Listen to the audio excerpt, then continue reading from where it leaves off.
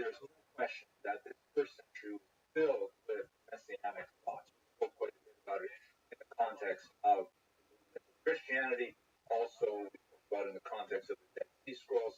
There's a lot of people who are anticipating the arrival of the Messiah. Jewish thought is something that will happen with a great political upheaval, with a world ruler who would initiate a period of freedom for the Jews in Israel, all kinds of other amazing things happen. This is happening at the same time that Rome has let go of the reins of what's going on in Israel specifically. There's a lot of anarchy and banditry, a lot of lawlessness in the streets. They're not patrolling properly, they're not really caring what's going on because the Romans are engaged very heavily in their own self-serving grip, taking bribes and all kinds of things like that. There's also, as we'll recall, Israel is never free of non-Jews. There are mixed populations in Israel, and not everyone there feels comfortable with the Jewish religion of what that land should be. It's familiar, right? This is basically the oldest story of that part of the world. And there are provocations that primarily come from the non-Jewish minorities in Yamnia and also later in Caesarea, as we shall see. In Yamnia, also known as Yavna, the local population specifically, which was assassinated, but nevertheless, there was a lot of friction between non-Jewish and Jewish populations in Israel. During this time, the combination of those two factors tended to push the Pharisees more in the direction of the Zealots, and there was a qualified sympathy for their desire to throw off the yoke of Rome.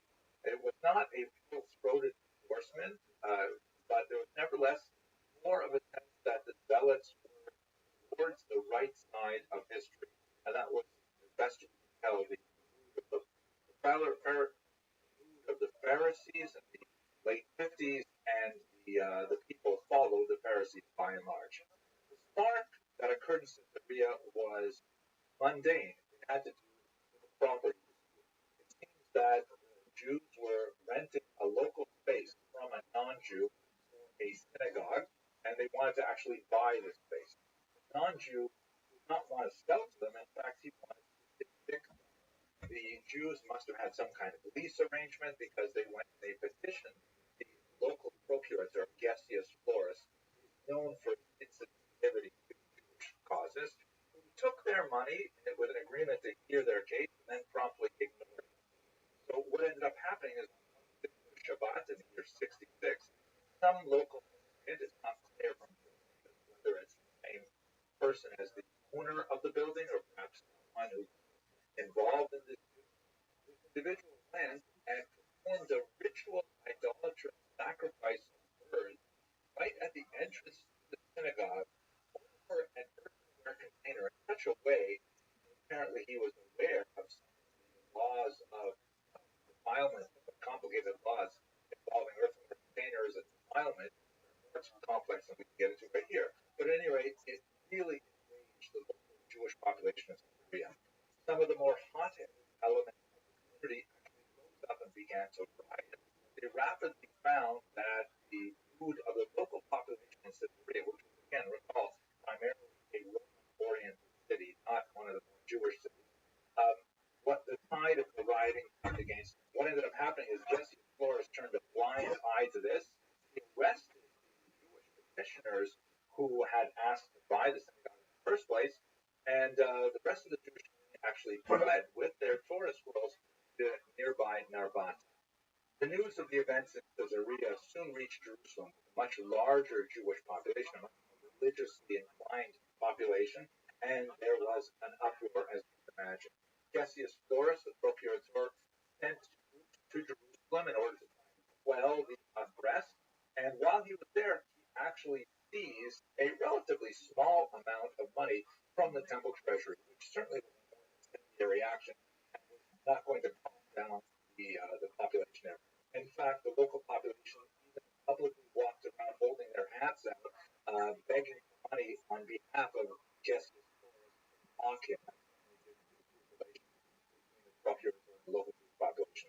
But the violence got actually quite serious, especially in the upper city, and some people were killed. There was bloodshed, and the Antonia fortress, which we'll see a little bit later, to the north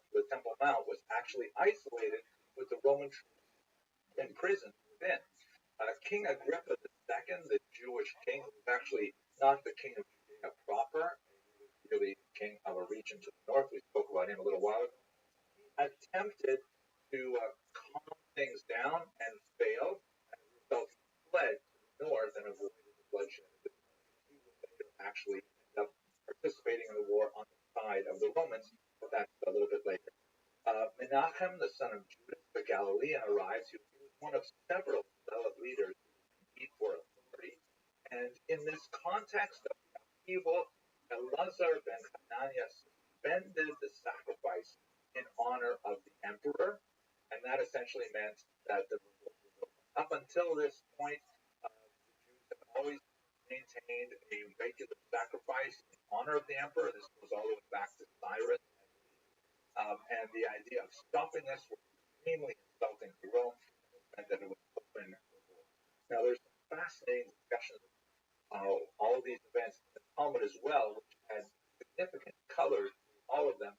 But for the time being, we're going to primarily present the Josephine account, and perhaps in another context, we can come back to the details that the Talmud offers as well. At this point, the local forces that the procurator was able to muster, a fairly small number of troops, could not handle the fight anymore. And so Festus Gallus, who was the governor of Syria and the region of Israel, the supervisory map, he arrived with Nata legion, 12 legions, talking now about 20,000 soldiers. So he comes down from the north and makes his way throughout the region until he gets to Jerusalem. Now, remember, legionnaires are professional, trained soldiers. We're talking about maximum 23,000 rebels spread out throughout the entire region without discipline, without arms, without training. They had the advantage of knowing the terrain and they had the advantage of local contacts, but they were serious disadvantage when fighting actual troops. Nevertheless, they were so enraged that when Festus Gallus entered Jerusalem, and he actually came into the city, he saw what kind of opposition he was facing, and he was intimidated by the Jewish rebels. He decided to retreat, and on his way back, he met disaster, specifically at a pass called the Beit Horon Pass. Is a very narrow strip that requires essentially, a couple of soldiers walking side by side as they make their way down this long pass. And the rebels were able to ambush them and actually wrought terrible havoc on Festus Gallus's legion. They actually captured the eagle standard of the 12th Legion, which was a tremendous insult, by capturing the flag, huge symbolic value. And they also, like symbolic value, real value, actually captured all of the siege equipment, which would be very useful to them in the next couple of years of the war. Festus Gallus actually survived the encounter at Beit Horon, but he was forced to limp back and in a humiliating defeat, and that Rome had to significantly accelerate their effort. Next, we'll explore the second phase of the war, when Rome decides to send a much more battle-hardened general, Vespasian, along with considerably more troops to prosecute the war. Thank you very much for watching.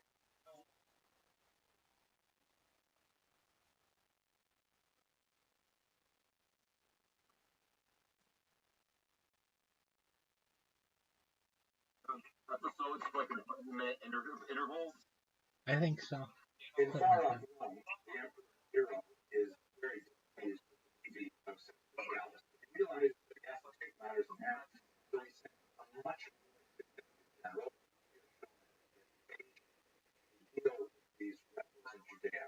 And at this point, we very briefly Josephus, who originally was given command of the northern region of Galilee. And he is a very important figure for us because he is the primary historian that we rely upon not only for the First Roman-Jewish War, he was a first participant in that war, and so he's actually relaying things that he saw himself, but he also goes on to a great career as one of the really important Roman historians overall, providing a particular detailed look at Judaism in antiquity, and we have had occasion to return to that case. At any rate, Josephus, a fairly young man, is and associated primarily with the Pharisees, although he had some experience with all of the relevant groups at the time. He's given command of the north, very important region, but unfortunately the first that is attacked by Vespasian. comes in with 60,000 troops, and in the space of 67, the year 67, he essentially conquers the entire region. In the center there, you see the city of Yotapata, in modern Hebrew, Yotpat, which is where Josephus was housed, and he actually withstood a long siege of over a month until finally they were forced to surrender. As a result of a bizarre suicide pact that Josephus manages to survive, he surrenders to Vespasian and then convinces Vespasian that he can be a very useful ally for him and a tool for him. Vespasian ultimately takes Josephus at his word, and he ends up becoming kind of like the official Jewish expert. In other words, he turns coat. He becomes an ally of the Romans, betraying his countrymen, which makes him a difficult force to rely on in many ways, but nevertheless, Josephus is our main resource for the entire period. And Josephus will describe the rest of the war. In Jerusalem, there's tremendous chaos. The rebel leaders who were active, particularly in the Galilee region in the north, flee the conflict and they make their way to Jerusalem, where there are now several different competing leaders. There are the leaders of the local aristocracy and the high priesthood, who were at the center of what ended up becoming sort of a provisional government that was set up in the beginning of the war in 66. But the competing factions fight bitterly and, in fact, execute the heads of the united leadership, including the high priest.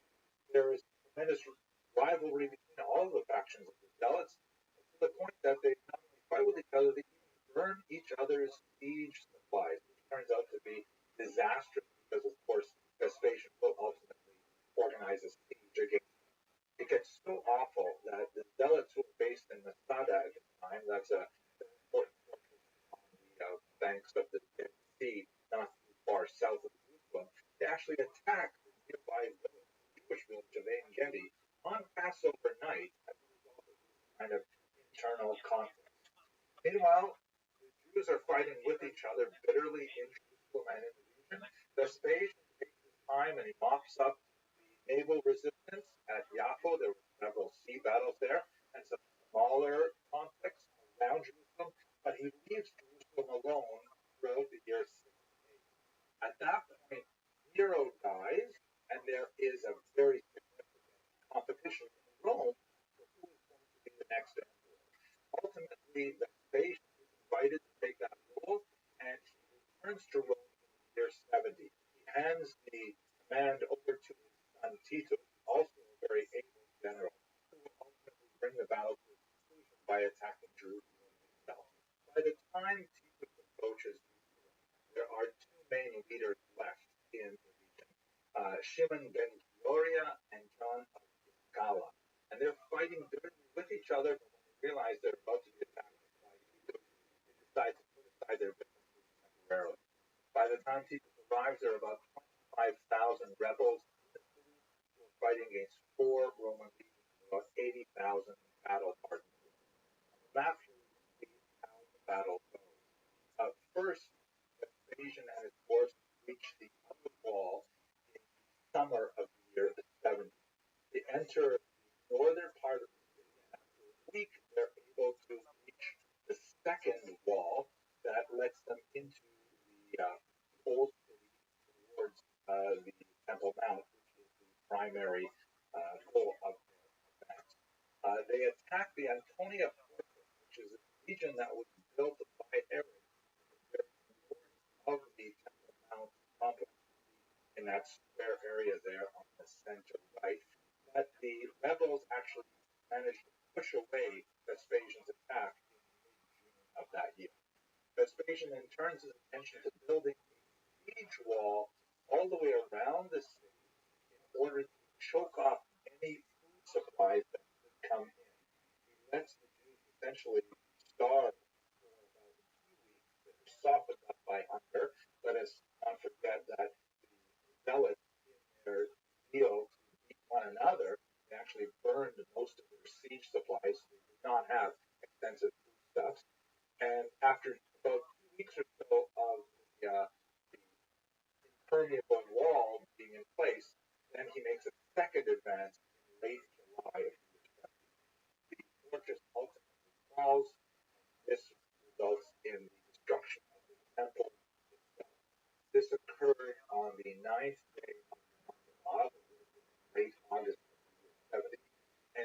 present day, this particular event is marked by fasting by Jews all around the world. They sit on the floor, they read the book of Lamentation, and they endure this day of mourning for an event that occurred 2,000 years ago. The temple was burned to the ground. The fighting would continue throughout Jerusalem, but we'll continue with that in the next week. Thank you for watching.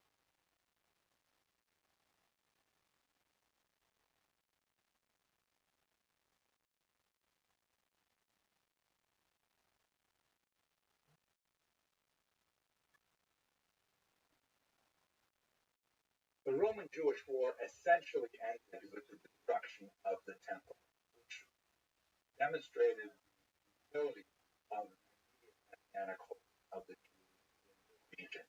However, fighting continued for a few more years, either 73 or possibly 74 of the Common Era. There were a few holdout fortresses outside of Jerusalem, and the most significant of those was undoubtedly Masada, which is shown here. It's a dramatic cliff-top fortress. It was actually the palace of Herod at one point, a vacation palace, and it's in a very forbidding part of the desert, and it is essentially impregnable. The only way to attack Masada is to climb its faces, which are quite steep, at least on two sides of it, and very, very difficult actually to reach its defenses. The rebels under Elazar ben Yair had actually laid in a tremendous amount of supplies, so they could actually last there for many years. Nevertheless, the Romans were brilliant and dogged engineers. They ended up climbing the mountain, and they built a siege tower that was about 80 meters or 260 feet high to be able to reach the final wall. When they got to the very last barrier, which was made of wood, they set it on fire. The rebels located within the compound realized that there was no way to keep the Roman soldiers out, and so in a very dramatic act, almost 1,000 rebels, we're talking about families, not just soldiers, but men, women, and children, committed mass suicide overnight rather than have themselves be turned over as slaves to the Romans. A very dramatic moment in Jewish history, a complex moment that has reverberations of modern Israeli ideology as well. Hopefully we'll come back to that when we get to the end of this series. The Romans enacted significant punishment on the remaining population, and we will go into this in greater detail as we talk about the diaspora and moving forward. But for now, let's just look at a few examples of it. Symbolically, we see the institution of the Judea Capta coin. The Romans actually printed quite a few examples of this coin. On the left, they usually have a portrait of Vespasian. You see him wearing the laurel wreath of victory around his head. And on the right, there's a Roman soldier standing by a balsam pine, which is one of the most important aspects of the Joseph. And there is a forlorn woman with her head in her hands, and she is representing the Judean people. So Judea Capta means Judea is captive. And this was a form of propaganda. Coins are like messages that circulate everywhere, and people see them, and it means something. It was a very important way of advertising state power. Just to show you a couple of examples of the coin, sometimes the Roman soldier is portrayed as being way out of proportion, large compared to the women, to show the dominance of Rome. And in some, especially Timothy, she's actually shown with her hands bound behind her back as a slave taken away in captivity.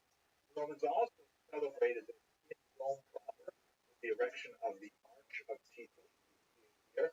And inside the arch, when we zoom in a little bit, there is a depiction of the Romans taking away spoils from the temple. This is a better resolution look at it. You can see that they're clearly holding the candelabra called the menorah, which would have stood in the Temple Mount area.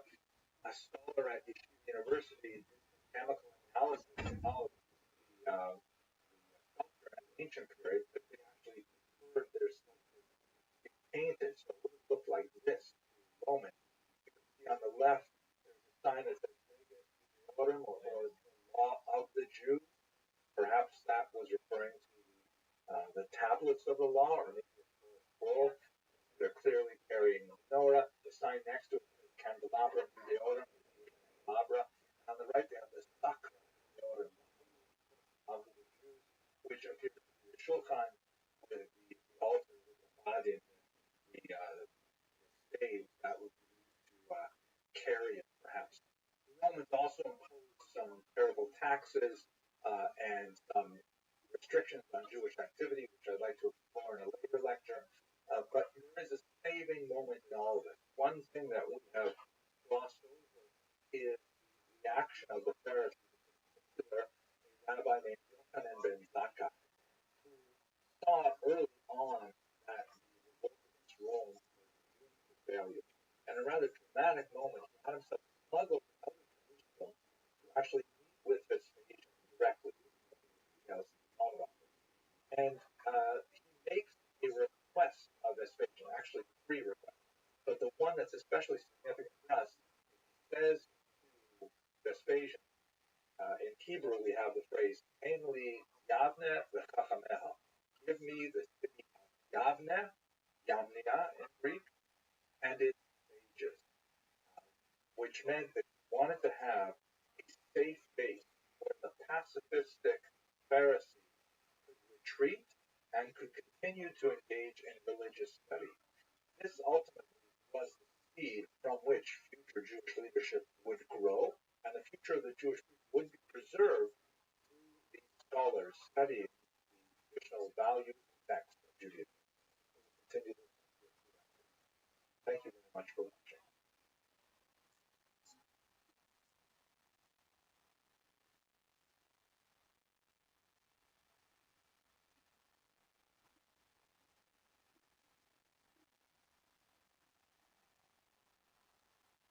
If we move forward about 40, 45 years from the destruction of the temple and the fall of Masada, we get to another period of violence called the Kitos Rebellion. Now, it's a very serious kind of rebellion. We have scattered data points from different sources that all reveal something about this rebellion, but we're not really sure about much of the most essential questions. But we should say one thing to begin with. Many scholars argue whether or not this is really the second Roman Jewish war or something different. It's basically a primarily diaspora phenomenon. It's something that you see primarily outside of Israel, in other words, not so much in Judea itself. So let's try and understand at least some things about this Kitos rebellion. The Kitos rebellion occurs at the very end of Trajan. 5 decades the destruction of the temple has been absolutely terrible for the Jews. There's a tremendous amount of post-destruction trauma that is definitely spiritual in nature. I mean, the Jews had invested all of their spiritual understanding of how they related to the infinite through the temple. And even when the temple was corrupted by a priesthood that was essentially something that could be bought from the Romans, there was still this idea that somehow the temple was the hinge upon which the entire universe turned. And now with that temple gone, what exactly would Judaism do? What would Judaism, look like? It was a period of phenomenal demographic upheaval. Tens of thousands of Jews taken off in slavery in Rome. You have refugees who are scattered throughout the entire region of the eastern Mediterranean, the Iberian and Greek peninsulas, around the Black Sea littoral and further east to Mesopotamia. And you don't have the same kind of center in Israel as you had before. Would the Jewish people even survive this tremendous trauma? The Romans, for their part, did many things to make things worse for the Jews. They certainly wanted to stamp out any possibility of a future revolt. And so there were all kinds of measures put in place to try and redeem the Jews both spiritually, psychologically, demographically, and financially. The fiscus judaicus was instituted, and this was a replacement of the mandatory machasip shekel, the half shekel tax that Jews had from biblical times paid all over the world for the upkeep of the Temple of Jerusalem.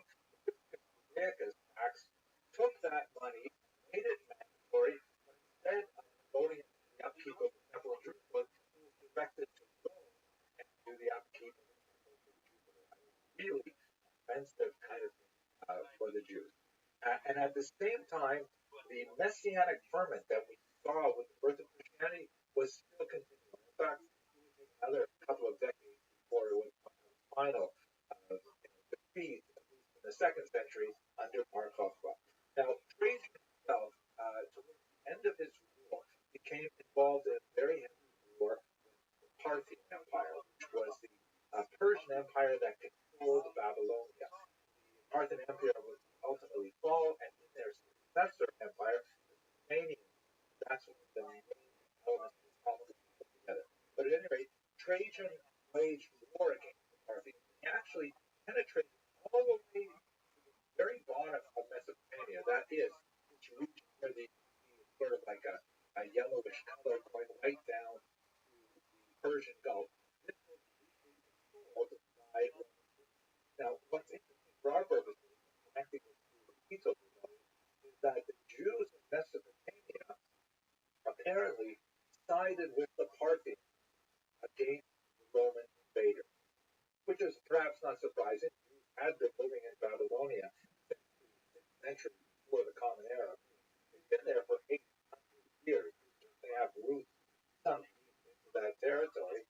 And when the Romans came in and invaded, they took up arms to defend their homeland alongside the Parthians.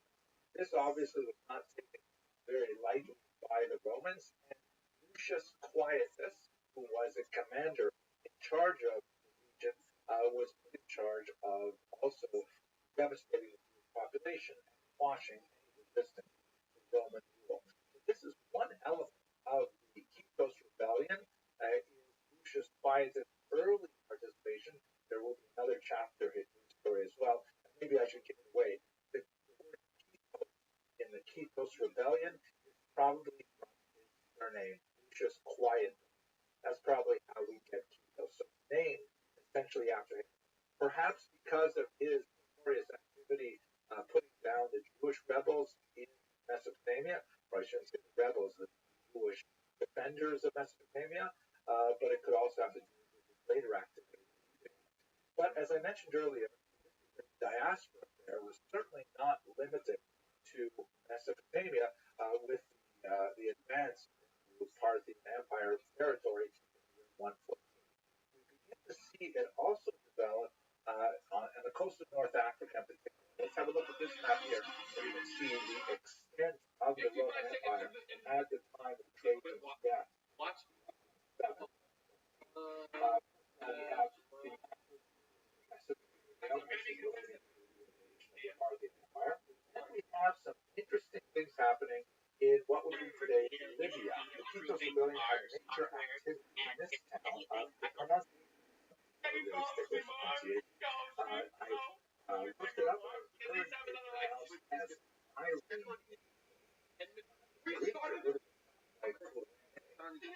So probably and I would be wrong, but this would be one of the locations of major mental activity during this period. And we also have significant activity throughout Egypt, and then finally Cyprus. And once all of this diaspora activity is discussed, very briefly at Judea, where of course there was the almost Kypros rebellion itself, as described in Talmud. Let's look at Kyrene first. The various sources that refer to this assert that there may have been some kind of messianic issue to this, because there is an individual who is referred to as Ulas, one source, and Azariah, different source. It is possible that this is the same person. It was not at all uncommon in the ancient period, especially in the Greek and Roman areas, to have two names, a Hebrew name and I myself have two names, but I have a Hebrew name that my friend Tony which I one of these sources has a king. So that implies some kind of unusual political, although church historians suggest it was sort of a false messianic right. And under this Nicola/Andreas, there was a report of Jewish attacks on Roman temples and public buildings in Egypt. An interesting aspect of this, one that is definitely attacking remember, it's just a few decades of destruction of the temple, and a lot of Jews were very angry. Let's not forget that there are a lot of Jews who were originally rebels in the First War who have fled to various cities in the diaspora, and they could be influencing this uprising again in about the year 115. Now, one of our most important historians that tells us a little bit about the Kitos Rebellion is Cassius Dio. He is a Roman historian who was active at the end of the second and the first half of the third century. And he's great for a lot of things, but there's certain areas where you just don't know how seriously to take them. So, for example, when he describes this rebellion in Kyrene, he puts it like this. This was his language. Meanwhile, the Jews in the region of Kyrene had put a certain Andreas at the head and were destroying both the Romans and the Greeks. Here we go. They would eat the flesh of their victims, make belts for themselves of their entrails, anoint themselves with their blood, and wear their skin for clothing. That's not all. Many they sawed in two from the head downwards. Others they used wild beasts, still others they forced to fight his body. I mean, it's hard to take this seriously. It's just so bizarre, so un-Jewish. Certainly Jews have gone to war, and it's not impossible to imagine atrocities happening when Jews, like any people, go to war. But these are over the top. And in fact, when you look at Cassius Dio's other treatments of barbarian attacks on Rome, they also appear quite, outre. I wanted to read for you the passage where he describes how the Britons deal with the attack from the Romans. And oh my gosh, I can't even look at that because it's actually pornographic in nature. So just trust me, Cassius Dio is liable to exaggerate for dramatic effect. Egypt also saw widespread rebellions between years 115 and 117, a widespread Jewish rebellion, who were apparently the Jews were taking advantage of the absence of Roman forces who had gone off to fight against the Parthian Empire in Mesopotamia. And once again, it's similar kinds of targets. Temples, shrines, for example, the shrine of Nemesis at Memphis, public works, roadways, things like that. Like the Jews rebelling are really directing their attacks specifically at the Roman Empire. Seems to have a very political motive. The economic motive does not seem to rise to the surface, and other than those messianic references, it seems to be something that is really an attempted uprising. It's fascinating to think, though, like why are the Jews all over the diaspora? Do we really think they're going to throw one off? But they obviously are somewhat coordinated. There was, of course, a harsh military response from Trajan, who came back with heavy forces, many killed. This is the period when the great synagogue of Alexandria, which the Talmud says is so large that in order to know when to answer Amen to the person leading the prayers, they had to wave big flags. You could see the flags and know they were up to that part. But this is the period when the synagogue of Egypt of Alexandria was Jewish property was seized, and basically at this point, by the time we get to the end of the Parthian War, the Jewish community in North Africa goes into a steep decline, and it will not rise again for several centuries. We can say the same thing about the island of Cyprus.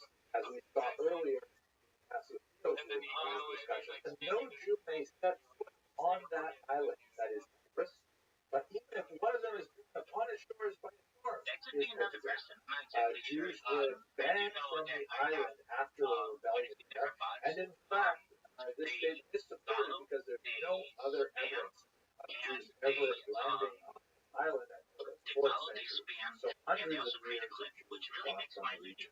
What happened in Judea proper? This is where the Talmud refers to this phrase, the Kitos Rebellion. We know that the and then additionally, what I've done is basically create a persona and appointed as governor in Judea. We don't know a lot about how he conducted himself in that area, but we know that at least the Talmud refers to some acts of violence, and we know that Lucius Quietus brought in a second Roman legion to support the activities. I wish we knew more about this rebellion. It is fascinating to see that it's goes across the diaspora. It represents something we haven't talked about in detail yet, but we will be coming back to it in a few lectures. But we have to move on to a much more powerful and significant rebellion that had a deep mark, big scars on the Jewish psyche, and that's the Bar Kokhba rebellion. Thank you very much for watching. It has like a $300 million market cap, so it's a very serious coin. Averroes is that he's going to perhaps buy into it allegedly. He should. Anybody The Bar Kokhba revolt, so named after its leader, Shimon Bar Kokhba, is often referred to as the Second Roman Jewish War, the first being the Great Revolt of 66 through 74 that resulted in the destruction of the Temple in Jerusalem. And then there's possibly another conflict, the so-called Titus Rebellion that we discussed in the last video. Some people consider that the Second Roman Jewish War, and this would make Bar Kokhba the Third Roman Jewish War. But unlike the Titus Rebellion, this is something that happened entirely within the boundaries of Judea, and certainly constitutes a full-fledged revolt against Rome that required tremendous energy for the Romans as well. So much is unknown about the Bar Kokhba revolt. We do not have really extensive sources describing it. I'll go into a little bit more detail, even to the point where it was not until the 1960s that we were certain what Bar Kokhba's name actually was. It appears that his name, based on some Greek language documents that were discovered in the Dead Sea region, Greek having the advantage of being a phonetic language with all of the vowels written out, which is something that is not true of Hebrew. They referred to him as Bar Kokhba or Ben Kokhba. That was his proper name. The Bar means son of, and Kokhba is the surname. He was known as Bar Kokhba to his followers. A slight pun on the name. Kokhba means star, the son of a star that has kind of like messianic overtones to it. But to his detractors, he was known as Bar Kokhba with a Z instead of an S. The word kazav in Hebrew meaning deception or lies. But his actual name was Kokhba, and he's known popularly in the way that Rabbi Akiva, one of the most important followers, called him Bar Kokhba, the star. It's hard to underestimate the importance of Bar Kokhba in the Israeli civic mentality, because Bar Kokhba represents the last living president of the Jewish polity until the 20th century. In a moment, I'd like to talk to you about Dr. Yigael Yadid, who wrote a very important work on Bar Kokhba. It describes the moment when the current president of Israel in 1960 first saw an inscription that was written by the president of Israel some 1900 years earlier. It's really important to see it as a sort of a culmination of that strive for statehood that has a 1900-year hiatus. Where we can see this graphically is in the Knesset Menorah, the sculpture that stands outside the contemporary building known as the Knesset, which is where Israel's parliament sits. And in this candelabra, you can see that there are many historical figures that are represented on the arms of the candelabra. Zooming into the center, you see that the three central uppermost branches have representations of three distinct leaders in Jewish history. First is Moses, who is shown here from a biblical passage that describes the attack of the Amalekites against the Jews on their way from Egypt to Israel. And as the passage there describes, as long as Moses had his hands up in the air, heavenward, then the Jews would succeed in battle. And when he lowered his hands, they would fail. So he was supported by his lieutenants, holding his hands in the air so he could retain that position for the duration of the battle, representing a military victory with an appeal to God at its very center. On the left, you see David. We should understand that the left here is on Moses' right, the higher level of authority and status. David shown here as a young man holding up the severed head of Goliath, a very important passage that describes, again, a military victory with supernatural assistance from God. And then finally, going to the left, the less significant of the two, but still right at the very center of the candelabra, is this representation of Bar Kokhba. And unlike David and Moses, he is represented here in an attitude of decline and an attitude of defeat, because after all, the Bar Kokhba rebellion was ultimately unsuccessful. Nevertheless, he is shown here as a powerful military figure and as a tragic one as well. That's the story we'll go over in the next 15 minutes or so. Our sources, as I mentioned, are somewhat limited. We have an important Roman historian, Cassius, sometimes called Dio Cassius, who is somewhat problematic because we only have an abbreviated form, as we shall see shortly. We have Eusebius, an important church historian, Cassius being active in the basically at the turn of the 3rd century. Eusebius, about 100 years later, one of the church fathers, again passing references. And then we have some amazing passages in the Talmud and in the Midrash, but they are not necessarily historical in the same way that some of these other historians are conformed to Western sensibility. There were also some famous and important discoveries in the 1960s, primarily archaeological discoveries conducted by this man, Mikael Yadin, who is one of these amazing Israeli figures who is at once both a war hero, very highly placed at the top of the Israeli defense forces, and at the same time an archaeologist, a scholar, and a very gripping writer. I'm going to produce a little review of his treatment of Bar Kokhba in a separate video. Absolutely fascinating account, very much worth reading. So let's try and understand what we can about Bar Kokhba and his rebellion from the sources that we have. Here's a children's book. The Hebrew translation is The History of Israel for Children. The Bar Kokhba rebellion is a heroic figure and rallying the troops against Rome and so on. This describes the rebellion that took place from the years 132 to 135 of the Common Era. The leader, of course, is Bar Kokhba. In the Midrash, is described as a mythic figure of phenomenal proportions. An extremely brutal and ferocious warrior, not unlike some of the depictions of David that we have in Tanakh and also in the Talmud. The Talmud says, for example, and this is kind of like, we have to assume it's a kind of a hyperbole that is not uncommon in the Talmud, that to test their bravery, Bar Kokhba would have all of his recruits have a digit sliced off their hand, which is, totally forbidden in Jewish law. By the way, kids don't try this at home. But the rabbis complained and said, Bar Kokhba, what are you doing? How long will you mutilate the young men of Israel?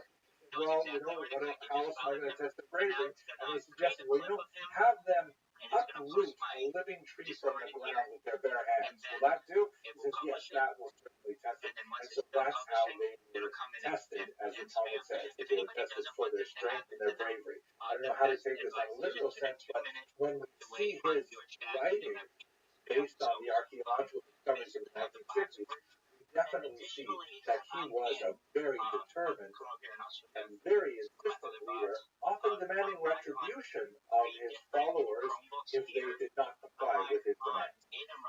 He was known to many as a possible Messiah. And let's remember, in Jewish terms, a Messiah, Mashiach, is a human being, a political leader who will effect a military unification of the land of Israel, who will bring in all of the exiles, who will bring them in, gathering in the exiles, and initiate a period of great peace and prosperity for Israel and the world. And many saw Bar Kokhba as that person, including famously Rabbi Akiva, who towards the end of his life supported Bar Kokhba as a possible Mashiach. He was contradicted by several of his colleagues. One of them famously said to him, Akiva, you will have grass growing from your cheekbones, for Bar Kokhba is the Messiah. This is impossible, and you will be dead. Bar Kokhba will never be the Messiah. But nevertheless, the notion of Bar Kokhba as Messiah certainly inspired many to follow. Here is, by the way, one of the amazing finds that was uncovered by Dr. Yadin. in the Dead Sea region. You see at the very top right, it says Shimon Bar Kokhba Nasi Yisrael. Shimon Bar Kokhba, president of Israel. Unfortunately, there's so much we don't know about the war. One of the most basic things that we don't know about this war is why exactly did it start. So Cassius Dio, the Roman historian, gives us an account of the war. Unfortunately, the only version of Cassius Dio's account has not survived antiquity in its original formulation, but rather as what they call an epitome.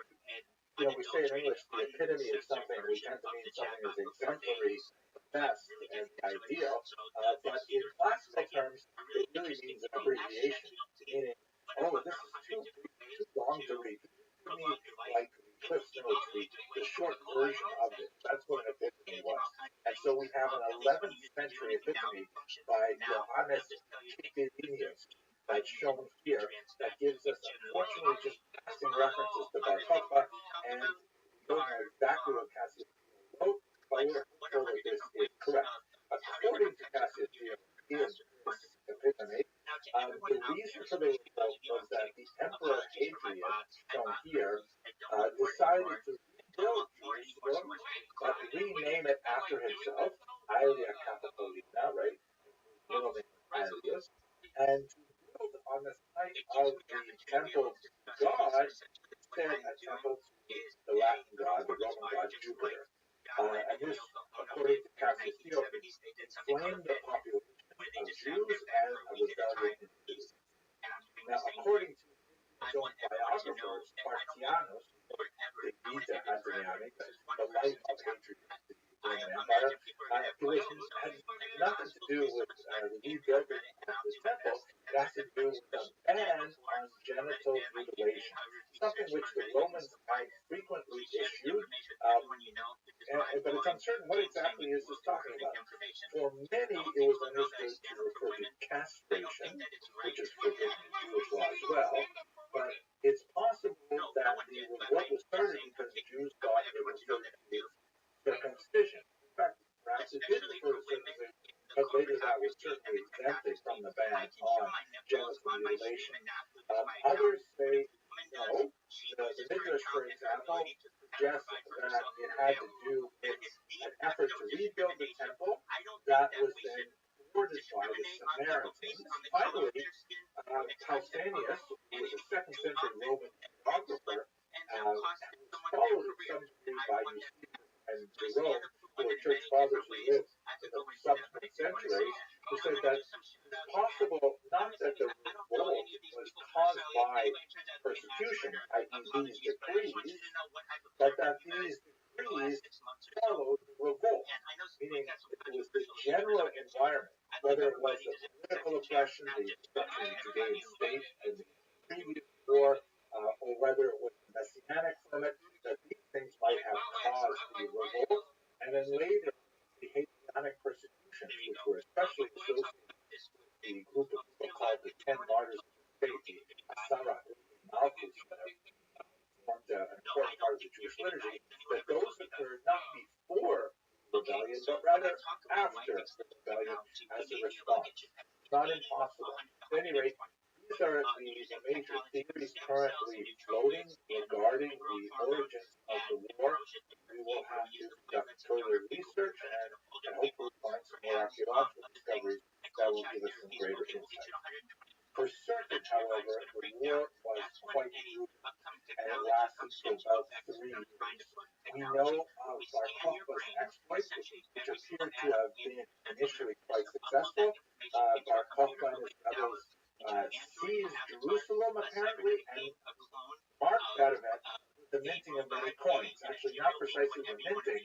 What they did was they would take Roman coins, heat them up, and then re-stamp them, which in itself, by the way, is an act of treason. And they re-stamped them with the Jewish themes, and they would mark them with messages like, the freedom of Jerusalem, year 1, year 2, things like that. Here's one depiction of the Bar Kokhba coins. You can see that the top coins have the temple on them, on top of a Roman tetradrachm, that's a Stella in Hebrew, and at the very top is a little star motif, which is emblematic of Bar Kokhba himself. At the bottom you see traditional themes like a lyre, grapes, an urn, and trumpets. But what's interesting is what you don't see, which are any representations of human beings, or specifically the lulav and esrog, the aluminium, four species that are held together as part of the Sukkot celebration. It's interesting to note that Bar Kokhba, from as far as we can tell, not only the attraction of Rabbi Akiva and the various depictions in the Talmudic sources, but also in the archaeological evidence, seems to have been leading a movement of observant Jews, that they were striving to maintain the observance of the holidays and things like that, even when they were besieged and literally living in. We know that the war was quite brutal, that Hadrian suffered tremendously, and as we shall see, had to bring in significant reinforcements to be able to put down this very successful alliance, which took great advantage of the local terrain. Eusebius refers to the Jewish rebels being active in a cave system of the Judean mountain range. We know that Hadrian suffered not only because of the support he had to draw in from elsewhere in the Empire, but also because, as Cassius Dio points out, when he wrote to the Senate the report of what was happening in Judea, he pointedly omitted the phrase et legionibus bene, which means I and my forces are well. Meaning I and the armed forces, the military, are doing fine, thank you. He took out that standard phrase for Cassius Dio writing in the 2nd century. It's a very big statement to the Senate. Ultimately, however, the rebels did not hold out against the overwhelming might of the Romans, and they were reduced to hiding in a series of caves. Some of them are shown here, largely undiscovered until the 20th century. There were originally some Mennonites who made their way into these caves in the early 20th century, and as artifacts began to slowly filter out into the black market, that's when Gael Yadin and his team decided to investigate. And in the early 1960s, they found several of these caves and found some amazing discoveries that we're going to look at in this lecture and a couple others as well. For example, these urns, which are quite remarkable in themselves, but one of the things that tells us about Bar Kokhba is that they used to have like decorations here of facial features that were intentionally defaced, as were all of the implements that had decorations of this nature in the case. So in other words, they may have been made by Romans or Phoenicians or something like that, but the Bar Kokhba rebels, not wanting to transgress the commandment of making graven images, specifically defaced them to remove them. So in the sense of their religious orientation. There's several other indicators of this as well, such as, for example, the discovery of balls of unworked yarn that was dyed with what they believed was the techelet. Techelet is a blue color. This may be a little bit is it really great guy. years, right? And photography, 1960s, right? And this would have been used for the single blue thread in the fringed garments worn by religious Jews, the so-called tzitzit.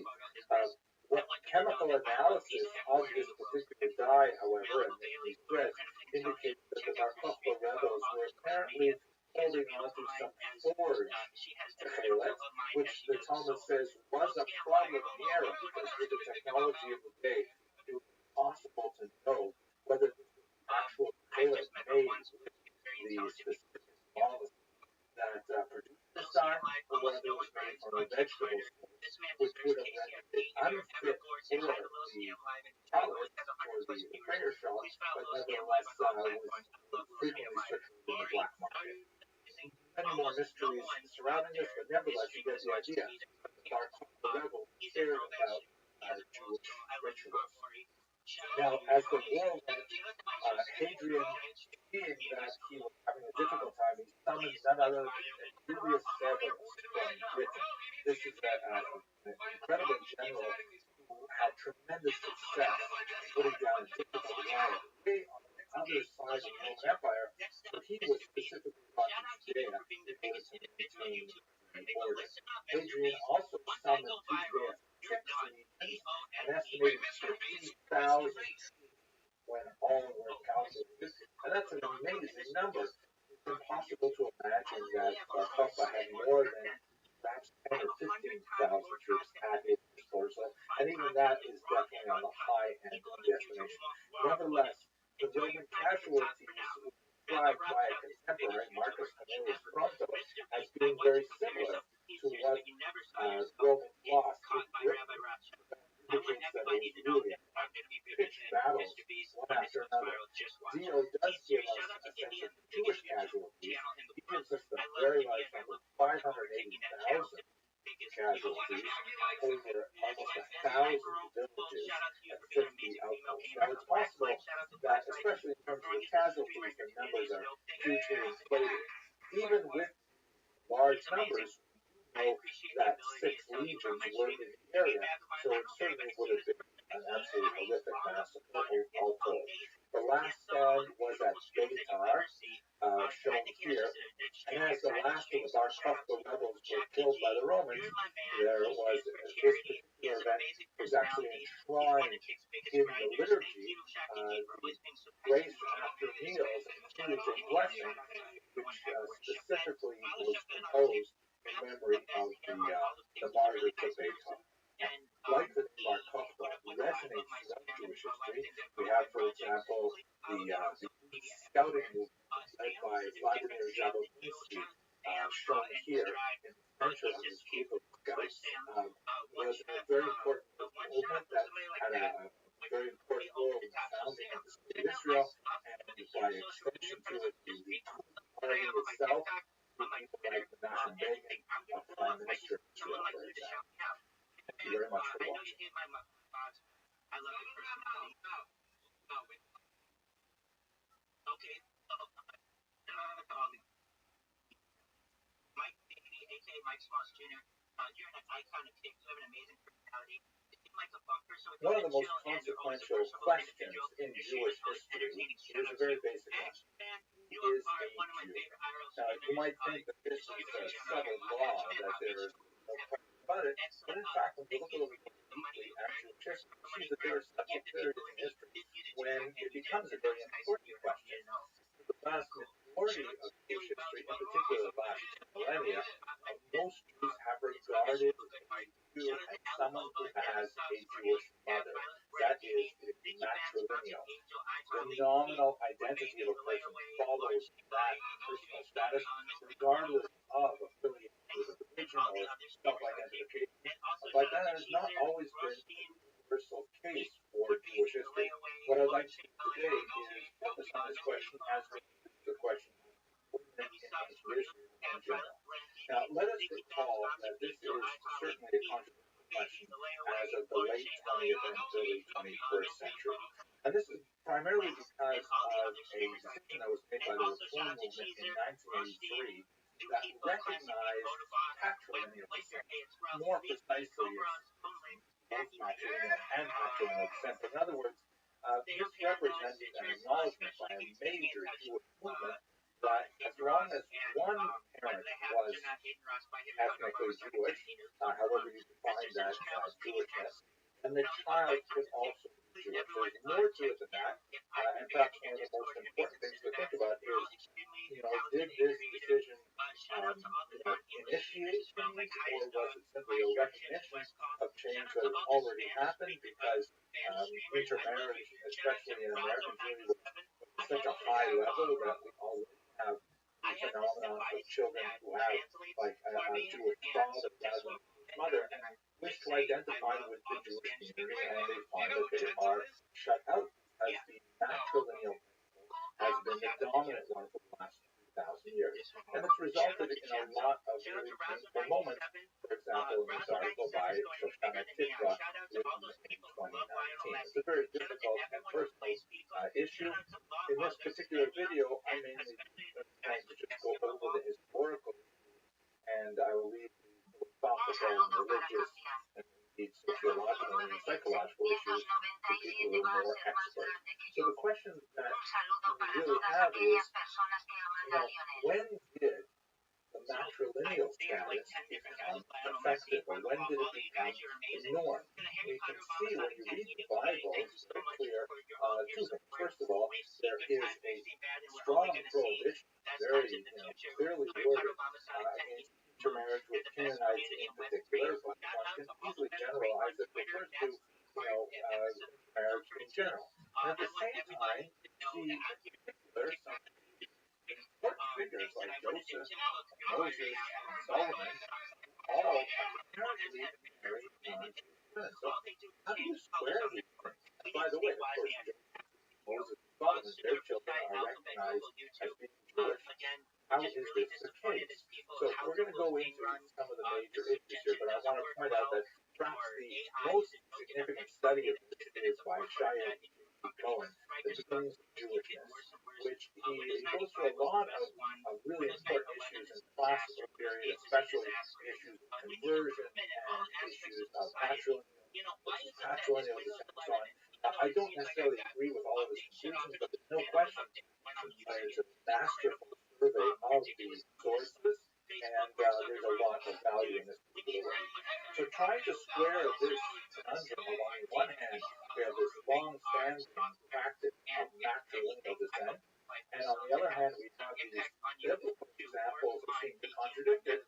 There are three logical ways to approach the challenge. The first is to say, well, let's say the law of matrilineal descent, this concept or principle, was not always described in the text, meaning that, Moses married a Midianite, but the Midianite woman went through a conversion. And Joseph married, an Egyptian woman, but she went through a conversion. If that is the case, then you have to wonder, why doesn't the tell us this? Why doesn't the Torah reveal that this is in fact what happens? Wouldn't we be prone to be misunderstanding the text if it doesn't say something which actually happened? That's one possibility. Another logical possibility is to say that, yes, the law was always in effect. Always adhered to this matrilineal principle, but it was sometimes ignored.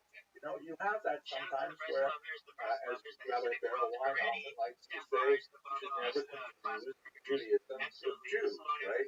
Jews do not necessarily behave in normative, acceptable ways. So perhaps, the examples we have in the Bible are, not in conformity with Jews. Now that would be obviously an acceptable answer, except the fact that, these figures, Moses, Joseph, Solomon, and others, they're really important people, and are we really going to assert that they would be contrary to law? That's definitely problematic. There's also a smaller problem, which we won't go into right now, but the Midrash has a principle that even before the Torah was given, Jews, that level, certainly behave in conformity with the Torah. Like, for example, the laws of keeping kosher were not given until the Torah was given, but you still wouldn't have the patriarchs and matriarchs going out for not kosher food, that kind of thing. But that's a smaller problem. Let's just avoid that for now. The third logical possibility is that maybe the law wasn't always in effect. The law of matrilineal descent, Jewish that the earlier biblical figures who followed apparently a patrilineal principle were not contributing to the law. Again, there's that small midrashic objection, which is but not for us today. If that is the case, that we say the law was not necessarily in effect, when did it change?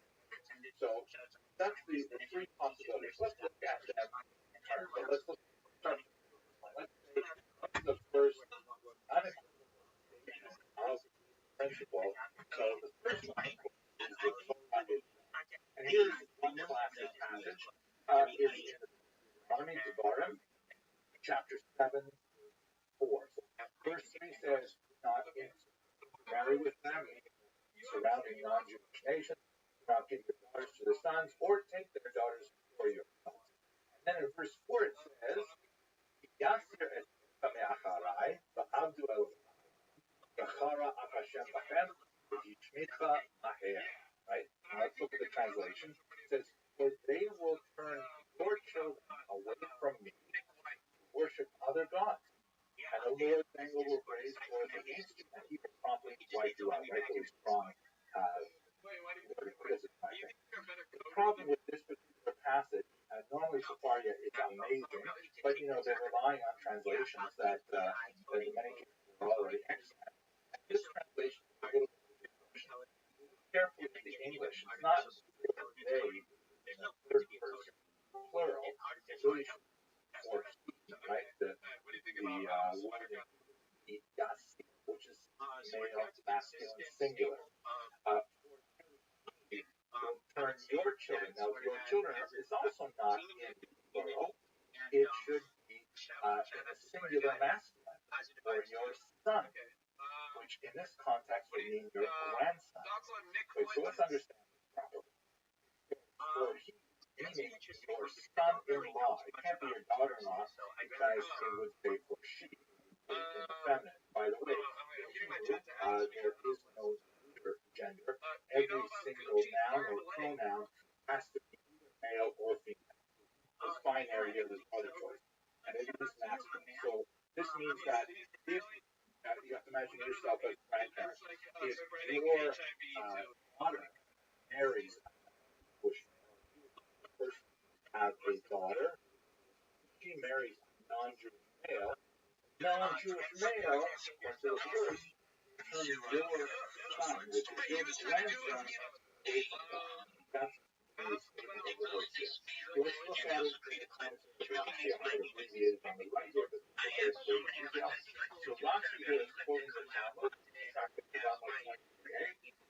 He says this: "I.e., the son of the non-Jew, when he marries thy daughter, will turn away thy grandson, whom thy daughter will bear again from over you." This teaches us that thy daughter's son, who is born of a non-Jewish father, is still called your son, but your son's son is born of a non-Jewish woman, not called son.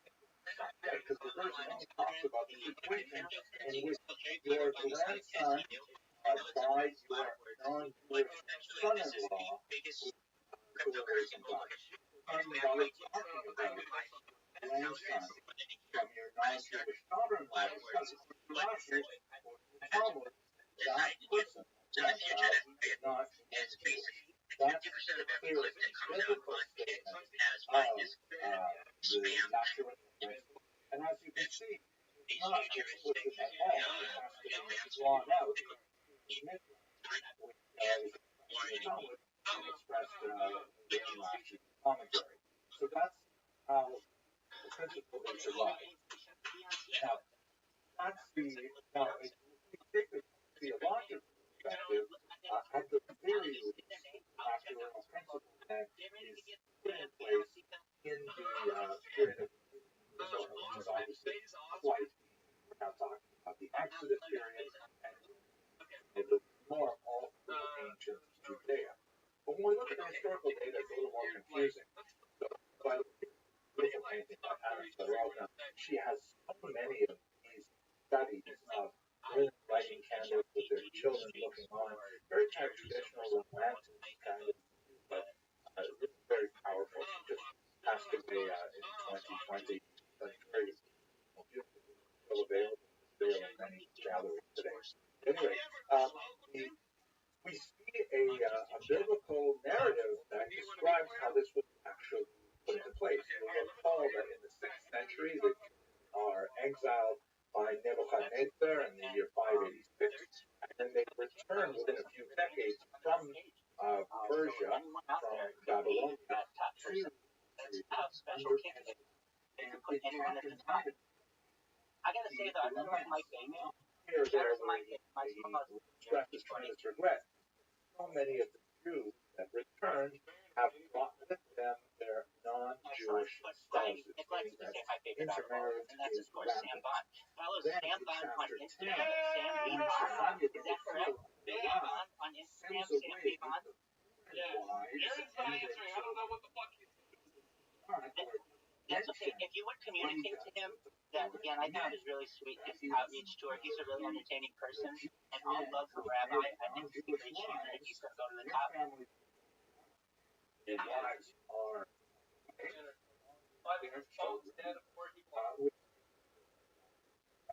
Well, someone out there in the world make sure Ham knows what's going on.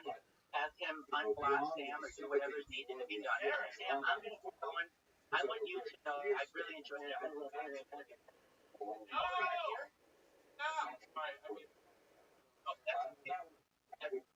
Hey, Sam, it's been an absolute pleasure. We'll have to do this again.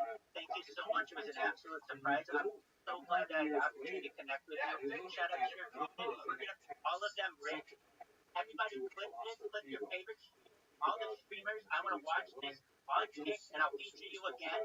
And everybody, retweet this. We're going viral. Check me out. I'm live. I have 100 different YouTube accounts. Just type in Rabbi Rothschild. You'll filter my live. You'll see all my live ones. I have 200 Instagram accounts. Just type Rabbi Rothschild. 300 Twitter accounts. Just type Rabbi Rothschild. I have over 1,000 TikTok accounts. Type Bible accounts. I have over 2,000 Twitter accounts. Search Rabbi Rothschild, and I have over 10,000 Kick accounts.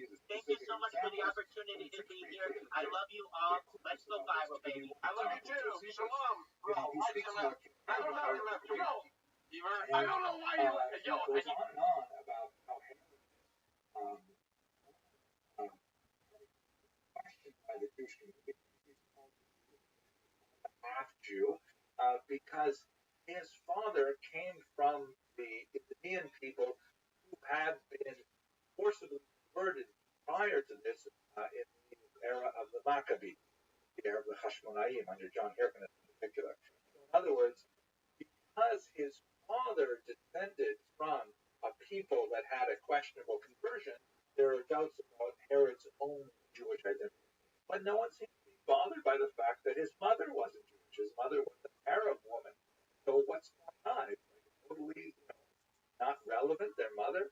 So now there are ways you can approach it. You can say that Josephus is not necessarily the best exemplar of rabbinic Judaism at all.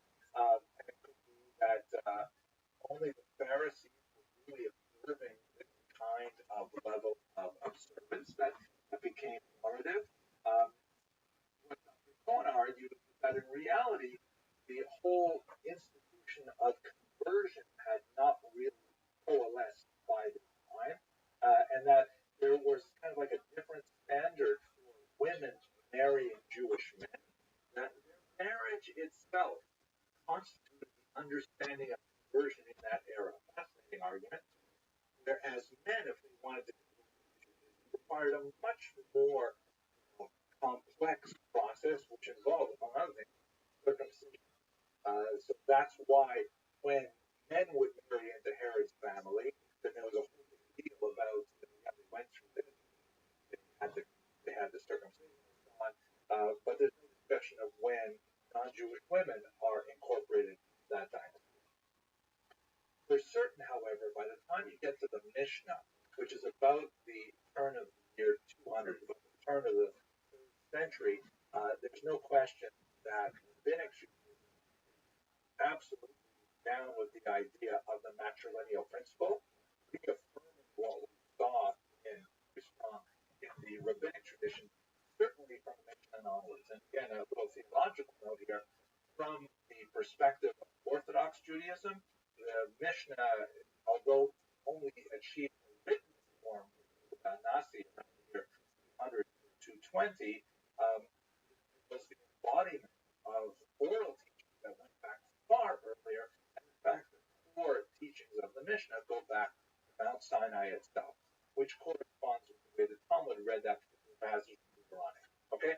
So to wrap this all up, basically, we have a matrilineal principle that can arguably extend it all the way back to Mount Sinai, to a Pharisaic interpretation of the text.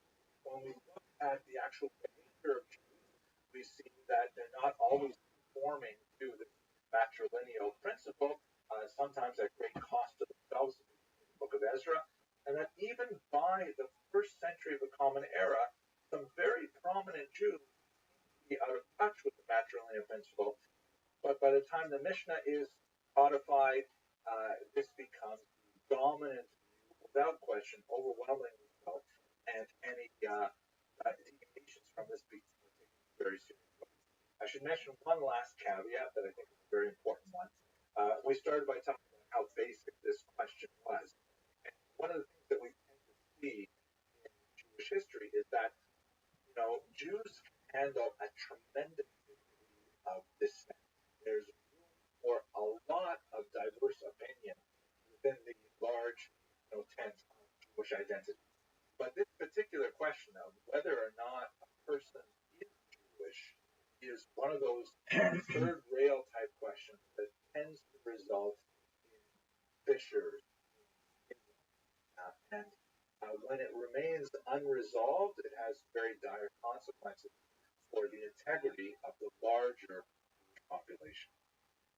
But I leave that for people who are experts. I hope you found this short video useful, and we're going to continue with our discussion of women in ancient Israel next. Thank you for watching.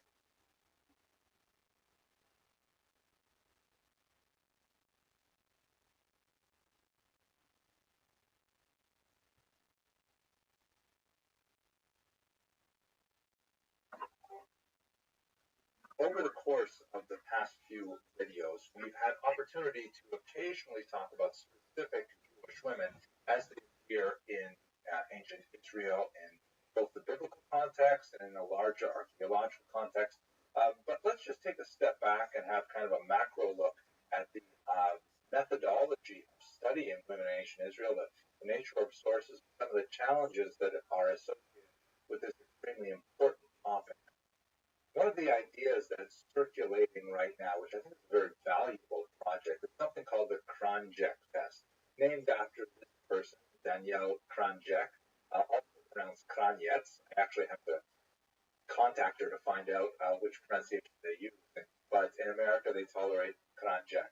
At any rate, she actually trained as a historian, so it was a nice conversation. Her test, which gained a lot of popularity in the Jewish world recently, especially on what we call from Twitter, is inspired by the so-called Bechdel test. The Bechdel test is something that has been used for modern film to sort of purity check the quality of a film from the perspective of feminist analysis. And that is that in order to pass the Bechdel test, a movie has to have two women speaking with each other about something other than a male character, right? So you would think that this would be a totally normal thing to do, but apparently a lot of films don't pass this. I've seen some other details that suggest that women should have names, they should be named characters and so on. And obviously the idea is to try and expand the presentation of women, even in something as contemporary as modern film, try to discuss women as real people. Now, Danielle Kranjek takes this in a different direction and says that in terms of study of the Jewish tradition, any source sheet, which is a tried and true pedagogic model where you'll choose quotes from rabbinic literature, from the Bible, and other things, and put them together on a mimeographed or photocopied sheet, and people will look at these sources. She proposes that any source sheet that includes at least two texts must also include at least one non-male identified text. Very valuable idea to try and expand the, simply the universe of our awareness when it comes to rabbinic theology and writings. And I would love very much to do this with history as well. We see that we are living in an era where this incredibly important aspect of the human condition, the experience of women in history, has been, ignored for centuries, and it's so hard to find women's voices in medieval and ancient sources, but it's something that we really want to resurrect, and we want to try and recreate as much as possible what the experience of living was for fully half of the human population. We happen to live in a cultural moment where this is unusually suppressed as well. I'm sure some of you will be following controversy regarding the decision of some Jewish papers in the media to not publish based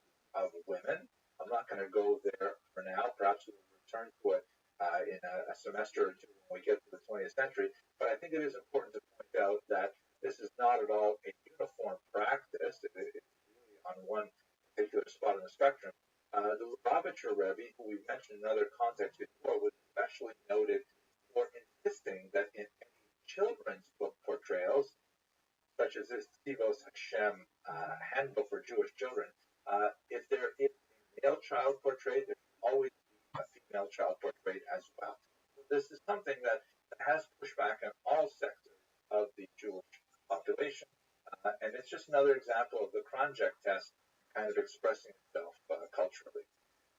When we come to our challenge, which is trying to understand the experience of women in ancient Israel, the difficulty is that the vast majority of our sources are by men, for men, and about men. This is especially true in the literary realm. If we look, for example, at classical rabbinic texts, we have the Mishnah, which on the one hand you say, great, look at this, it has a whole section called Nashim, which is all about women. That should be it, right? But not really, because it's mainly describing how men relate to women, marriage, divorce, levirate marriage, and so on. So women are included in the canon, but at the same time they're kind of fenced off. Another way to look at it, in the temple courtyard, there was a section called Ezrat Nashim, the courtyard of women.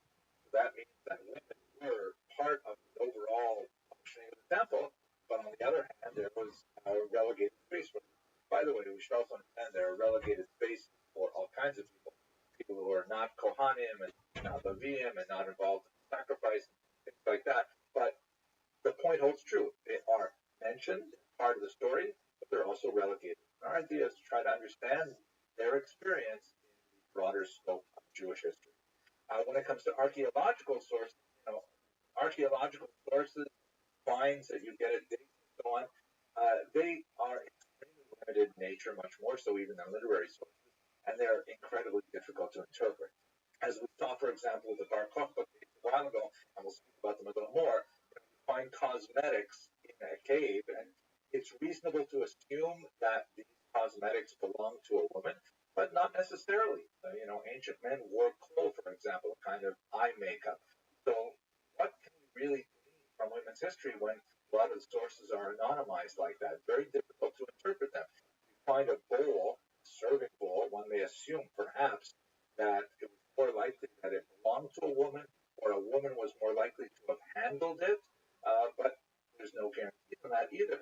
So it's very difficult to actually, on a theoretical level, reconstruct women's experience of history in ancient Israel based on the sources we have. There are some really exciting materials, however, especially when you get to late antiquity. For example, we have the Rufina inscription, which comes from Smyrna in the 3rd century, and if you can make out some of the Greek alphabet there, it's basically a funerary inscription that describes this woman as an archisynagogus. That's right at the right side of the top line, and then going into the second line, it says archisynagogus, which means leader of the synagogue. And we actually have quite a few examples of women who are represented with this particular title. Now, it doesn't necessarily mean from the larger context that they were, like, say, the rabbi or even the president of the synagogue. It may mean something like major donor to the synagogue.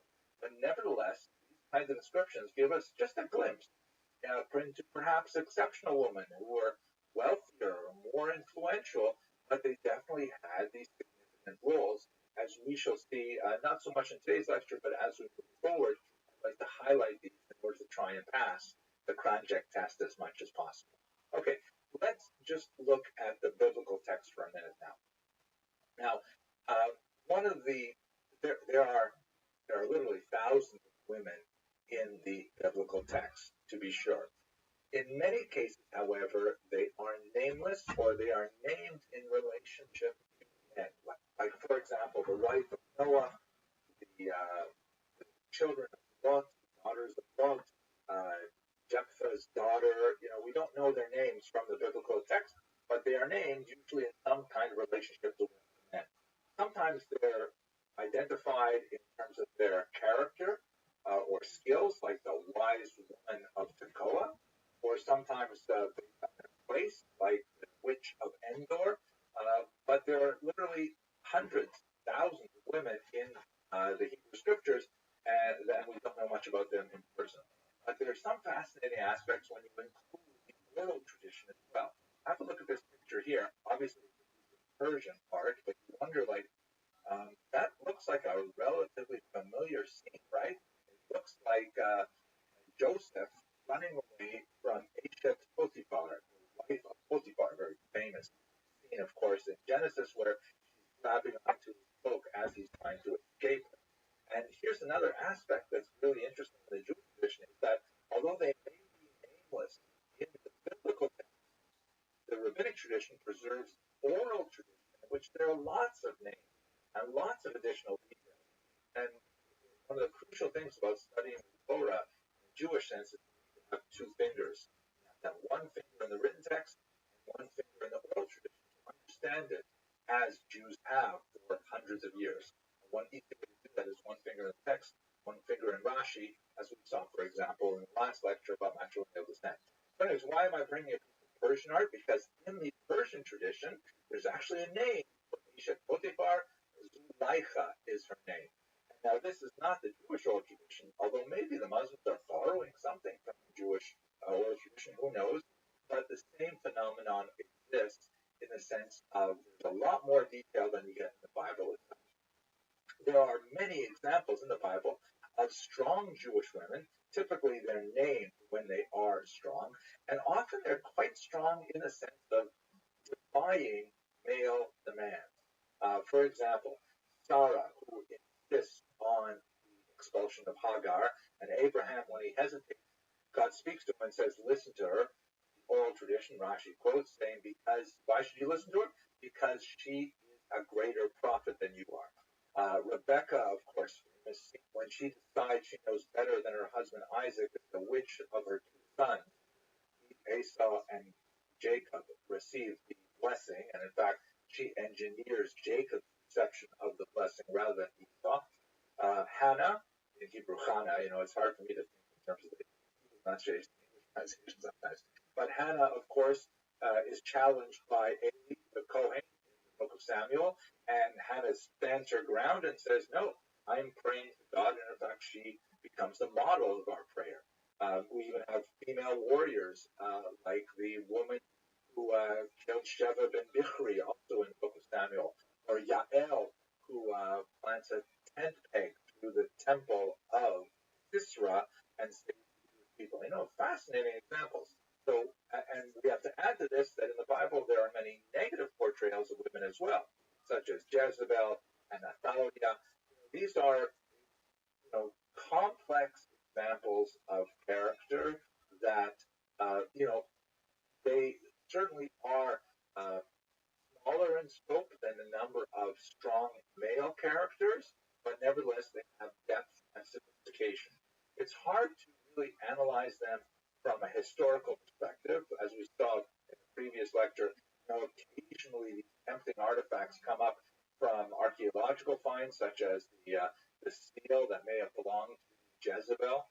But for the most part, we are totally reliant on the biblical text. And so therefore, the kind of tools that we need to try and explore women's history tend to be more literary in nature than historical per se. Nevertheless, we're going to make full use of the text, trying to understand everything we can about them. Let us conclude this discussion with one sort of overarching thing that's really important to understand the experience of women in ancient Israel. And that is that, we have to transport ourselves from early 20th century environment in which we are increasingly tuned to adopt a more androgynous view of religion to a more ancient view in which there was a very radically different experience of Judaism by men and women. One can certainly see echoes of it in the most traditional of communities today, the Orthodox and the ultra-Orthodox, but this is something that would have been pervasive in the ancient world. In the next lecture, we'll talk about some exceptional women, but when we want to look at women in general in Israel, one of the most important things to really bear in mind is the fact that men and women were not necessarily practicing the same religion. Maybe I can say it in a little bit better way. They were practicing the same religion, but there are two different tracks. There's a men's track and a women's track. There's a lot to say about this in terms of religious studies, but in terms of kind of an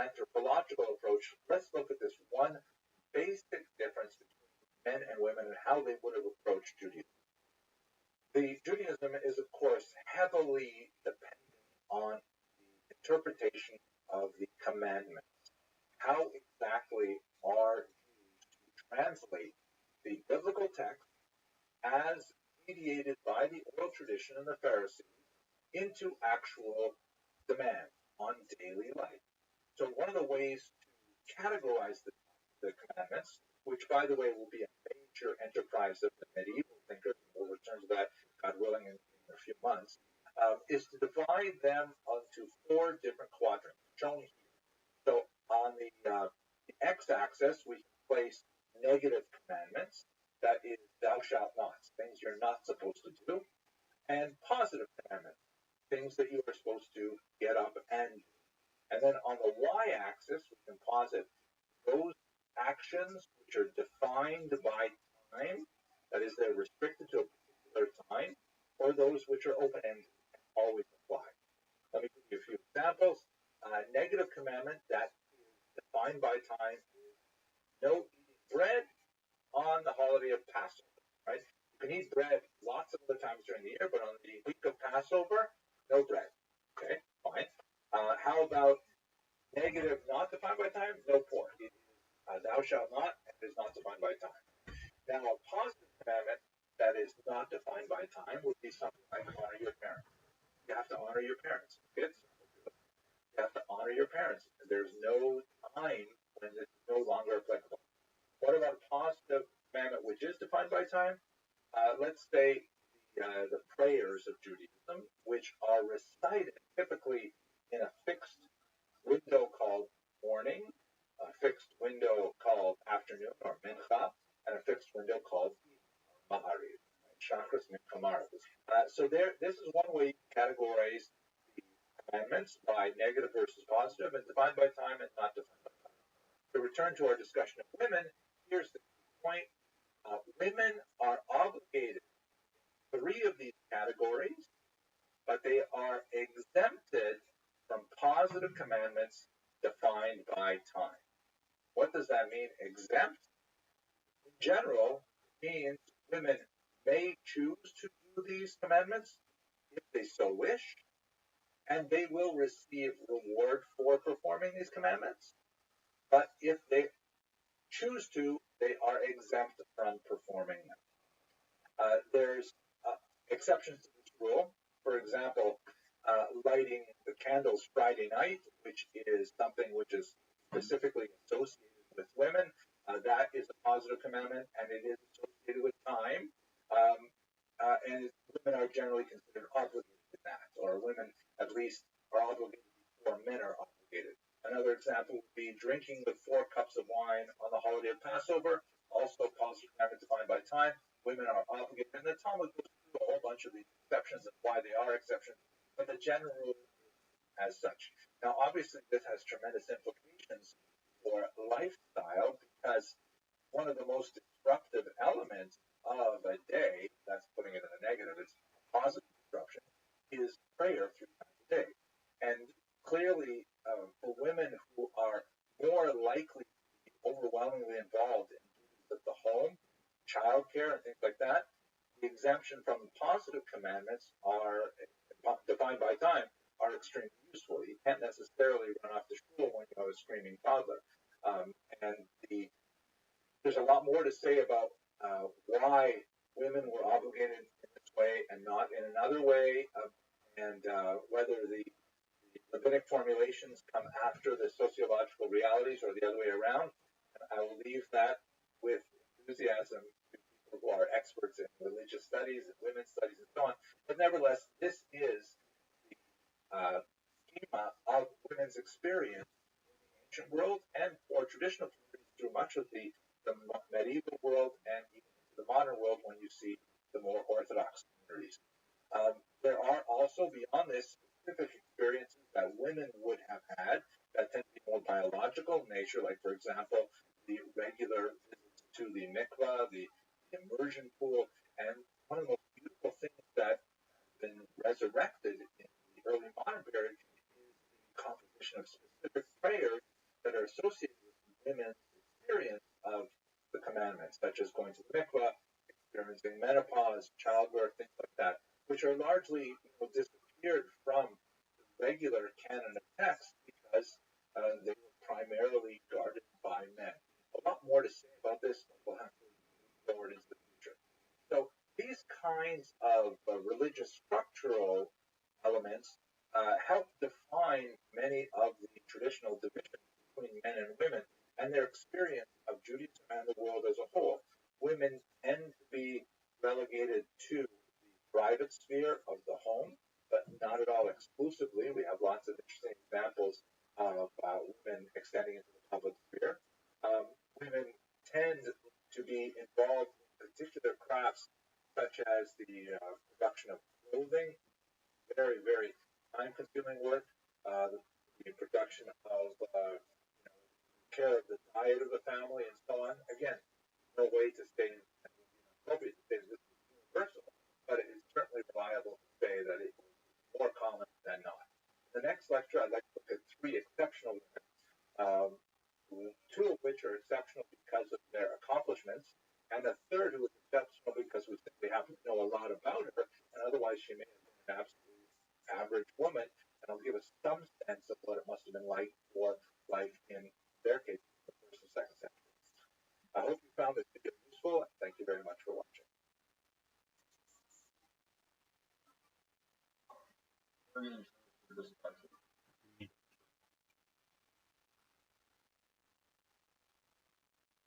Okay, now that we've had a look at one specific issue, that of matrilineal descent, and then we looked a little bit at some of the sources and methods, challenges of studying Jewish women in antiquity, let's look at three exceptional examples, and we'll hope to learn from these examples some kind of contrast to the average women in general society. It's not a very precise way of doing things, but very difficult to work with the nature of the sources that we have before us today. Hopefully, moving forward, to some degree in the medieval period, but certainly when we get to the early modern and the modern period, we'll be able to explore women's lives much more dependent on their actual voices. But let's have a look at the three examples that will give us some sense of what it must have been like to be a woman in antiquity. These three women were actually suggested in a book by Richard Freund, very important archaeologist, amazing work in the cave letters, among other places. This is the book, by the way, that is really quite fascinating, called Digging Through the Bible, Modern Archaeology, and the Ancient Bible. And he suggests these three characters. I also want to mention that he was someone who pioneered the use of colonoscopy tools in exploring hard-to-reach caves, right? Because his doctor suggested that's a great way to get to hard-to-reach places. And I have to mention that he has a striking resemblance to another famous archaeologist. Can't quite put my finger on who it might be, but it will certainly look, oh my gosh, I wish I could go back to graduate school. I would study so many things, but one of them would probably be archaeology. At any rate, he suggests that we should look at the life of Gloria as an unusual woman of the second century of late antiquity. Much harder to get back earlier in time as we discussed, but what do we know about Gloria? Well, first of all, she was mentioned frequently in the Talmud. She's the wife of a very important rabbi, Rabbi Meir. She comes from an important family. Her father was Hanani ben Teradion, one of the martyrs of the Adrianic persecution that was related to the Bar Kokhba revolt. So that helps us besides Rabbi Meir, her father did the events of her lifetime sometime in the second century. We know from the Talmudic account that her sister was actually taken off to captivity to Rome, although Dr. Freund has some interesting thoughts on that as well. Now, one of the fascinating things about her work is that she is so exceptional in that she is mentioned frequently in the Talmud as a sage.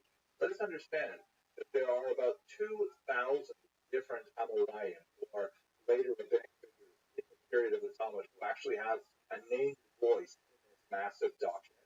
And there can't be more than 20 women who appear anywhere, and most of these women are unnamed, or they have a title like Matronita, something like that.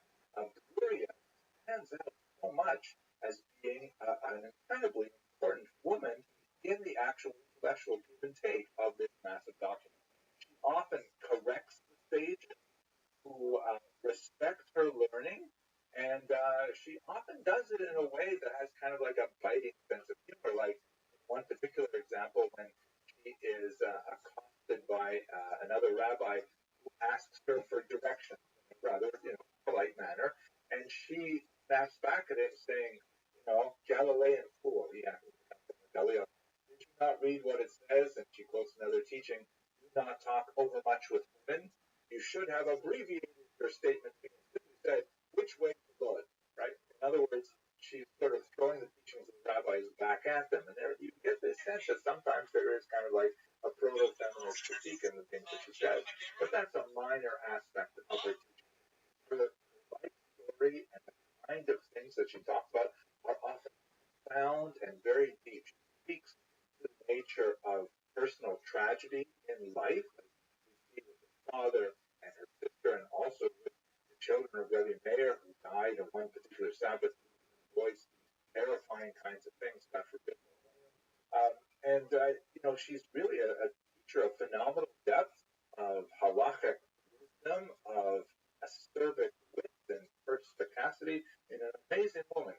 And she stands out primarily as kind of like the big exception to the rule of women who are silent, who are nameless or voiceless in the Talmud.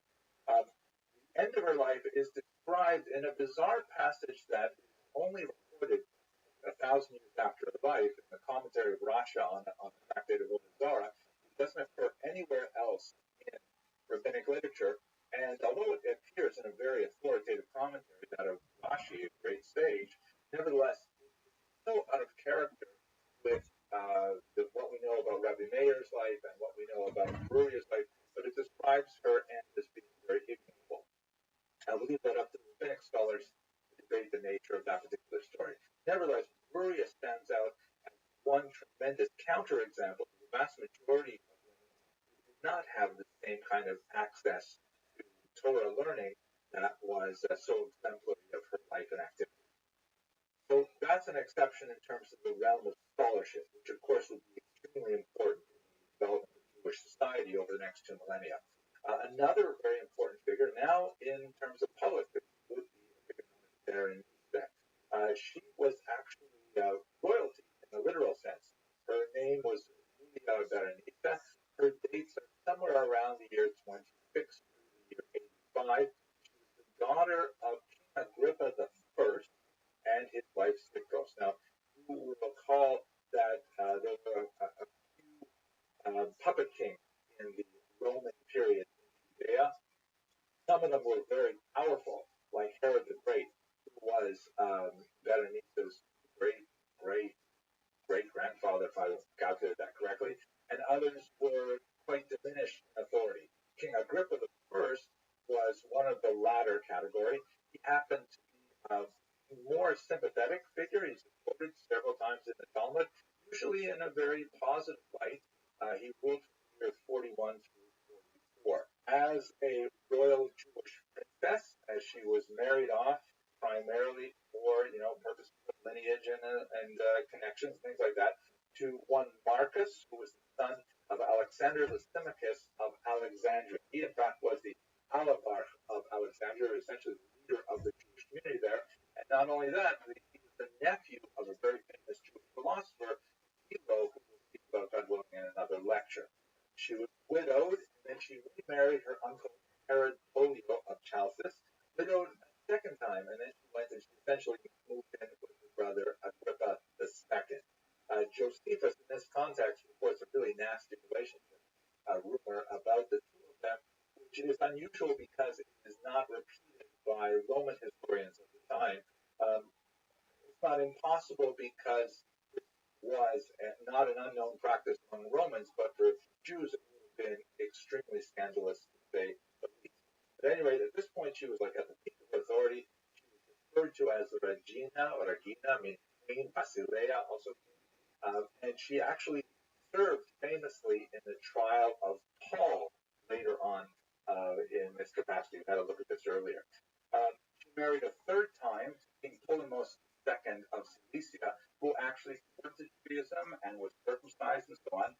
But here's another fascinating thing about her. She was in Jerusalem at the time of the because she was fulfilling a Nazarite vow, which is interesting in its own context. Nazarism is something that's recorded in the Bible, and of course, there's the whole tractate of it, in which basically a person has some kind of like moving experience and they want to like do repentance for it, they want to do tshuva for it, and so they undertake some restrictions on their behavior, let their hair grow, refrain from alcohol, wine specifically, and then at the end of this period, which is limited to 30 days, they come to Jerusalem and then they offer a sacrifice. So she was there at that time when it broke out, kind of sense of what kind of person she would be if she took on a Nazarite vow.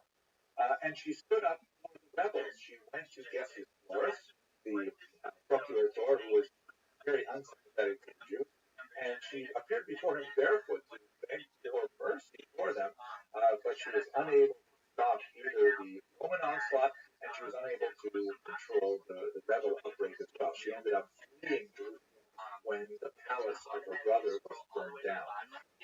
And somehow in this context, at this time, she's involved in a relationship with none other than Titus. That is the son of the emperor of Asia, and himself, who was responsible for the armies that destroyed Jerusalem and the temple. There's some interesting thoughts about the relationship. Many of the classical historians point to her tremendous beauty. She and her sister were regarded as among the most beautiful women of the Eastern Mediterranean. Titus himself was a dozen years himself was unusual.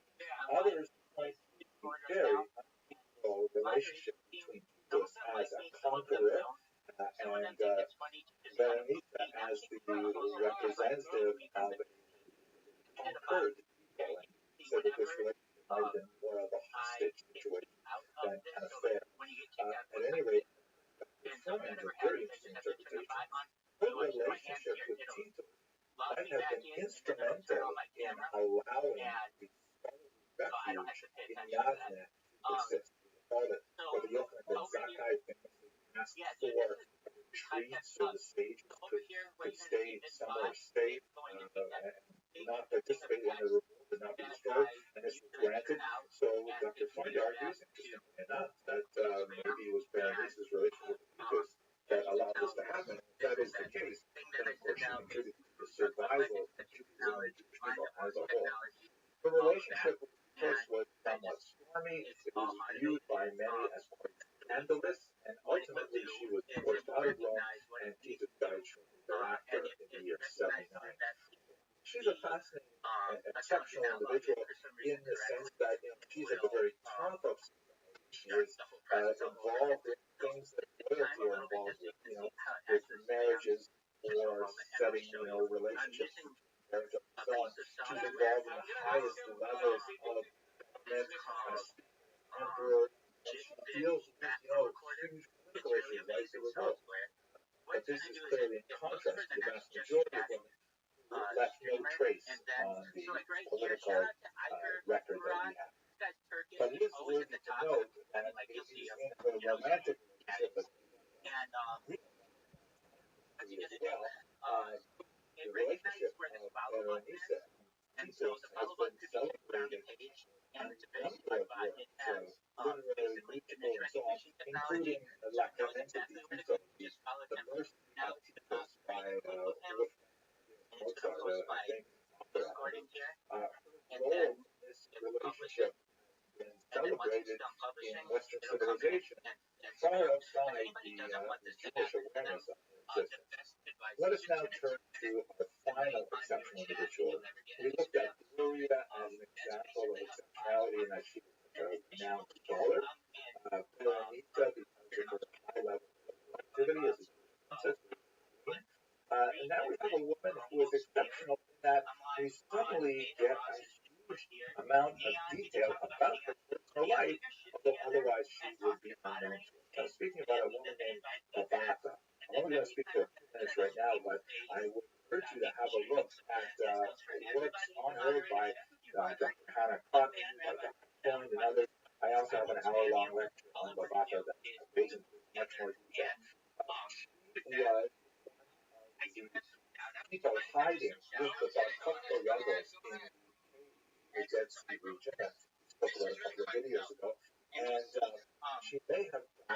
it's impossible to tell which one of the human remains, female remains, would have been associated with her. There were many women and children in these caves. But it's likely that she did die there because she left behind this pouch, which contained a trove of nearly 20 documents that all link to her personal legal history. And by investigating these documents, which are written in a variety of languages, Hebrew, Aramaic, Greek, Nabatean, they all speak of her extensive legal battles.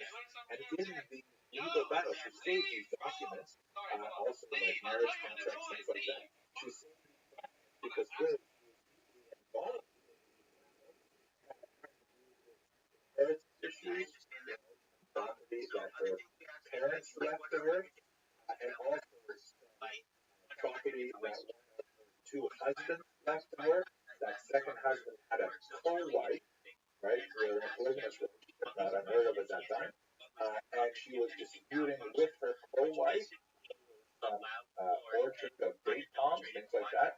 And also she had children who the court had appointed to the care of apotropai, or custodial officers, and she was seeking to get more control over her children and respite from the court. And so, this is not the place to go into the ins and outs of the specifics of her controversies, but the documents portray her as very much a woman in charge of her own affairs. It's not clear whether or not she was even literate in languages. She may have had scribes involved in drawing them up and so on, but she clearly knew what they meant because she kept them all together in this pouch, and she treasured them like, I have the family document, the passport, things like that, in a special little box, and things like that. These are very valuable documents for her life activity. And it gives us a sense of the Jewish woman in the second century who was not without means. She was probably like upper middle class, dealing with property issues and so on, who took charge of her life, and she was an agent involved in her life. So we should not imagine by the Bhakta's example that the vast majority of women were passive and allowing kind of life to wash over them and being passed from man to man and various things. This is a woman who's deeply involved in fighting for her rights and finding some success from time to time. There was an interesting question as to why was she there at the Bar Kokhba level herself? It's possible that she heard the general destruction that was going on with the Romans. There's one particular figure who appears to have linked her to Bar Kokhba because he's also mentioned in terms of the Bar Kokhba chain of command, so perhaps it was a familiar relationship.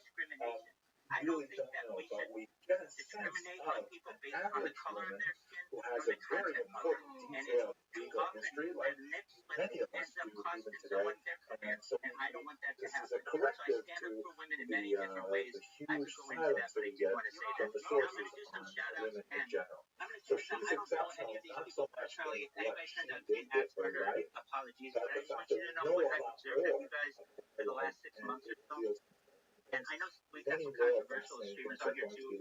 I think everybody deserves a second chance. Not just streamers, everybody in the world. Okay.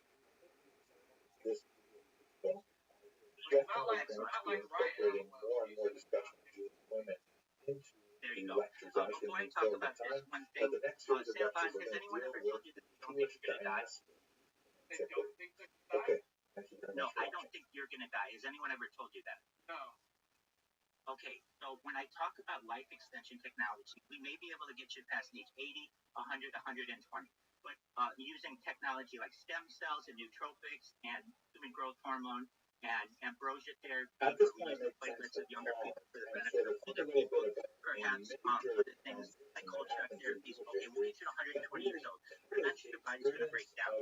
That's when an upcoming technology comes into effect, known as mind of blood technology. We scan your brain, essentially every single atom in your central nervous system, upload that information into a computer for later download into an Android, an avatar, a cybernetic being, a clone, a robot, an ethereal being, whatever you want to be. So what I'm basically telling you right now that you're going to be able to afford anything that you want in the future, and one of the things that you may be able to, if you want to, really want to just die at age 80, you'll be allowed that too. But if you want to be able to live forever, indefinitely in a different mortality, just know that that might be a possibility. So with that being said, I have more data on the internet than any person in global history. Bill Gates in the 1990s said that content is king, and I'm making it true today. Data is Earth's number one resource. So when I tell you, Sam Bond, that I'm going to be able to make you rich, and every single person on this list rich, richer than they ever have ever wanted, I have confidence in it. I have more data, and the Economist magazine stated in 2018 that data, specifically human data, was Earth's number one resource. I have more than anyone. All right, so with that being said, I want to make everybody here, if you're watching this, your friends, your family's rich. I'm going to be naming some streamers and YouTubers. I want everybody to take clips of this and share these clips. When I'm with this Sam Bond video, to me, the most clip Sam Bond video, most clip video in the history of tape series. And the reason why I'm going to hit all the big people. So listen up, I want all of the streamers out there and all of the fans of streamers. I'm going to name these people and clip them. Okay. So, shout out to Sam Bond. Thank you for the opportunity to interview. You're going to be an influential person someday, and I hope I can assist with that. Please know if I now or ever in the future can help you, I will do my best. I kind of kick, and I'm going to do my best to help make you legendary. Everyone, please follow Sam Bond everywhere. Please watch Sam Bond streams. Please share Sam's content. Make Sam go viral, and when you see this. All right, first up, Eddie. This is Eddie at Stake. Thank you so much for creating an amazing platform. I look forward to a day when I can be open and I accept it. You don't shoot me like Eddie. Eddie is open and contactable. Eddie meets with the platform personally. Please check out Eddie's weekly stream for great insights on the future of the platform. If you're going to gamble, use Stake. If you're going to stream, use Kick. Santa Maria, I did not send you that middle finger candle. I would not do that. That's not the game in my character. I would not look up someone's address and say anything malicious. I was impersonated. This would not be the first time anybody's ever impersonated me. My sincere apologies to someone and do that on my behalf. It's not cool in my book, and I think you are really smart. Yeah, that was fucked up. That was fucked up. I think he's a really smart person. If you've ever heard him talk, I mean, I saw his stream this morning, and he just has positive things to say. He's really smart, and he's building things to being the best streaming platform possible. And it's obvious, it's an obvious passion of his. If I can ever help you, Santa Maria, just let me know. I'm here to help you. And I think I've seen it from a different side, and probably give you just a lot of what my experience. Adrian, thank you so much for letting me stream in your Discord. You and your community are very nice for letting me do that. I look forward to making you even more successful one day and hopefully being your friend. Rumor has it you're going to perhaps buy Harry Potter Obama Sonic 10 Canoe. Do so. Eddie, you do so. Everybody buy Harry Potter Obama Sonic 10 Canoe.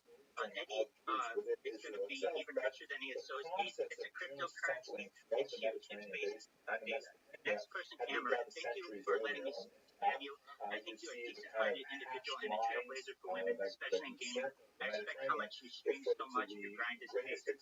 Neon, shout out to Neon, but please let your moderators know that you got to let me stream in there or not. Just make up your mind, and that goes to everybody out there. But Neon, you're always at the top. Keep up the grind. X Street Savage, thank you for keeping me company when the server was small. You are a trailblazer in the 420 world.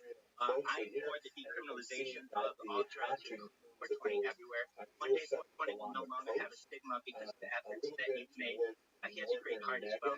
Join the Smokehouse on Discord, everyone. Next up, Orlando Jet, thank you for appreciating your 7 months in your streamer and your server. You're going to be a big streamer. Follow Orlando Jet on all social media, please.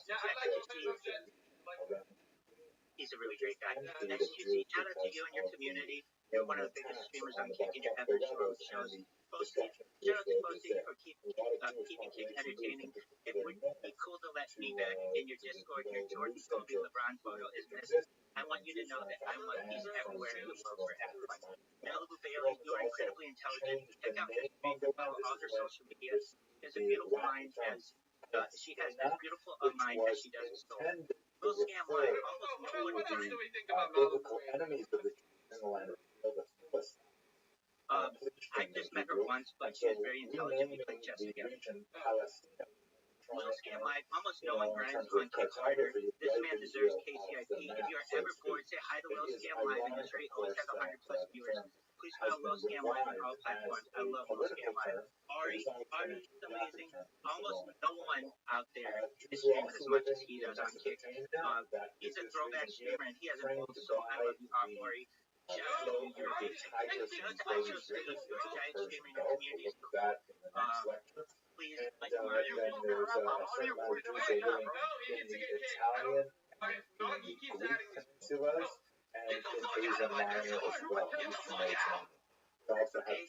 meet you. Next up, Mr. Beast. Shout out to you for being the biggest individual YouTuber currently, but listen up, Mr. Beast. Once I go viral, you're done. D-O-N-E. Wait, Mr. Beast or Mr. Bates? Oh, Mr. Beast is cool, but no, I'm talking Mr. Beast, the big dog from YouTube. I literally have 100 times more content than he does. I have 100 times more content than Mr. Beast does. My content is raw and uncut. People in the future will want raw footage. Enjoy your time at the top for now. Rabbi Rothschild is the biggest YouTuber ever. Mr. Beast, I watched you compare yourself to T-Series, but never saw yourself getting caught by Rabbi Rothschild. I want everybody to know that I'm going to be bigger than Mr. Beast when this goes viral. Just watch. T-Series, shout out to India, the biggest YouTube channel in the world. I love India, and I look forward to taking that channel to the biggest YouTube channel. Sniper Wolf, shout out to you for being an amazing female gamer. Blacklight, shout out to Blacklight. You're growing as a streamer in your community is dope. He's amazing. I appreciate the ability to tell you about my stream. Joogie Vagabond, I don't think I've seen this person, but he streams on the water. It's amazing. He has some of the most beautiful streams that you'll ever see. I think he has just an extremely exciting stream, so shout out to you. Shakti G, you're my man. He streams for charity. He has an amazing personality. He's one of Kick's biggest grinders. Thank you, Shakti G, for always being so nice and easy. Shout out to India. Shout out to everyone everywhere. Shafet, follow Shafet on Kick. Perhaps the best here on all of Kick. He's a really nice person, and he put up with a lot of my spam and a lot of things I've done with my project. Please follow them on social media everywhere. Sam, this is a different Sam than you. Shout out to Sam and his drive. He's just Kick / Sam. One shot, somebody like that would be over the top. So Sam, check out my stuff. You have a huge social media presence. Just retweet something that I have on my TikTok, on my Twitter, anything. I'm gonna blow up. I just need someone like you to shout me out. Benny Mac, I know you hate my bombs, but I love your personality. Okay. So let's look a little more carefully. My baby, my smart kid. You're an icon. You have an amazing personality. You seem like a fun person with some chill, and you're always a personable individual. Your stream is always entertaining. Shout out to you. Action Man, you are one of my favorite IRL streamers. And the streamers in general. Action Man Outreach Tour was epic. Excellent. Thank you for using the money you earned, or some money you earned, to give to people in need. You didn't need to do that, and you did. And that was nice. That was really cool. Shout out to Hannah Wells. Welcome to obviously, shout out to Ali Boba, Debbie Subs, Cornelius the Cat, Violet Brandy, Nikki Vance, Mountain Angel, I Holly, Wood Baby, Lay Away, Lauren Shane, LA, Links, and all the other streamers I dig. And also shout out to Teaser, Roasting, Zookeeper, Classic Beat, Photowalk, Wacky Wanker, Hey It's Rough, Cobra, Phone Links, Jackie Lee, Sam Panda, Citrus, especially he was getting me in touch with Aiden Ross, and but they happen to not Aiden Ross by Harry Potter or Sonic 10 either. It's going to look. Mr. Sips Travels Team, X6, and all the other icons and picks. Please, everyone, check in if I've abandoned your Discord and reconsider that. You're all extremely talented and creative. Shout out to all the non-English speakers as well, like Highest Dog, Maestro Chips, West Coast. Shout out to all the Spanish streamers. I love you. Shout out to Razo97. I have this device that translates for me, and so just for a moment, and I'm gonna just say I love all the Spanish speakers. You know who Chenzo is? Yeah. Oh. Shout out to Chenzo. Just one moment. Shout out to Chenzo. Shout out to Razo97. Razo97 is Messi. We Shout have out to one everyone very who plays wealthy woman FIFA. who Shout out to owns Long several homes and Augustinian, things like that. and Her name is especially those guys with Messi on the wall. which Un saludo para cambiar. La razón 9797 va a ser más grande que yo. Un saludo para todas aquellas personas que aman a Lionel. So I say I have like 10 different guys fly on Messi on the wall. All of you guys, you're amazing. To the Harry Potter Obama Son of Tech Media community, thank you so much for all of your support. We've seen good times, we've seen bad, and we're only going to see the best times in the future. Harry Potter Obama Son of Tech Media to the moon. You're the best community in Web3. Shout out to all the Web3 on Twitter. That's the heart and epicenter of cryptocurrency. I want everybody to know that I'm here to improve technology. Just some quick things that I want to do. And in fact, wasn't even married to her, and it sense that laws in Talmud because she was simultaneously We're just really owned disappointed as by people a of how different Google's man, being her run. master, The someone search named engine Yeshua, doesn't work which is well also for AI isn't building up any and he in company that fact should have been at the owned forefront of that is their your company, son, Microsoft, whose name was Windows 10 can't Timothy. work. He is Windows a 95 is wrote the best one. involved in a Windows relationship and 95 asked for is a a divorce. disaster. The 8 is a disaster. owner of We the need slave home improvement in with the all child. aspects of That society. thing is You know, why is also it that is interesting, though, Windows and 11, yet and even though it pretty much seems in like I've got contradiction to the law. updates shut off, Talmud it'll just could just randomly start a update divorce when I'm on her using it. It's own, just which incredibly is something that the ridiculous. rabbinic law does This not Facebook, permit. Mark Lots more to say Zuckerberg, about that. I hope dude, to come back to we it so much in better than you. maybe the medieval period when we look at Our women data in is Jewish law. improving At any rate, our software. fascinating And if anything, details I hope about your wife families have some and impact on you existence in to work Elephantine, on and there's even making the some metaverse something fascinating really special. archaeological discoveries It needs of somebody the cool to be actual its site spokesperson. of I the think temple I'm going to be itself. the spokesperson Another of the major metaverse. center As of right of now, Jewish it just settlement doesn't in have Egypt in the long-term early diaspora viability if it is doesn't get more people Alexandria, which involved. of course is a Bezos, big I want city you to today. know that In the you western part of essentially the now have Delta, invested you a can lot see of where money. the Space spear right tourism, on the that's really coast. cool too. But I The think if Jews of all of these Alexandria people lived could there really invest their money centuries and into centuries. communities, it would be In the really great. 3rd century Elon before Musk, the thank you Common for Era, buying Twitter. It Jews still were sucks, involved but in it sucks less than translating it the did. Bible Need to push into updates Greek, though. making it Faster. available I'm to the almost done. broader Thank you for Mediterranean this society. opportunity. This Shout out had to an Rabbi incredibly Rothschild. Shout out to influential young Israel. Shout out to Beth role Jacob. I in want you all to know that I promulgating love you the and I look ideas of forward to going Judaism, viral so we and can was unite. especially And show you influential how. Because I on wanted urban to do a certain segment. you know, King story him! about the King him! I'm not done. written according to the legend.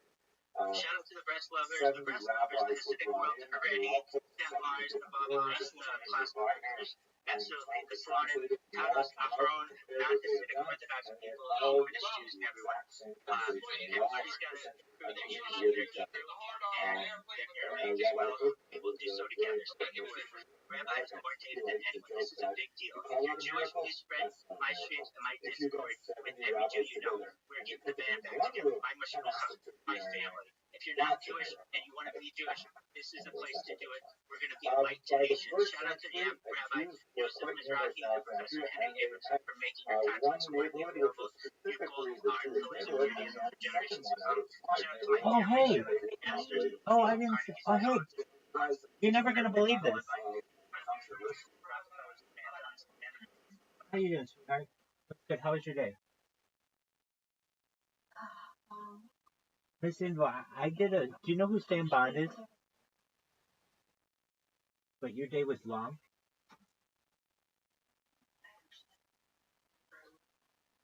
What do you need?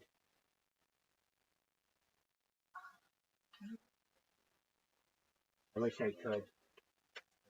But I don't. If I did, I would.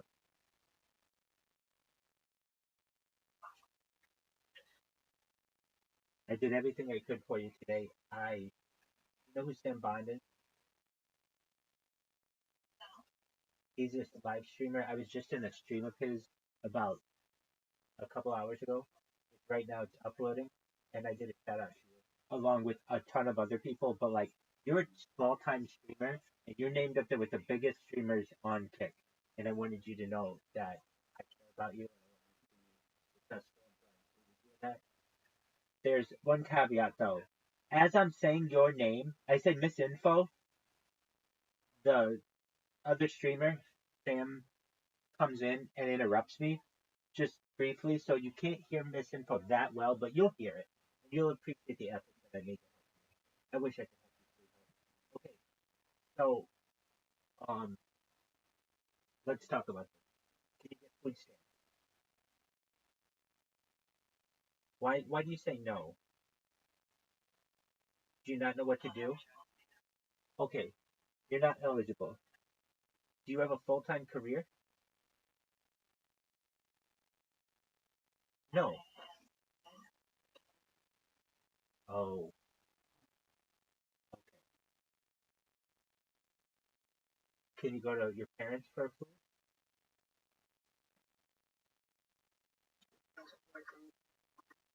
Okay, so it's a family issue. Can they go? Okay, so you don't meet the credentials for food stamps. Do I understand that correctly?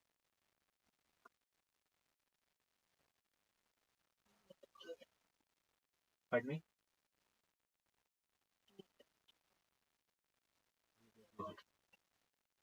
Okay, so then, do you know about food banks?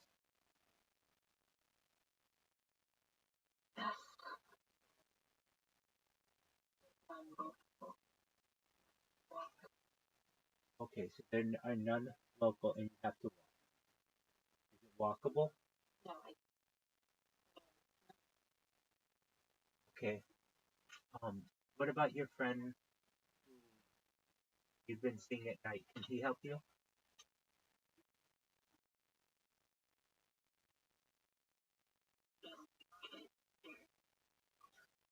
I understand. Okay. Um,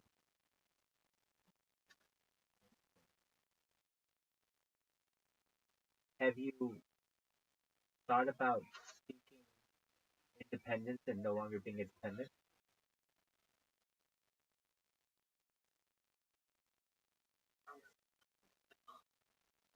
Okay. Is there any way you could say to her, look, you don't qualify for food stamps, and I don't qualify for food stamps as your daughter. But we need some food. I'm hungry. So I'm going to seek independence, and I'll be able to get food stamps immediately, and we'll be able to eat. Okay. Let's see what else.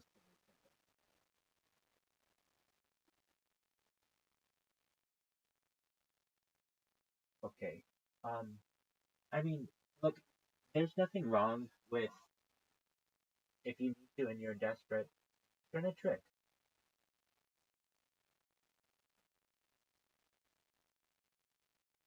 Have you ever done that?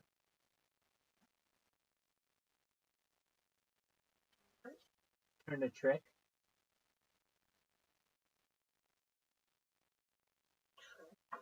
Yeah, just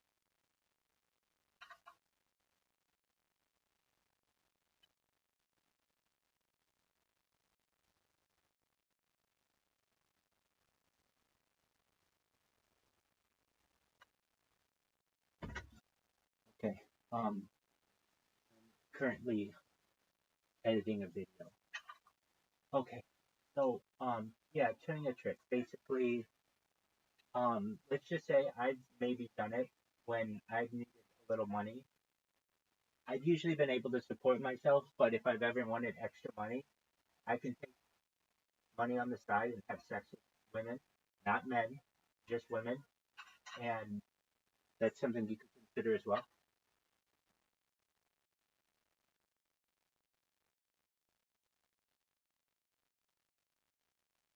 I've been a gigolo, is what I'm saying, and I don't think there's anything wrong with it. And if you need to do the same to support yourself, well then just go ahead and do it.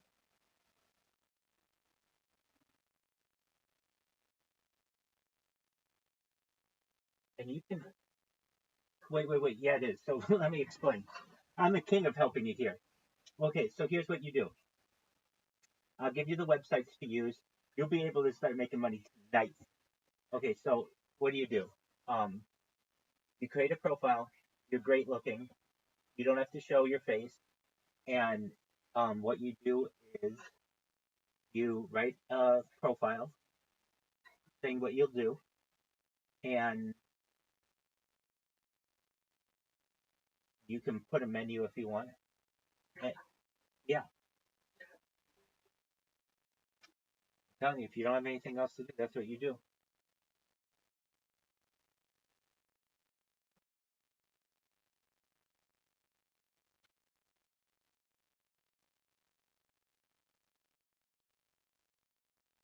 If you have absolutely no opportunity, what you got to do? I stand by this advice. And I think that it's the oldest profession in the world. And really, there's nothing about which to be ashamed.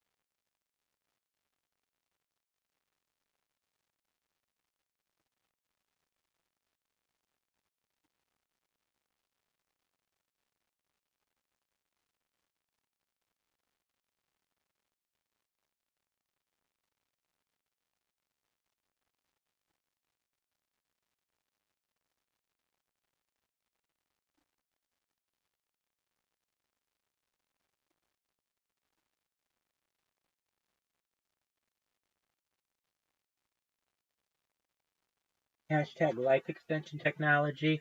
Hashtag mind uploading technology. Hashtag kick. Hashtag kick streaming. Hashtag Santa Maria. I didn't send that middle finger candle. Hashtag Harry Potter Obama Sonic 10.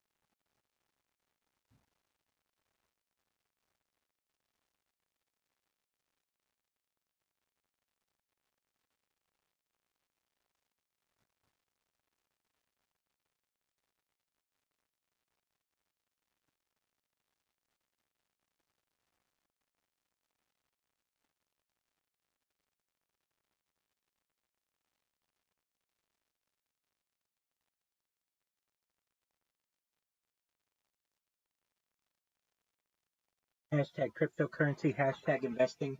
Hashtag deep. Hashtag human growth hormone. Hashtag stem cells. Hashtag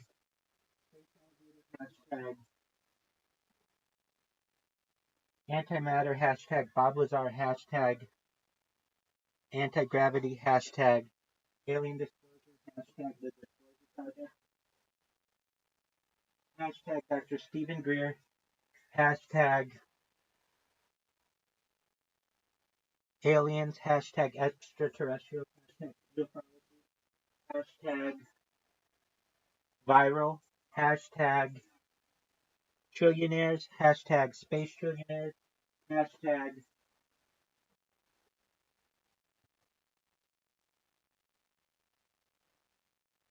antimatter weaponry. Hashtag anti-gravity weaponry. Hashtag time travel. Hashtag universe. Hashtag multiverse. Hashtag omniverse. Hashtag pimps wear hats.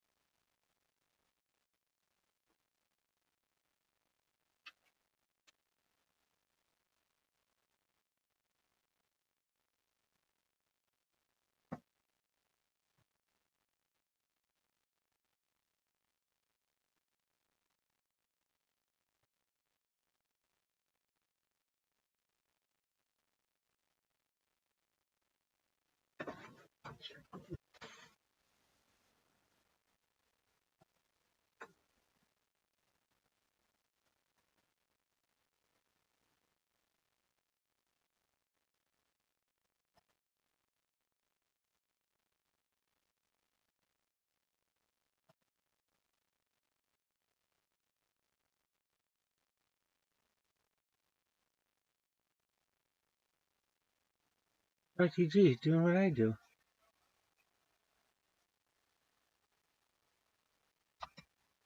I wanted to tell ShockTG first. Damn it. Okay, X straight savage. Oh, no, community.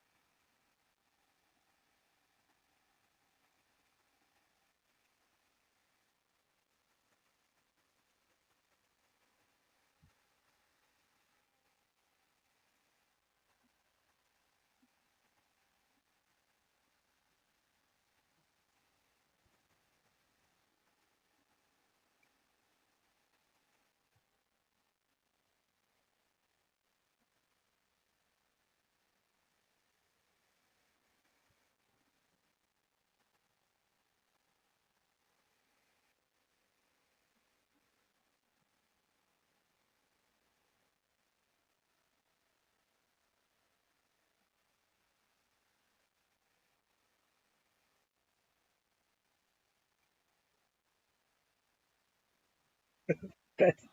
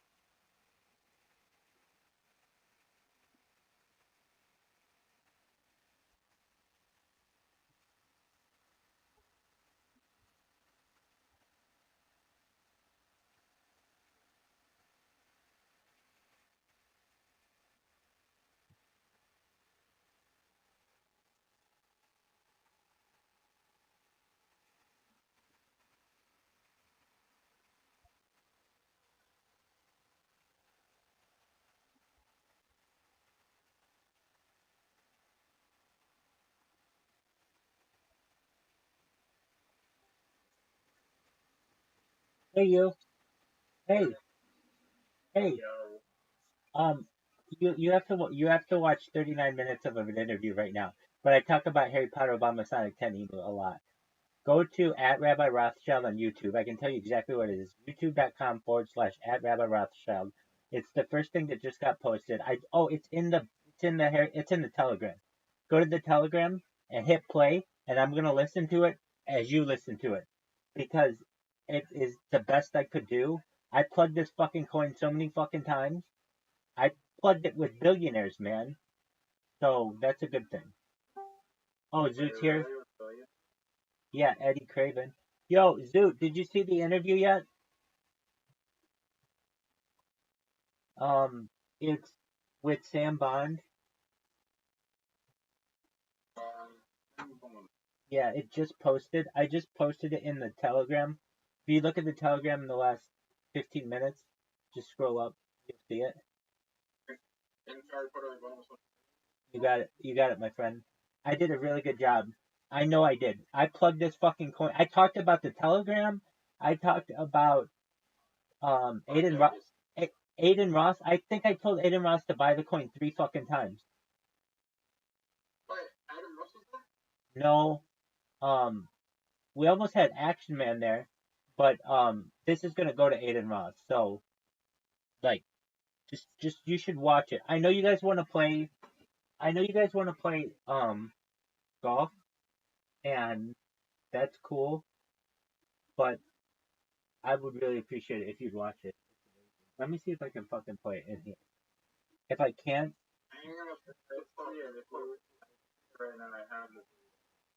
so just watch it. How do I find it? How do I find it? I have the link. I can post it right away.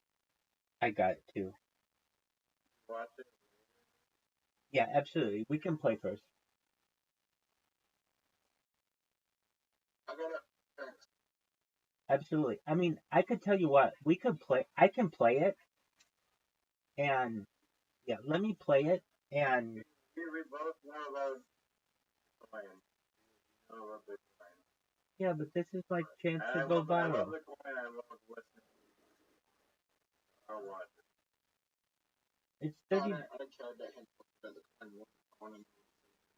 Yeah, dude, I talk about mind uploading technology, and I talk about all the streamers. I talk about a lot of really interesting stuff. It's a 39. It's a 39-minute interview, which okay, I know you guys want to play. Okay, so here's the thing. How about I'll tell you all about it. What if he's a Kick streamer? He's paid to stream on Kick though, which is a big deal. Okay, so here's the thing. I can play it while we play golf. You just listen to it. You don't really need to see it. I mean, you can watch it too. You can see it. No. Well, I promise I'll watch it later. No. I want you to listen to it, but I understand you wouldn't be able to focus on it. Okay. Well, let me just make sure I don't need to do anything more with this. Yeah, I'm banned from Twitter after spamming. Oh, so we can talk about Twitter. I keep trying to get my account back, and they keep telling me to fuck off. And then I built a robot that basically just kept spamming them to let me back in. And they were very okay. So normally, like, I'm serious. I'm very serious about this. I've seen their reply message like 100 times by now. So I know exactly the process, but I still 101 times. So this one time, like last week, I made it my goal. Like, I'm gonna take one of these fucking phones and I'm gonna just dedicate it, and I'm gonna take a computer and dedicate it to creating bots so that what happens is they're gonna get spammed with a bunch of inbox requests. Rabbi Rothschild wants to be unbanned. Rabbi Rothschild wants to be, et cetera, et cetera. And they got back to me differently than they always do. And they literally spelled out in their terms and conditions 4 perfect fucking breaches that I had. Just perfectly. Like, very difficult for me to argue. So it was like they really had in their notes, like, no, this motherfucker broke it here, he broke it here, he broke it here, and he broke it here. And it was like, So, I, guy you did very close with Adam Ross. Went to his channel then and saw him Adam Ross. yeah, he's a big That's time. one step closer. Yeah, I mean, I'm telling you, I'm very close to that. Like I say, I shout out to Aiden's right hand man, whose name is Citrus, and thank him. I say, thank you for trying to get me in touch with him, but nevertheless, Aiden Ross, buy Harry Potter Obama Sonic 10 Enid. That's what I say. I push everything to this fucking coin. Okay. That's right. Okay. Are you guys ready? Go ahead, Zoo. Yeah, come on. Yeah. Excellent. Okay. Well, one other thing.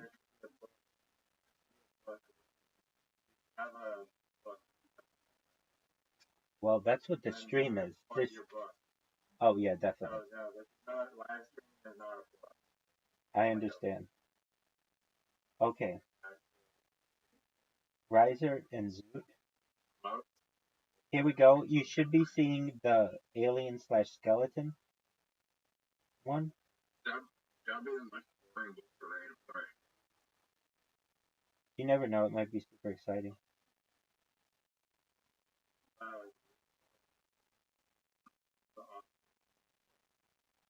Why would I read the fucking movie live? That's an excellent point. I mean, if anything, the book on tape, but literally you can just fucking watch it. With a little bit of AI cutting it up, this could be very, very interesting. Oh, I see a really, really amazing stuff.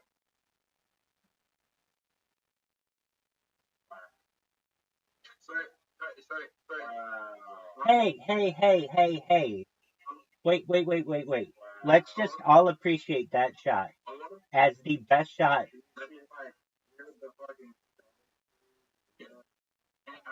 Horizon. You see a lot of books get made into movies, but you don't see a lot of books get movies get made into books for a fucking reason.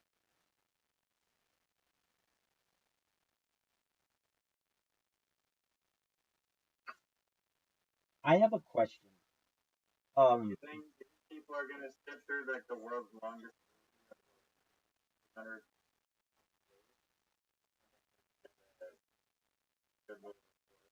Ooh, Riser, that was almost what you wanted. Riser, I have a question. You said I wouldn't have had my shot if you hadn't cleared all the skulls. I don't think. Did you clear skulls for me on that? I thought it was not cleared yet. Oh, that's the shot. That's what I did. Yeah, Okay. that's what. I did. I cleared on the left. Oh, okay. So it was easier. Okay, thank you. Oh, that's not what you wanted to do. Dude, Riser is so good at those shots. His short game, his mid to short game is unbelievable. I mean, he's a very good all around player, but his short game is probably the best of any of our strong points. I don't know what my strong point is, but his short game is just phenomenal.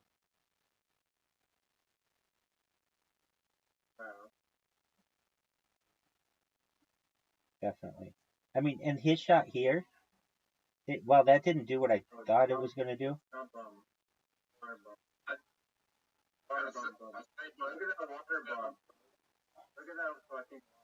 that was beautiful. I mean, just like that. Look at that shot, people. I know you didn't mean to do that, but if you had just had a shitty shot, you couldn't have done that. That was phenomenal. So, I mean, Rabbi, the good thing about this problem is out of this bubble. All this shit. Exactly. Exactly. Riser has a difficult shot, or kind of a strange shot, but makes the best out of it. Makes it. That's the best second. That's the best place to be, in my opinion, on the second shot. I don't know what's doing. And ideally, if you're going, if there's shit that you have to find, get out of the way. Just when you're involved with some serious. I'll be honest, my shot's not so bad. Oh yeah, my shot's great now. Now Riser has to get it. He's got to clear the way. Riser made it so that I can get it. Oh, wow. The worst shot in the history of human shot. I don't even think you could program a robot to be like, do a worse shot than that. I don't even think you could program a robot. Hit my ball. No. Perfect. I knew that was going to happen. Thank you, Riser. Oh, the yellow ball. Oh, shit, my shot wasn't that bad. Ooh, Riser. That's a tough result. Okay, so I did really well on this one just one time, and ever since then, I've never been able to get it right. When I discovered it. Oh, I'm kind of fucking everybody. I'm kind of fucking everybody. I don't know if that's, I mean, it's safe, okay, but I'm kind of fucking everybody, and I like it.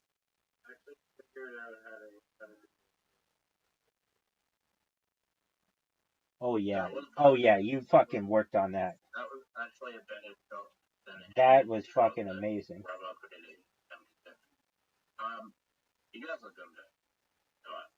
Are you fucking me? Are you ready? Yes, sir. Ooh. I can actually, like... That's an excellent second shot. Or second shot, right? Okay, this sucks. What would you do? This? Is this what you would do? Or would you do... What would you do? This? Okay, don't answer me. Douches.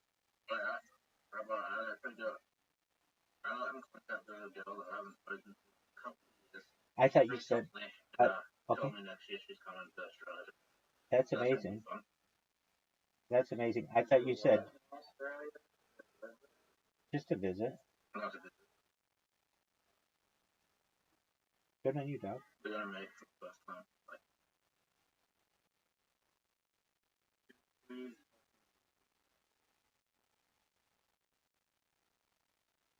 Yes! Are we even now? Okay, it's anyone's game now. Yes, portal hole.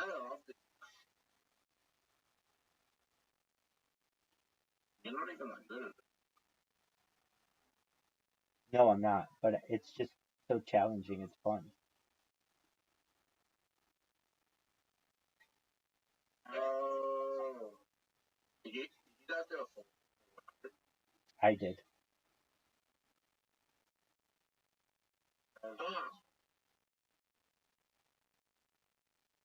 No, that's not how you do it. I mean, it was pretty close.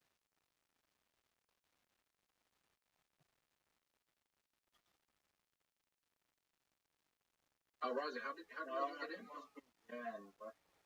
That's very How come you unfortunate. didn't get in? I don't know. Yes. That was it. Ooh. That was so close. I know. I know. So just blast our balls.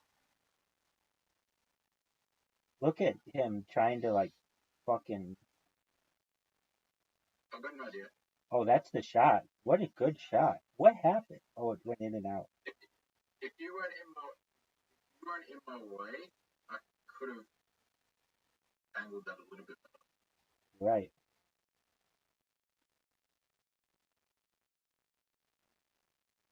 Hit my ball. There you go. That's a shot. I want Rabbi to progress in the fucking way. That was the worst shot in history of all shots in history of degeneracy. Stop.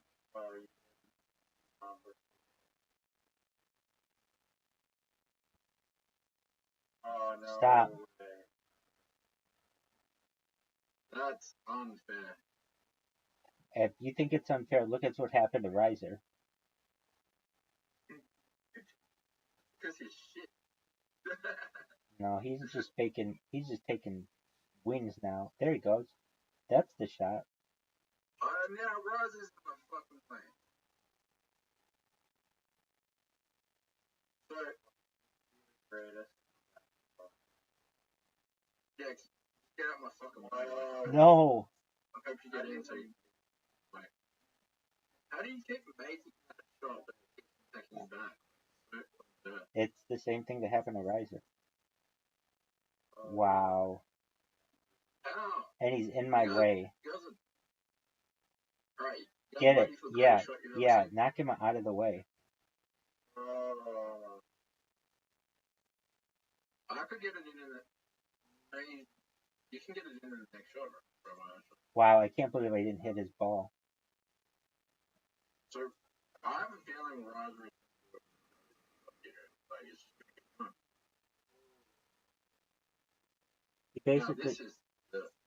He basically needed to hit that unless I hit his ball here, which very easily can happen. By the way, everyone here is 0. Which no. He might. Yeah. He had a chance. I want him to get it. Get it. No, you don't. That's good. That's. Oh no. Extremely. I might be able to.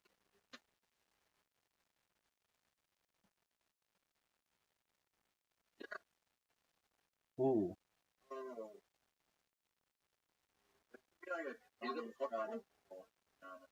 I'm in agreement. Is it possible? We're all done. Oh, what if it hit it at a great angle? Even still. Even still.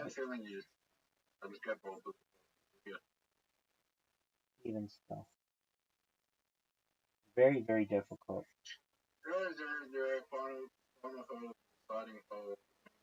Oh yeah. You can do this in 2 shots. You can do this in 2 shots. I know, I heard you did it. I want to see for... Oh man. But first off, you're nowhere near where you should be.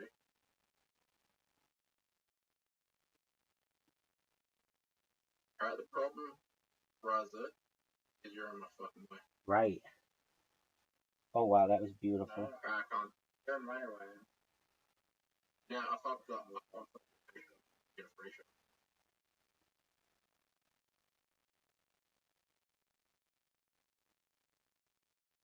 Hit my ball. Somebody hit my ball. Hit my ball. Take the tree up. Too hard.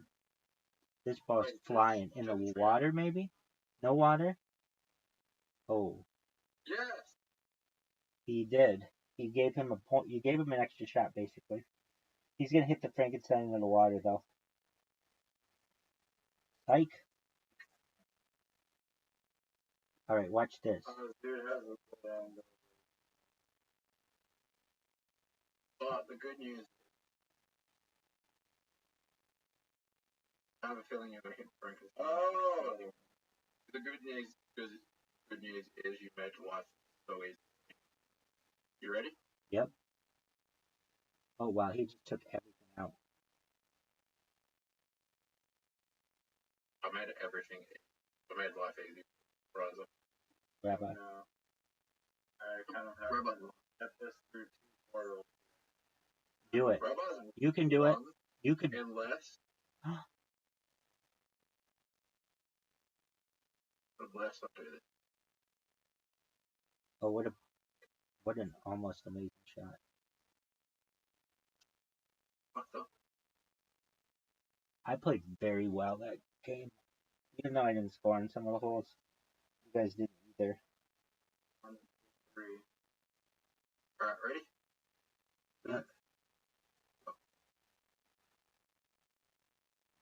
Who's gonna get second? Who's gonna get second? Looks like. You can get it in. Oh, okay. So you guys tied right now? No, Zoot. Zoot's for the win. or for the second. Silver medal. Easy shot. Good job, Zoot. All right. Second first loss. If you're not first, you're last.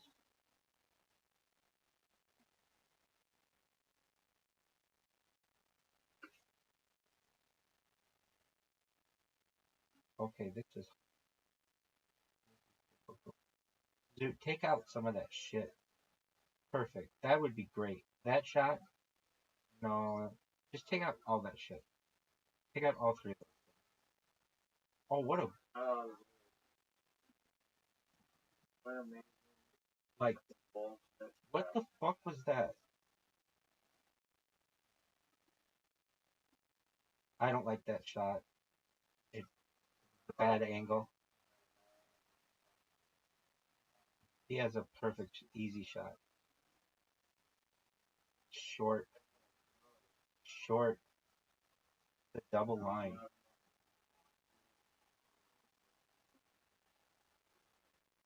Do you think it's possible to get it, even if you went 100%? Now look at this shot. This is so perfect. Dude, this is beautiful. Oh, that was not as good as it should have been.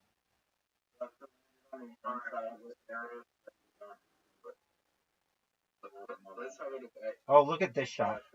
Look at this shot. Oh, how unfortunate was that bump? Let's have it. Best foot. I'm pretty sure. Yeah, I'm very sure. Who's the best? World's best. Some 9-year-old kid. Right. Some no name kid who. I'd say he's not the best, but the Ninja's up there. Was up there. In prime Fortnite. What? I'm wrong. Competitive Fortnite Ninja was the best, one of the best Fortnite players to win the early season. Doug, I'm just gonna tell you this right now.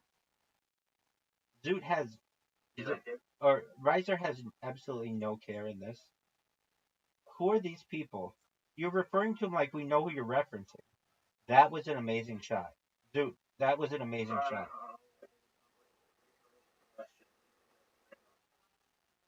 Oh, of all of them, Rabbi?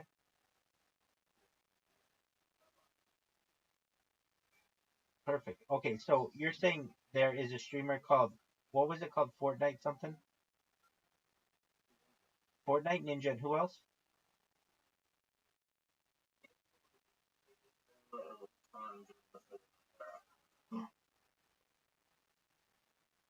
I don't know who. Is that on Twitch?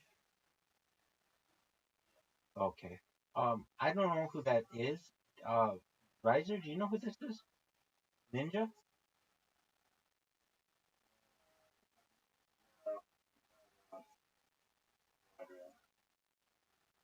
Oh wow, that should have missed.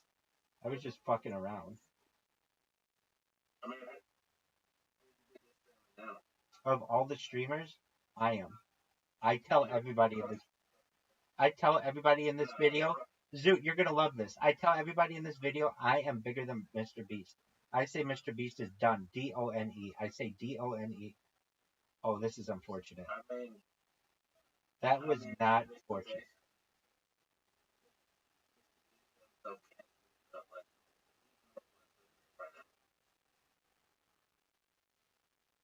Man, I got fortunate.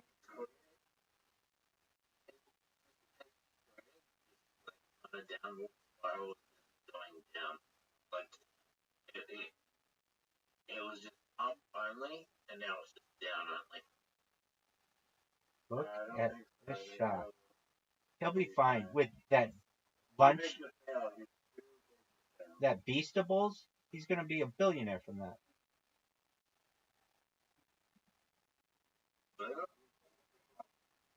Dude, you fucked me. Riser, you fucked me. Dude, please hit. No. Go and hit his ball or my ball. Somebody hit something because if not, I am fucked. Oh, that's the shot. Not hit. No, it's not. Boy.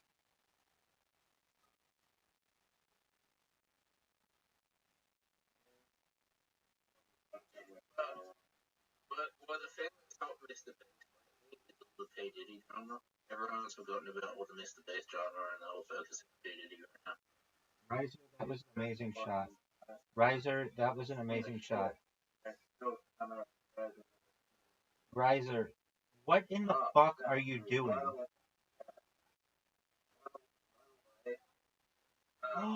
Wow. How amazing would that have been? Water. Liam Payne from One Direction. What the fuck? That tree? Who the fuck died? Liam Payne? Liam Payne. He died? Liam Payne from One Direction. Liam Payne. Yeah, I saw that and I was like, oh wow, a One Direction singer died. Wow, that's pretty sad. Shout out to Liam Payne. How did he die? How did he die? He fell off a balcony apparently stories up in Argentina, but he posted like an hour of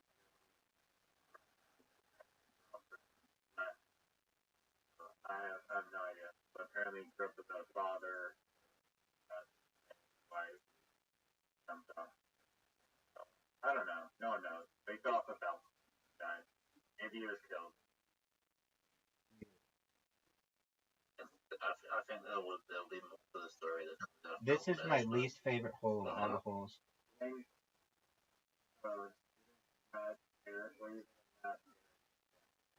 Nobody calls him Matt Perry. Firstly. There you go. Yeah.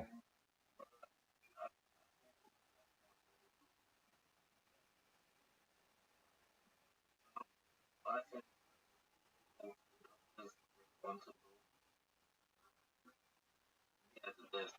What in the fuck?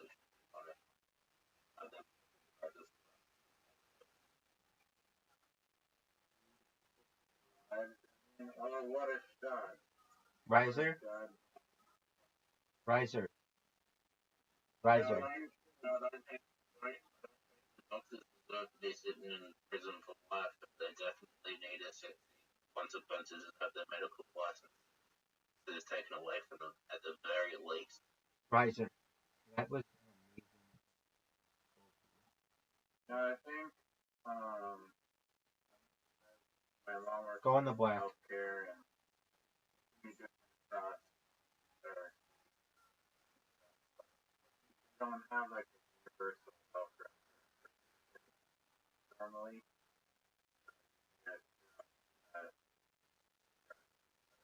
I mean, ketamine and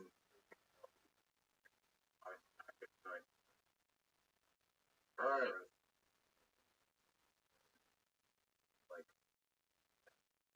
Right. He was trying to get clean and had like people go to the rehab centers. That doctors go to the rehab centers and sit out there and prescribe them again in the rehab. It's fucking sickening. wow. They'll sit out the rehab centers. The doctors sit out the rehab centers and say, you don't need to go to rehab. We need to medicate you. It's sick. yeah, that is very very lost. Isn't he from like LA? Yeah. Sounds very Hollywood thing where doctors want to make money off of the versus actually doing something. And not to don't. Obviously, you got right. I mean, prescribing someone recreational drugs for recreational use is never helpful. It's not a medical thing.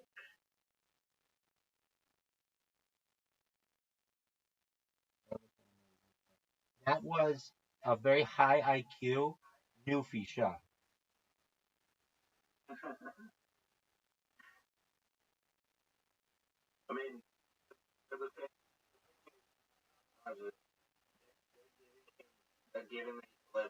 Newfie shot.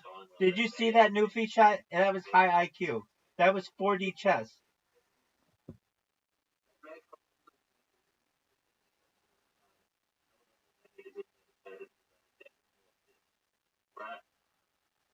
They told him to take his record. Books it. I don't ridiculous prices. They don't have a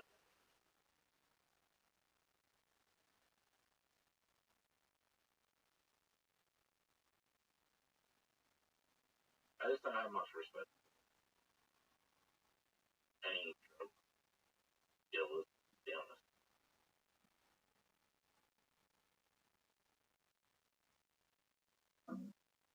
Does Australia have free healthcare? Yeah. I just don't have any respect for the fact like people that want to do people with mental addiction. I agree. Wow. Not only is that bad, but now we're like in the wrong side of the hole.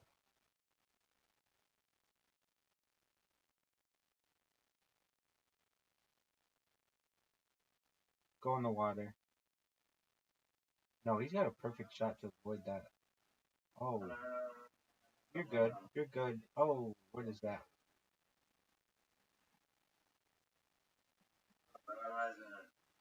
But it's better for me to be in the black.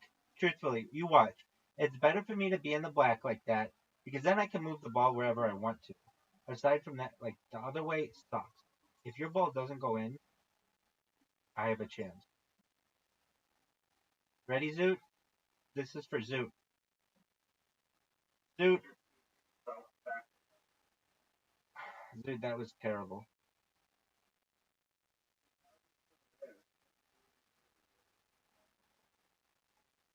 Are you ready? Yes.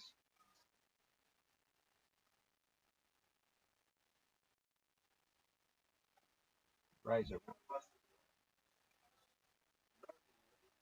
He's gonna bounce it off. Oh, what a beautiful shot.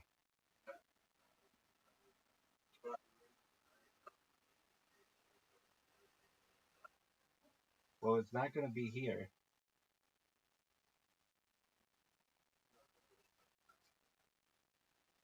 Oh, get there. If he would have gone through, he would have had a chance to get it. Not a good one, but at least a chance. Bounce it. Bounce it.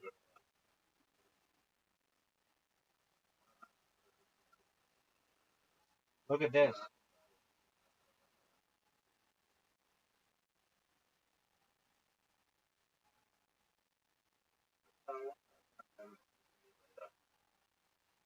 Dog, I want to watch it right now. It's amazing. You have no idea. Love it.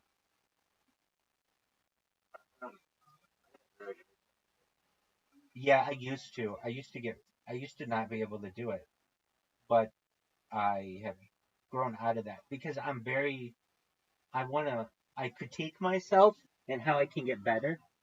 And I've used the power of video to be able to become a better speaker. Now, I'm not saying I'm great, but I used to not be as good. Not even saying I'm good, but you get what I'm saying.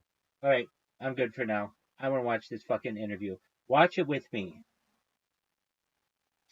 Let me see if I can play it. Let me see if I can play it. Hold on. I finally have a fucking interview. Every single day, Zoo comes in here and gives me shit because I'm supposed to be interviewed by Aiden Ross one of these days, and it just hasn't happened. And then all of a sudden, this motherfucker, I get interviewed by not Aiden Ross, but pretty close. Like I'll take it as a second. And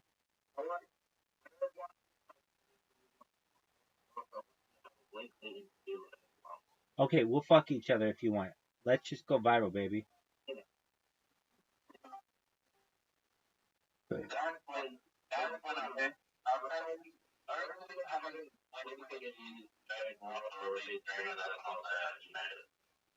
Yeah, I agree with you on that. Okay, hold on. Okay, go watch. The thing. Oh, we're watching it.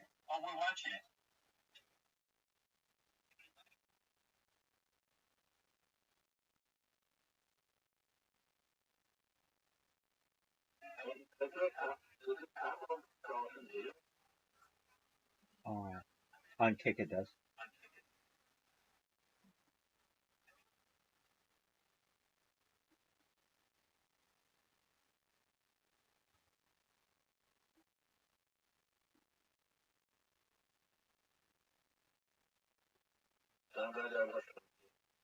No, watch it right here with us.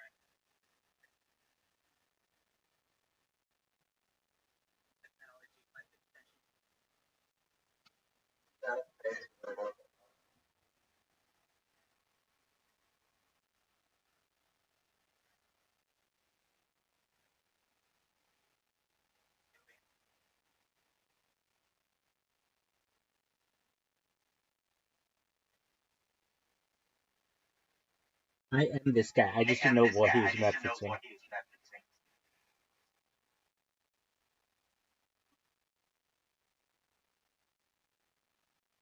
That could be another person. I'm not exactly sure. I do know that I have different bots. They follow them and they also create but really I mean I have I think like 50% of every clip that comes out which is really not create for some where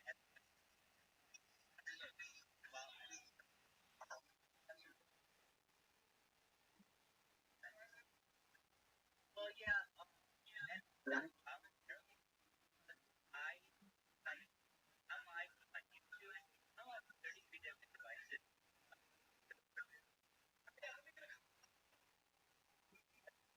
Right over here, I'm live in crypto. Harry Potter about 10. I know it's Mac Miller was alive. It's backed by data. I've been live streaming Telegram here. When I started with Bitcoin, it was worth less than a penny. Like worth like 7 cents. Last week, it's 31 cents. Like a $800 market cap. Very serious. People must have said that perhaps they're going to be really big. Reason why I've been live streaming and percent more than a year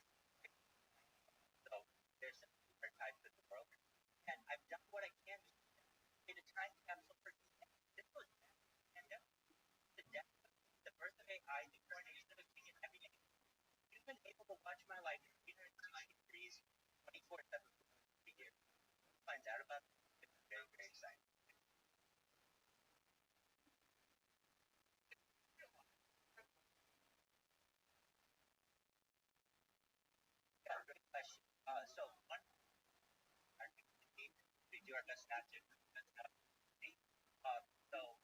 If I do have to do anything, give them covers, and no one knows that I'm doing covers. But yeah, I do my best to essentially retain as best as possible. The more I retain, the higher, like I said, $600 billion market cap. Let me get here behind me. Watch Judaism lectures. I was, and got over here in the corner another and all the other things I said quickly, really Africa think would be big in Africa, but it's not. South Korea. I see on it. Except, wow. Okay. Over here in my spots, this is really the exciting part. The kick spots. So here it is. I think you're going to see the first. Yeah. Now it's going to be 6 figures. Shout out to Eddie. Shout out to shout out to Dan Maria. He's an excellent I'm making any platform. So this is just temporary. I go viral. Then I understand everybody and start to really good in the world. And so shout out to the wonderful platform. Very open people. And when he does weekly calls, I think that he does an amazing job. And then Dan Maria, I think he a candle allegedly I did not I think I that that's not my character. I don't know like that. Whoever did that, I went out there. Yeah, but go on. Love guys. You're gonna see here is it's very and it's the ability to oh that have log into there and all on my hands. It's gonna put this is for Eddie. This doesn't always wait, what?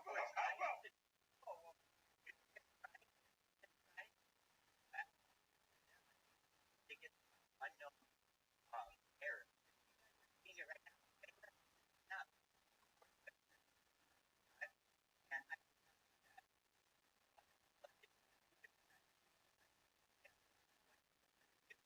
takes a moment, but and work this so and then what is shout out to all the front page right now and this and then automatically scroll all the way to the bottom of the page because when it gave you have to basically load the entirety have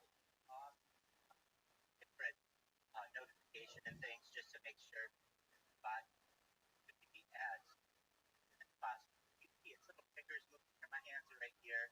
It's really pretty. I mean, you made this yourself? I did. Yeah. So I got another one that I right here, right next to it, and then I have this one's a little different.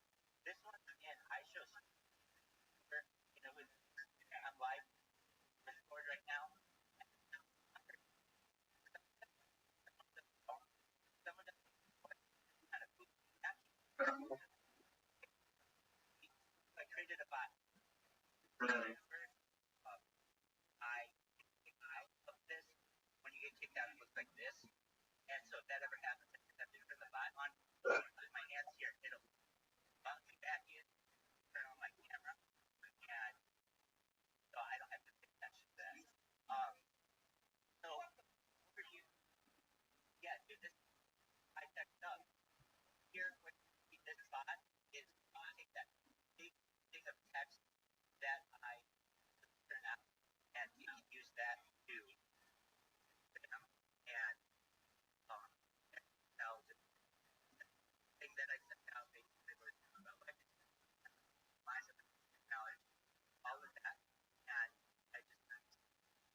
automated. What it will do is it will recognize and it recognizes that account is that will get start. So take address accounts just so and show you. I'm using a piece of software. It's called it macro recorder. Really amazing software. What it's going to do is it looks for the just chatting. And then, so like right here, shout out to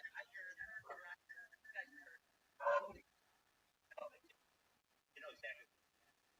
And what it's going to do, so it recognizes where this comes from. And so the button could be, and it's a very small and now create a Discord in here, and then publish it, and then once it's done, it'll come in and bam.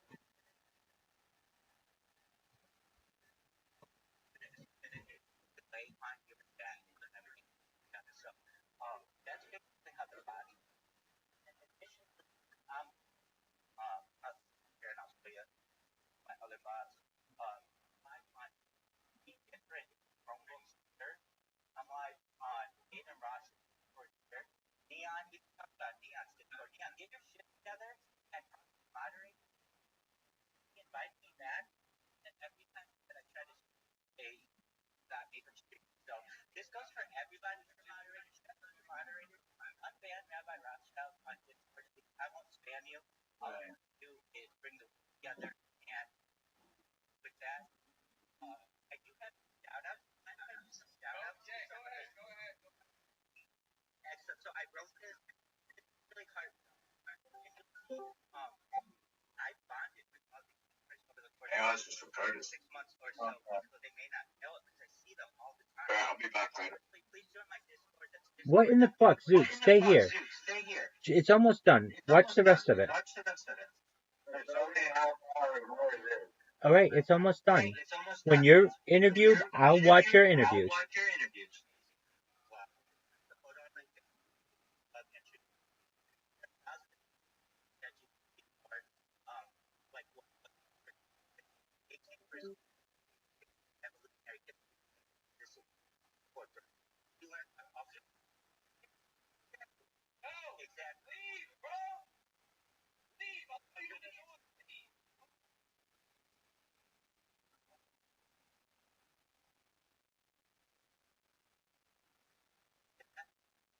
So other things we ask, like what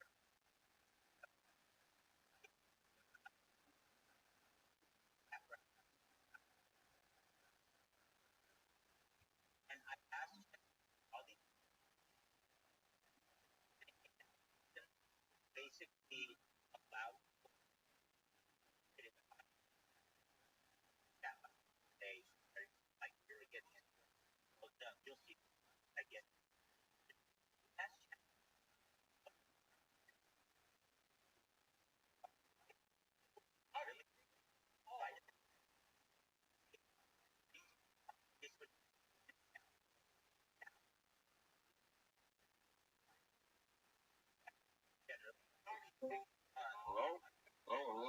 Yo, dog, what's up? Hey, I'm doing well. Every day's a holiday, every meal's a feast. Check out the what? You know everything? As far as I know, yeah. Okay. Can I ask any controversial questions? Not in a bad way, though. I'm done with questions tonight.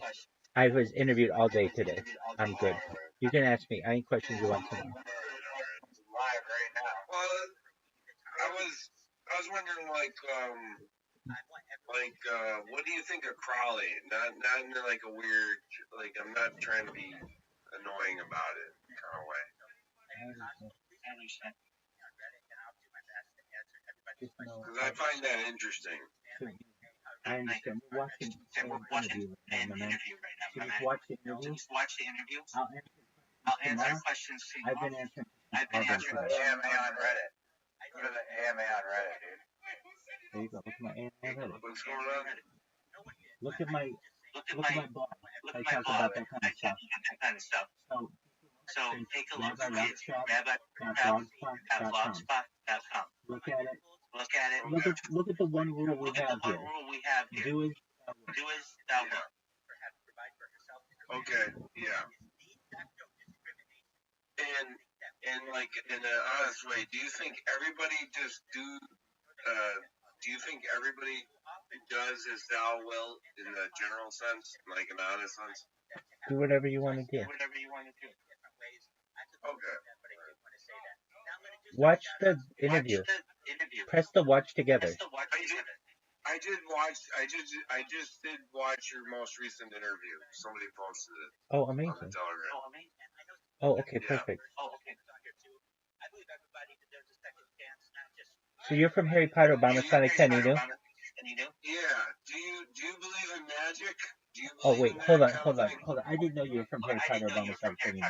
I thought you were just... Yeah, I am. Okay, but, no, I understand. I actually, it's weird that you're asking me these questions, because I actually write this in the introductory letter. Magic is any advanced, magic is any sufficiently advanced technology. So it's like science, basically, right? Exactly. In the modern sense? Okay. 100%. Yeah. So I find that kind of fascinating. Beautiful. Okay, watch this. I answer lots of questions. Are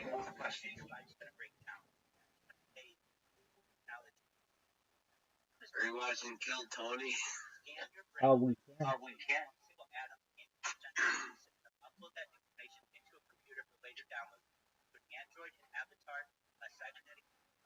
Alright, so like, I'm a guy who studies the occult, right? Okay. Are you a guy who studies the occult in a technical sense, right? I study the world. Like, at least in a general sense, right? Sure, I study the world. Yeah. So like, I read this one thing about Crowley, right? He said that, to change your personality, but I took it to a less extreme, right? So he said, like, you had to cut yourself on your arms to become like a split personality or something like that. Okay. So instead of doing that, right, I just pinched my arms really hard. And I was like, okay, I understand what he means, but that's like some weird principality kind of thing going on there. Do you kind of know what I mean by going off of that? Yeah, some people say that's related to, well, that satanic ritual abuse is related to that, basically. This stuff is interesting, though. That is weird, because, like, all I did was, instead of, like, cut myself technically on the arms, I just took my arm and I pinched it as hard as I could. And I was like, okay, there's, like, a weird sensation from the pinching, and I was like Right.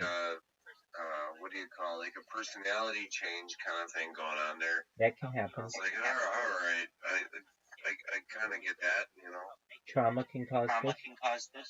Sam Bond everywhere. Please watch Sam Bond streams. Please share Sam's content. Please make Sam go viral and add when you. All right, first up, Eddie. This is Eddie. Eddie at the stage. Thank you so much for creating an amazing platform. I look forward to a day when I can be unbanned. I recognize that I am banned, and I. You've been hanging in there. Oh, yeah, man. Hey, Yeah, good for you, man. Thank you. Download an app called Plato. What? Plato. Plato. Plato. Download it right now, and you're going to be playing mini golf with us in about 10 minutes. Plato? Plato? Yep, just like the philosopher. Alright. I'm more in it for the conversation, technically. Well, you get both. I think he's a really smart person. You've ever heard him talk? I mean, I saw he moving up in society since being part of Harry Potter Obama Sonic 10 and it? Oh, I hope so. I hear you. I think I've seen it from a different side. I trust you because you're from the fucking valley. So much for letting me stream your Discord. You and your community are very nice for letting me do that. That's fucking base. Make you even more successful one day, and hopefully keep your friend. Rumor has it you're gonna perhaps buy Harry Potter comics. Do so, Eddie. You do so. Everybody buy Harry Potter comics. So, do you think like Crowley's an interesting character, a misunderstood character, or all over the place kind of character? What do you think? All the above. All the above. Okay, yeah, that's fair. That's fair. All right. I respect how much you stream so much. Your grind is amazing. Have you read his works? I've listened to them. Listen to them like audiobooks? Correct. Okay, alright. That's interesting. Yeah. It's interesting considering modern times, you know. Agreed. Yeah. One day 420 will no longer have a stigma because of the efforts that you've made. He has a great heart as well. Join his heart. Would you consider yourself more Orthodox Jewish or non-Orthodox Jewish?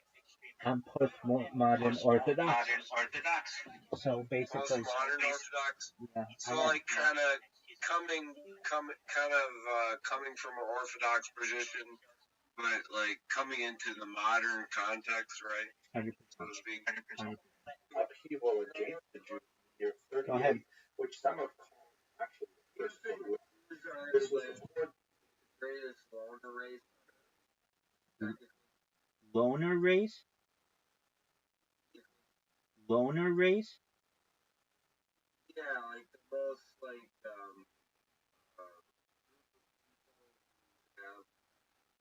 like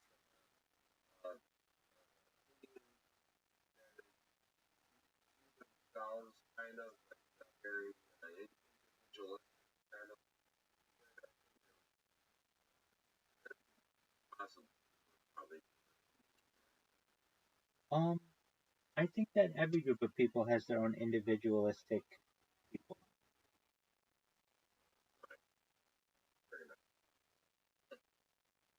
Pretty nice. Yeah. Supported by the philosopher Philo.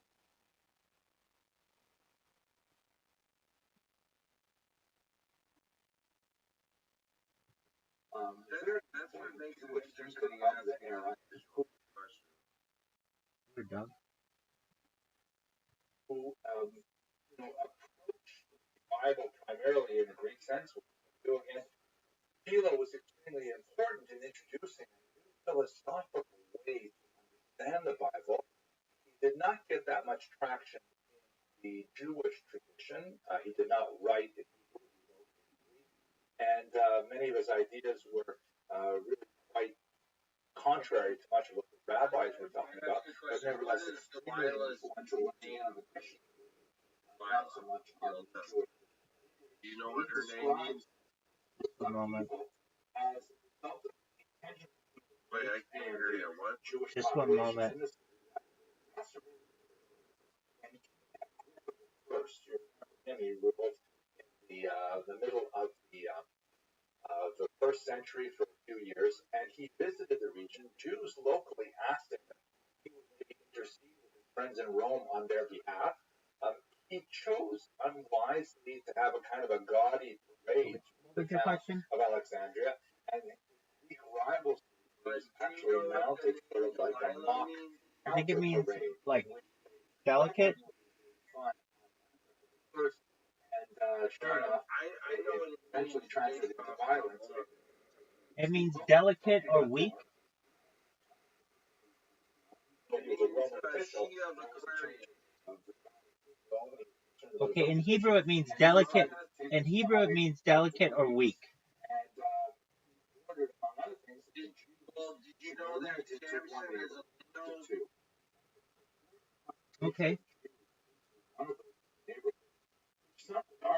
don't know. I'm just a guy who buys books. Sure, I understand. Jewish violence, attacks on synagogues, which was really an unusual thing for the ancient world. Synagogues were generally considered, places where you should not transgress and Definitely. respect the various worship of other groups.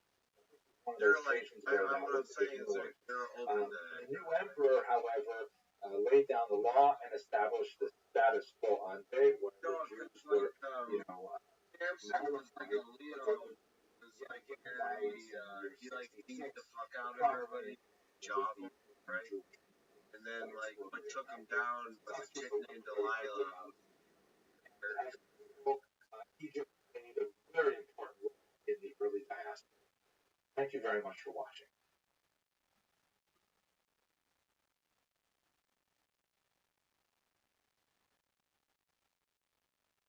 I have a philosophy that I let's continue our discussion of the diaspora that every man has something, no matter we saw that Egypt was an incredibly important center of Jewish development.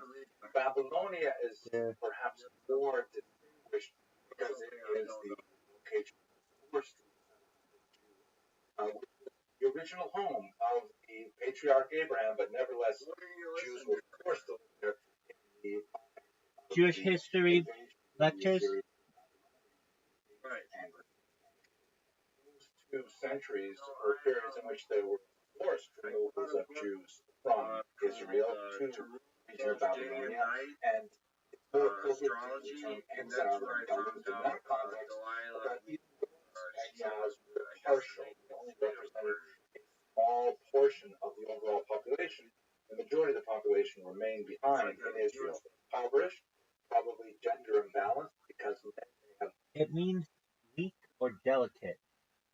What are you saying it means? Well, it's interesting that you're saying that weak or delicate. Aquarius sun, anybody who's born in the Aquarius sun sign is the weakest ego in the zodiac under the sun sign astrology.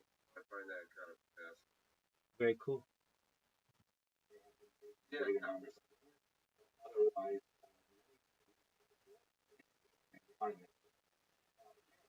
you can see with the arrow pointing to the region of Mesopotamia, that term is or represents the area between the rivers. That's what Mesopotamos means, between the rivers. So interesting is that we're so modern times as obviously changed over time. I guess Gentiles or Jews or whatever.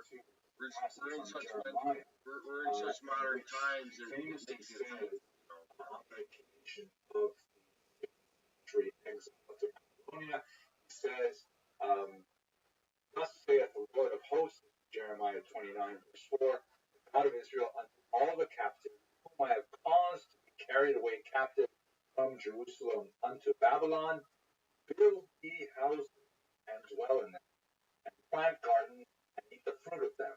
Take ye wives and beget sons and daughters, and take wives for your sons, and give your daughters to husbands, that they may bear sons and daughters, and multiply ye there, and be not astrology. Virgos are typically really considered like the virgin, like they'll never, they're supposed to be holier than thou. But one of the reasons, ironic reasons they call them Virgos was that they would try anything for the first time. They would put them in cages.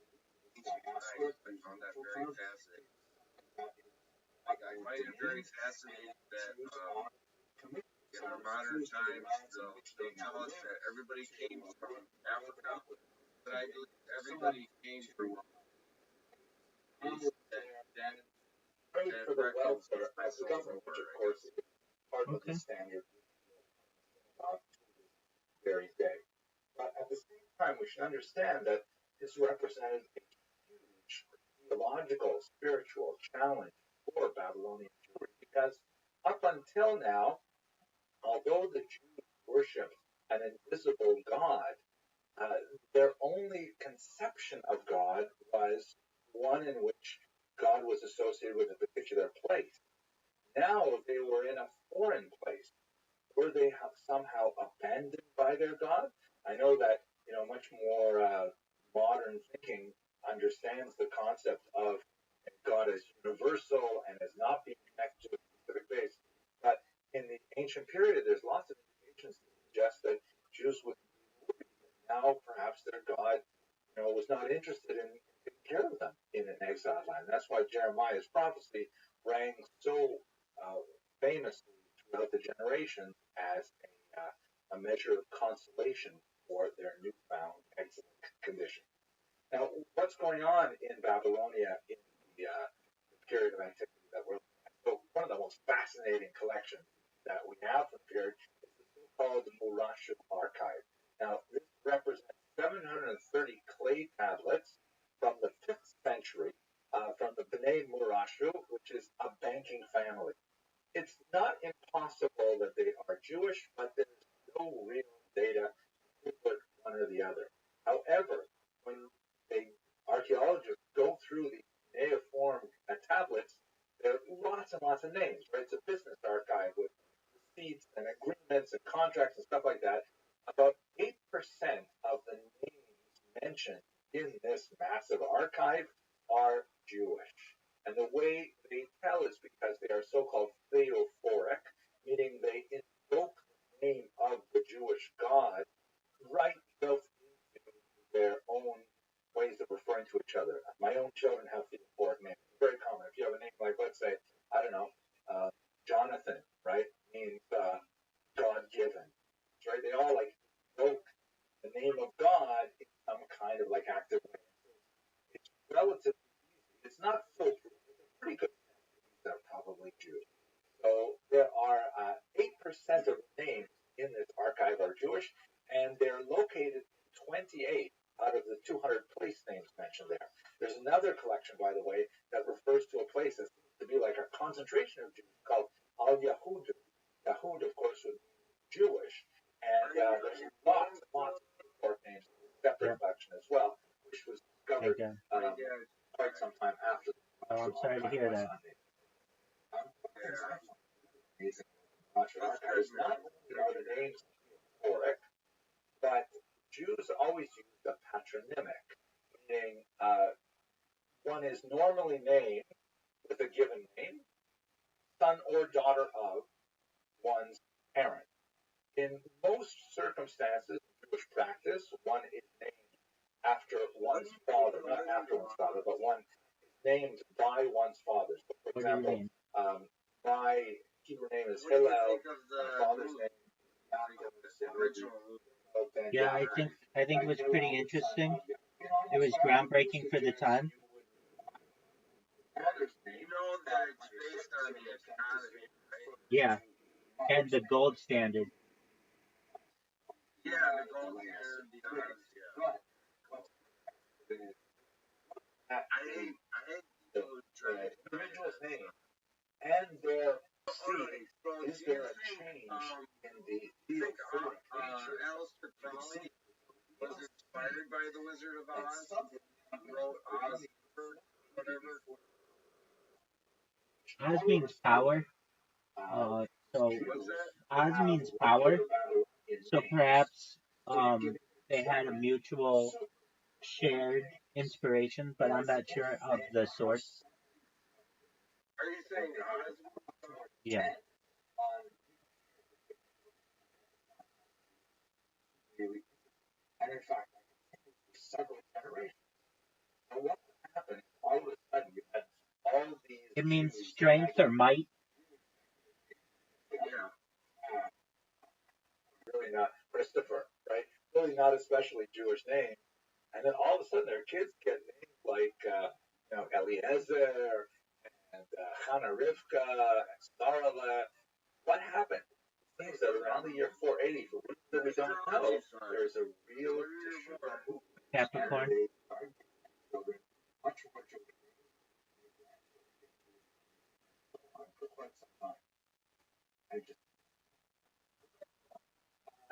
What did the Jews do? So the Murashu archive, because it's primarily dealing with business and receipts and things like that, doesn't give us a lot of detail about the nature of their lives, but does say a lot about what kind of occupation they were involved in.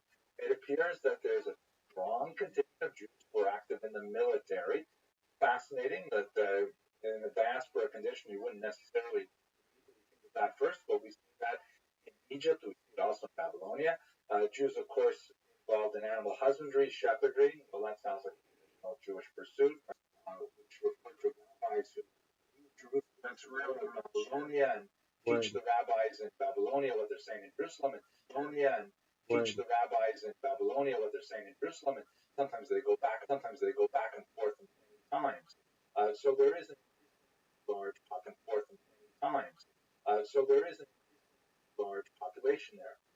There's a significant cultural impact as well, because this is the process that started hundreds of years earlier. Aramaic, as the state language of the region, becomes the much of the Eastern Mediterranean, and of course, the language of the Talmud as well. The Aramaic is, by the way, Jews write it with Hebrew letters. Other peoples write it with different letters. And it's a Semitic language. It's not too far away from Hebrew in its grammar and structure, and most of its vocabulary. It's probably sort of like French and Italian, or French and Spanish are close to each other. Just an interesting take on life. Yeah. It had something called the Reish Galuta. Because he was an Englishman. I heard he said like pretty. I heard he said something pretty interesting. But this is basically a figure recognized by the Parthian Empire as the head of all Jews in the region, and respected by the Jews, although sometimes they get into conflict with their leadership, in particular as the academy. As I said previously, I listened to him, but that was years ago. Study, which will ultimately produce yeah, it was years ago. Years ago, okay. Yeah, perhaps. Did you feel like you understood it, or you just like read it? In Aramaic, in contemporary I think I understand most of it. All sort of organized and working together effectively. We have some fascinating stories to see this gives a lot of details.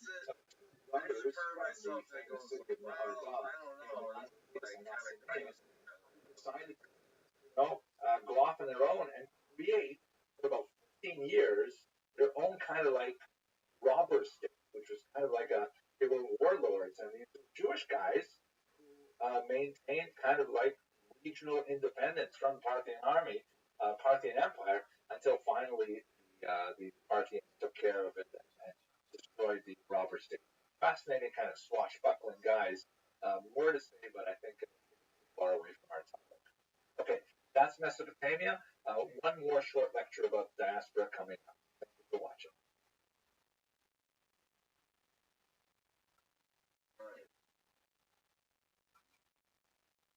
Okay, let's just take a few minutes to say a little bit about the rest of the Mediterranean and the ancient diaspora.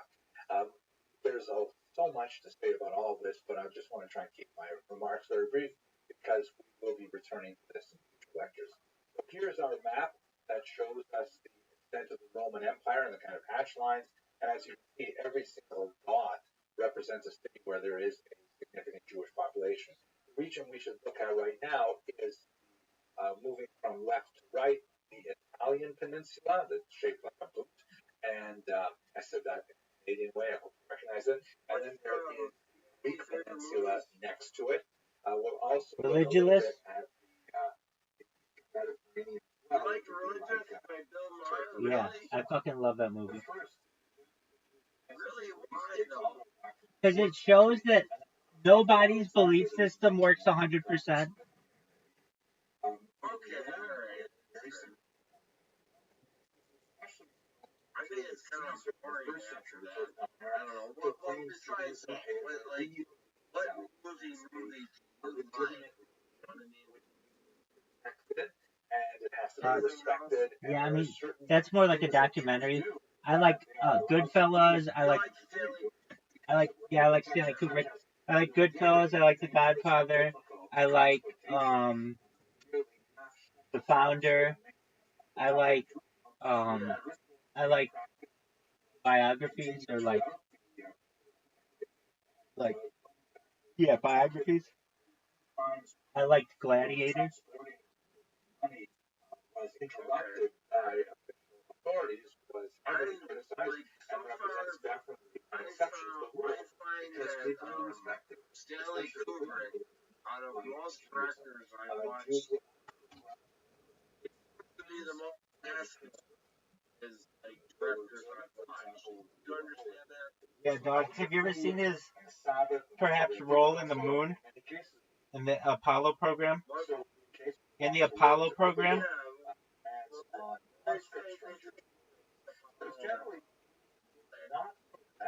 Oh. People talk like that. Who knows?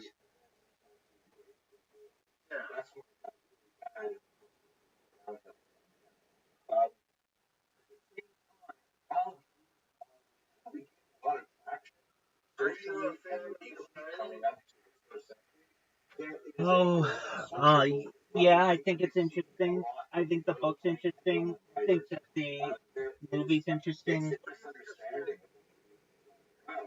I think he's a great author. I think they make really great movies about his books.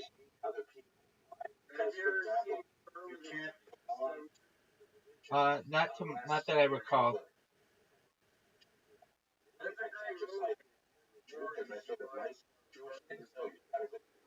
Excellent. And Jews would eat on Jewish food. There was a lot of Jewish practice that was definitely misunderstood. Like, for example, this total, To the best of my ability. fanatic ban any kind of civil religion, like any kind of worship of idols, like that. Jews would get really upset about that, and Greeks and Romans were kind of like, "What is the problem? It's so big." I often compare this to the example of not standing when the national anthem is played at football. It's on a YouTube channel. Americans are clearly, by the way, this example long before it became social justice. Yeah, definitely, dog. Me Black too. Lives Matter and so on. But the fact that it has been used to take a football game is considered offensive for many Americans. It's such a strong statement that reinforces the idea of how the Jews would have been perceived. They refused to do some of the basic things that did civic religion because they felt that it was against their core principles. Nevertheless, Judaism is a competitive ideology at this time. You see a lot of people who are attracted to Judaism.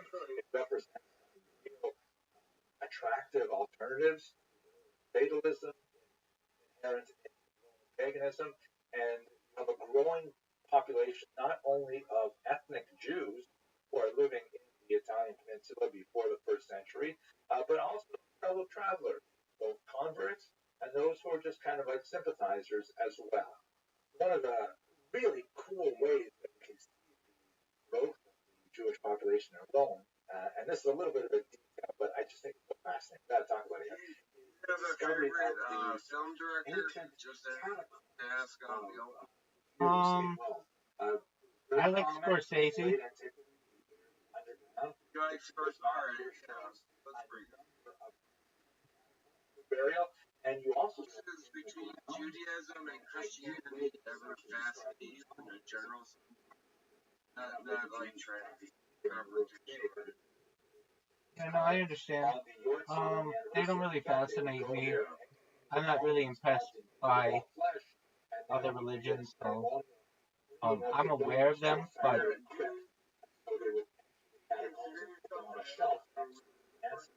I do.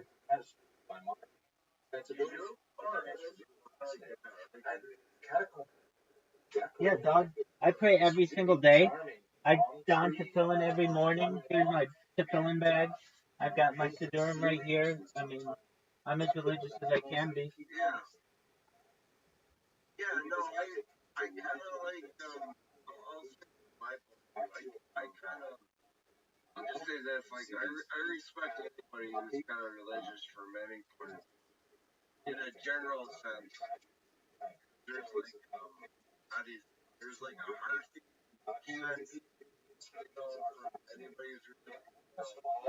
In Latin, like this one, or in Greek, like this, which which indicates that the awareness of Hebrew and Aramaic was probably lower in their first language for something as permanent as a grave marker would be a foreign language.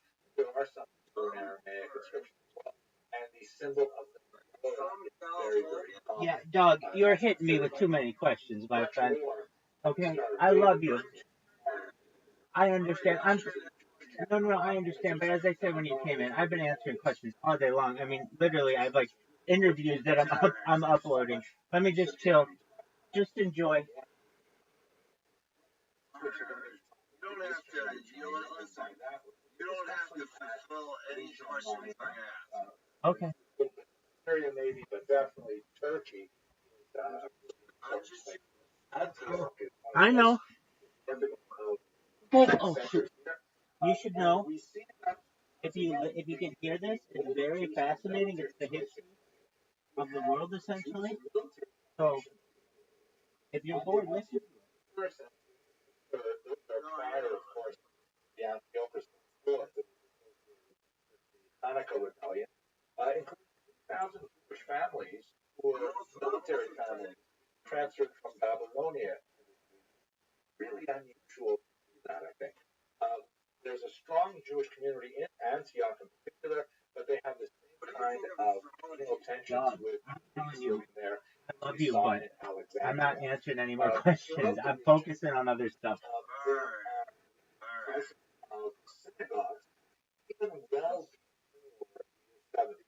You can also say about Egypt and about Mesopotamia and about Roman lands as well. Have gathering places for prayer. They're referred to with the Greek terms prosuke or synagoga, which basically means like gathering. The term synagogue does not intrinsically have a religious context. It's actually a translation of the term which means a house of gathering as well. Even while the temple was operating, wanted to have some kind of way to express their connection to God in a communal fashion. And we have descriptions of this from Josephus and Philo and other figures as well. Let's just take a concluding look at the Western Mediterranean. In the previous lecture, we looked at the region of Tunis, Cyrene, and a little bit at the island of Crete. Let's just go quickly to the Iberian Peninsula, all the way on the western part of the Mediterranean, and we'll speak a lot more about this region because, of course, it is the heartland of Sephardic region that we have not yet introduced. Up until this point, we don't really recognize kind of like differences in cultural orientation. They refer to each other with geographic locators like stupid Babylonian. That's actually one of the terms used in the Talmud. But not necessarily ritual or family customs as we will later on. But the heartland of Sephardic Jewry comes from the region of Spain. The first indication we have of any Jewish person in Spain is some evidence of a Jewess living in Adra. And this is from an early 2nd century gravestone, which was transcribed in the late 18th century, a reliable transcription, even though the original gravestone has been lost. The transcription read like this. There's something wiped out, and the end of the word is nia, and then a new word salo, something missing, mula, then a word an, uno, mens, cuatro, ie, uno, dea, which translates as probably something like here lies a girl's name that ends in the letters N-I-A, Julia, something like that, daughter of Solomon, aged 1 year, 4 months, and a day. You can see that the Roman numeral 4 is 4 dashes rather than the IV, which also is a testament to antiquity. And finally, she is specifically denoted as a Jewish girl. And she is our first indication of Jewish settlement in this region. Wow, I can't wait to get back to talk about this more. But for now, let's wrap up this discussion of diaspora. The next lecture is going to be concluding, sort of like synthetic remarks about what does antiquity mean in Jewish history and how that differs from the medieval period, which will be right after that. Thank you very much for watching. All right.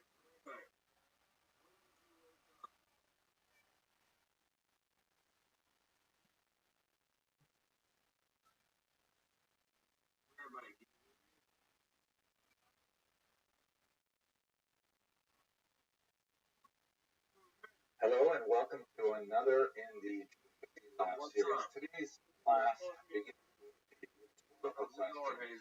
How did I say rhetorical because don't get excited. I really don't think I'm going to give you a good answer by the end of this class. My goal is to try and recap the period of antiquity which we have spent the last weeks looking at in detail, and kind of provide a moment to breathe, back to reflect on what we covered, because it's going to change dramatically when we go into the medieval period. So again, I'm not going to answer how to survive antiquity. I certainly have a few thoughts on this, and I'll share some of them in the next video. But for the time being, consider this just a moment to reflect on what we've covered and to take a deep breath and then go to the next adventure, which is medieval period. So here's a beautiful photograph from Samarkand. It's actually an photograph from the beginning of the 20th century, and it has been colorized, so you'll get a sense of life in actually in color. Let's begin with the Greek. How's that going? Good. Jerusalem and the land of Israel. What's your goddamn goal right now? Michael from the land from the ancient Sumeria. Most historians place it somewhere around the year 1750 before the Common Era. The challenge of working with this data, of course, is that almost everything is derived from one source. The Hebrew scriptures, Tanakh, presents a whole range of challenges, which we discussed way back in the semester. Video on approaching the Bible as a historical source is not so difficult. At any rate, according to the narrative that we have in the biblical text, Abraham and Sarah make their way from Mesopotamia to the land of Israel, and then there's some interesting kind of side trips to Egypt that occur not only with Abraham and his descendants, but most significantly. All right.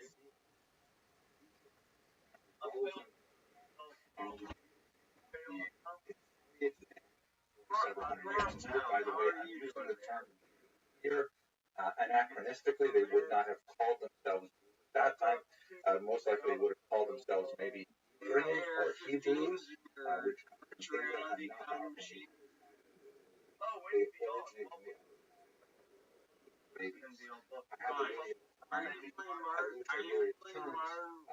such as Israelite, Jewish. I tend to sort of divide them all and call everybody Jewish. Sorry if that irritates you. There we go. Yeah. The next the Bible, the time around the 1300 before the Common Era, resulting in a settlement of Jews in the land of Israel. And this is where we begin to slowly get more and more archaeological evidence, such as the Meneptah theory, which refers to Jews in Israel, or that is to Israel in this region at about this time. When you move forward from the Torah itself, the first 5 books of Moses, into the early prophets, we see in the period of Judges, there's discussion of kind of like a tribal organization of governments in the land of Israel. And that culminates Samuel in the appointment of Saul as the first king of what would become a united monarchy. This is the golden age, followed by David and Solomon. Have really nascent experiments in Jewish sovereignty in this land. 1997.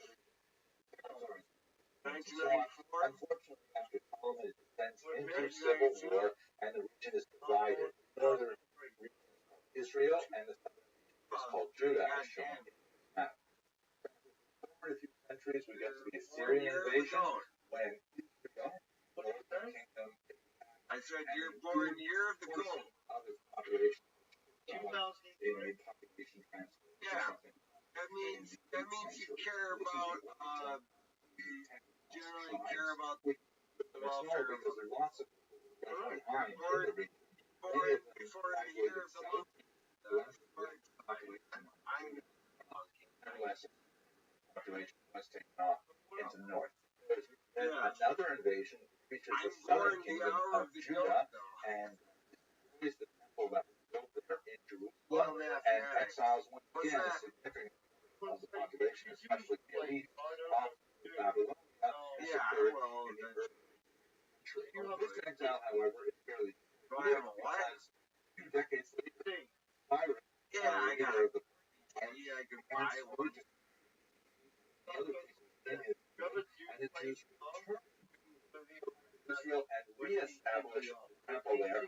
This refers to the Second Commonwealth, that is the second resurgence of some level of sovereignty in the land of Israel. It's not a complete sovereignty, it's still really part of the empire, but nevertheless, Jews are in their land and governing themselves.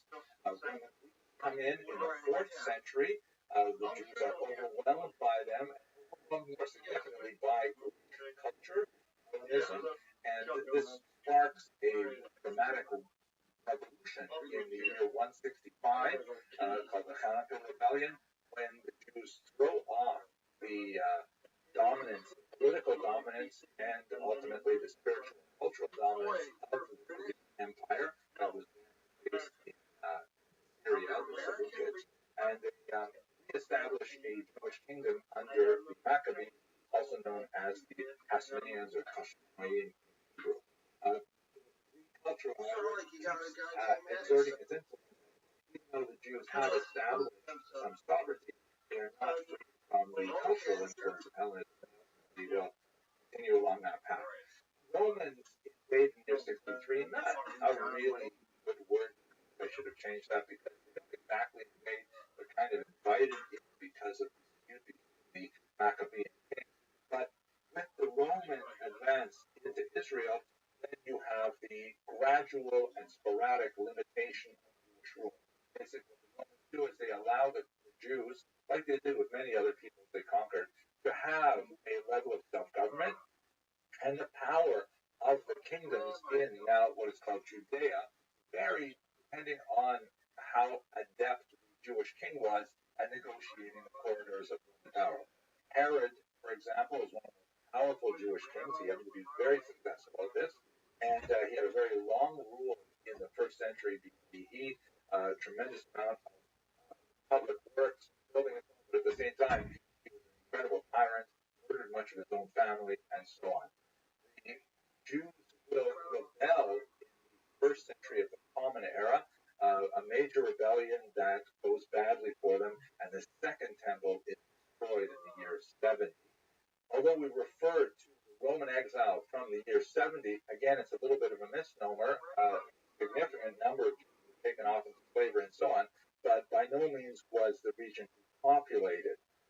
There was, however, a second rebellion under Bar Kokhba about 70-odd years later, and this resulted in a much more devastating Roman reaction, and the central region of Judea itself, as opposed to the coastal region and the Galilee, was more significantly populated than before. So that's basically the period that we're going to use to describe antiquity. Note, however, that it's not necessarily the same term that secular scholars use for Western civilization. They tend to stretch the period of antiquity out for hundreds of fall of Rome, but this is when we start to see major changes happening in the population. So let's just recall the challenges these developments imposed on the Jewish people. First of all, the loss of sovereignty, right? I mean, that's something that can basically knock out about any people. The fact that they lost the control of their land multiple times. First, under the Assyrians, when the 10 northern tribes were taken away, then under the Babylonians, when Judah was destroyed, then under then their level of rule under the Persians was threatened, and then under the Romans.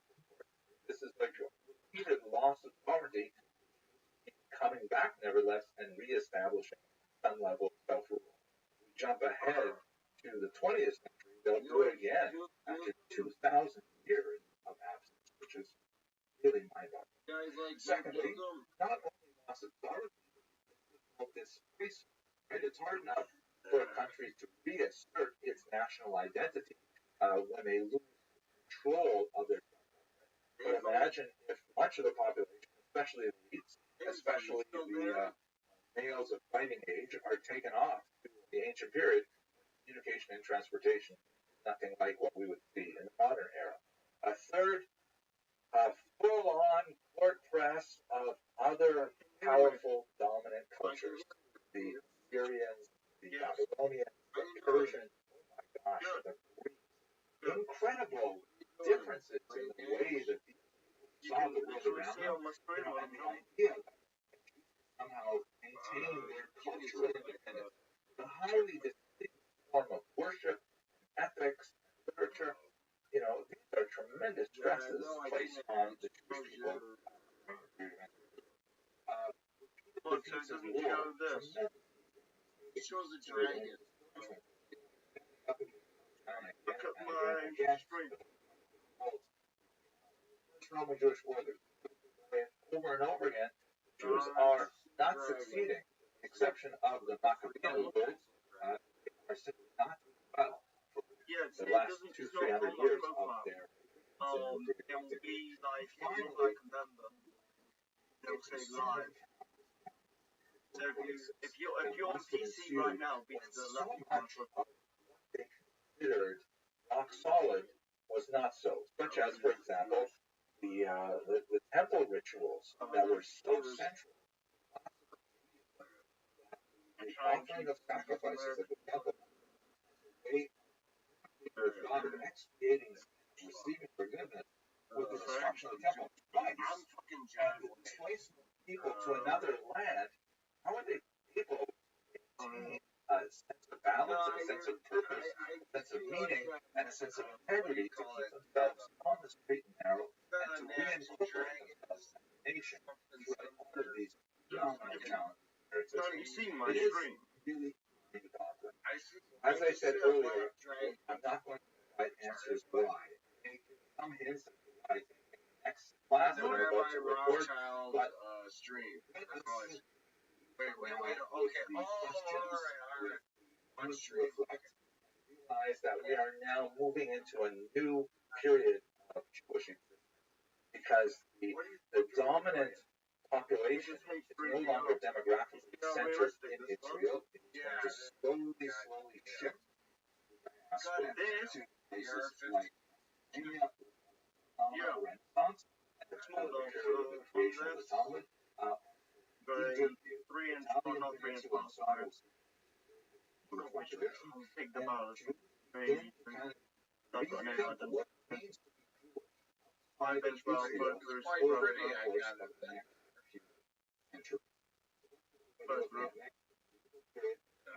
Funny because I actually have a few spots. And it only, when you did that pathway, you have to play that long for espresso. I literally ordered like 10 different ones and then.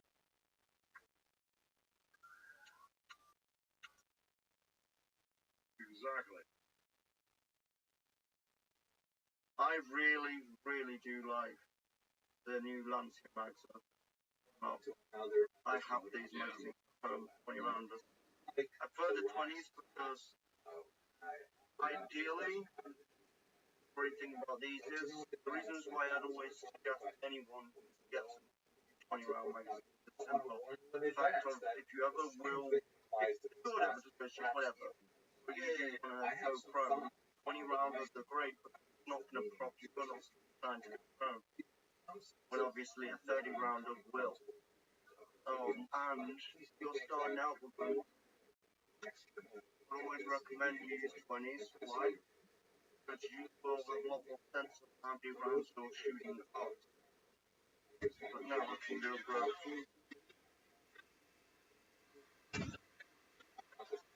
Oh, that is pretty intense.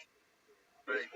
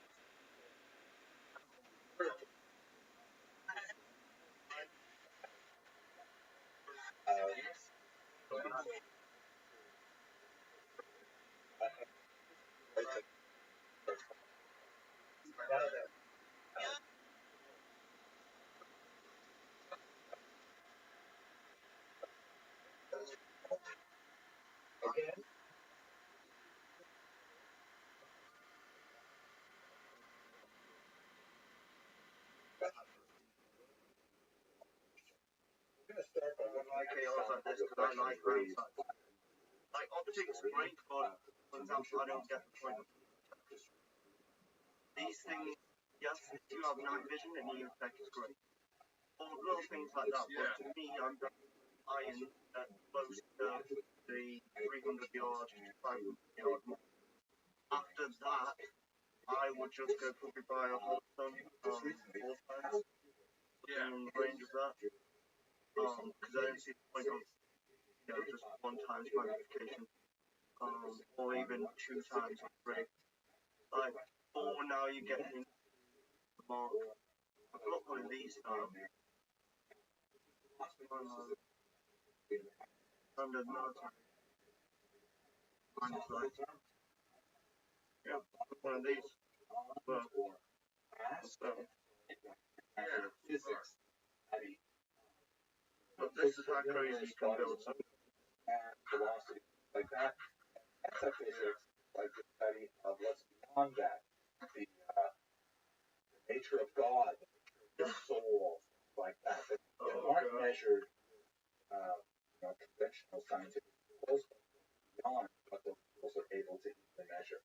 And what he's really referring to is like, what are the theoretical underpinnings of any of Jewish history? Like, what is the larger story of this history? The story is embedded inside. What is the grand narrative to which the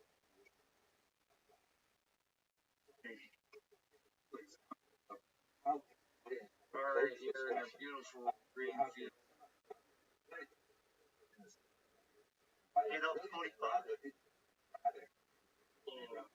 That's my favorite round as well. 45. I do not like 9. I will never carry 9. I will never use it. That's what I use. I'm myself a simple comp defender, and then what I do have is have, those little lights which can attach to the dart. Yeah, I like that. I like the way you're showing it. Yeah. That's what I have. And I have a big gun as well. Because listen, I'm not a boomer, but 45 is better than 9.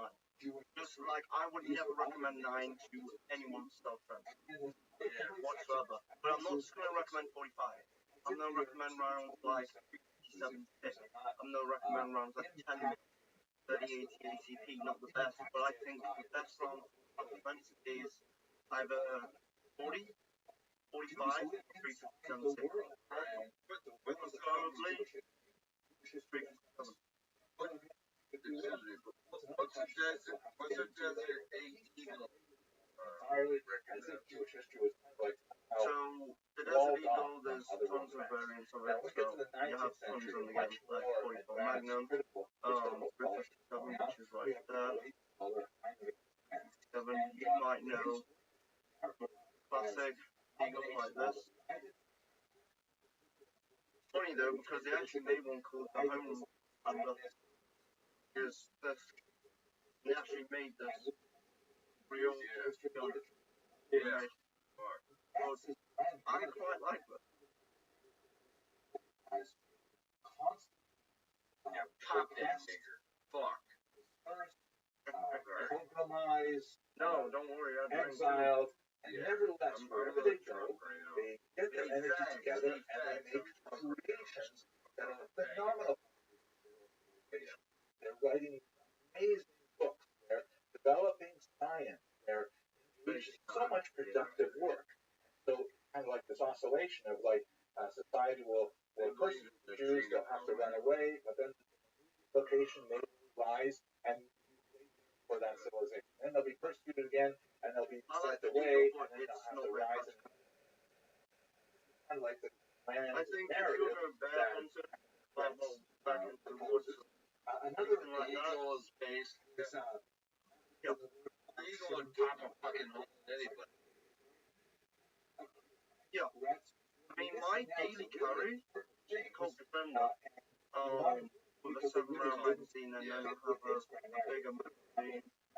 I can find, like, I have more of these other magazines as well. Nice. Like that. I like the laser. That's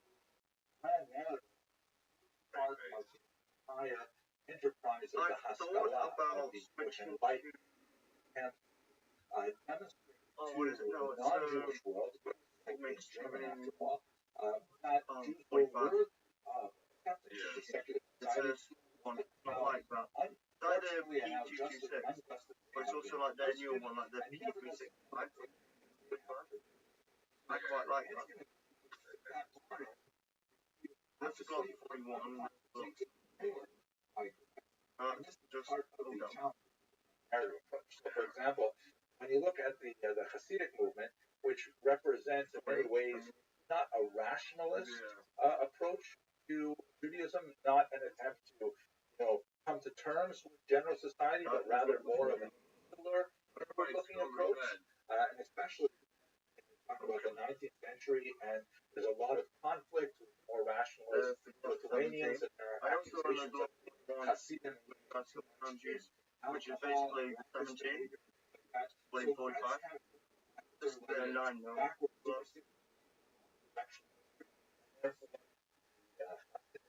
And receive a lower grade in grants of history. That's something I wanted to correct. It was much more in favor of looking at what were people like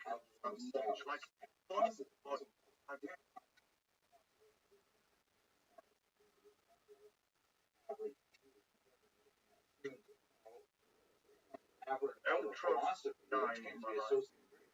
I trust diaspora national, all of those kind of rounds. Not now. You know what's kind of cheap this as well? These are actually getting quite cheap here in the US. Like, just the US.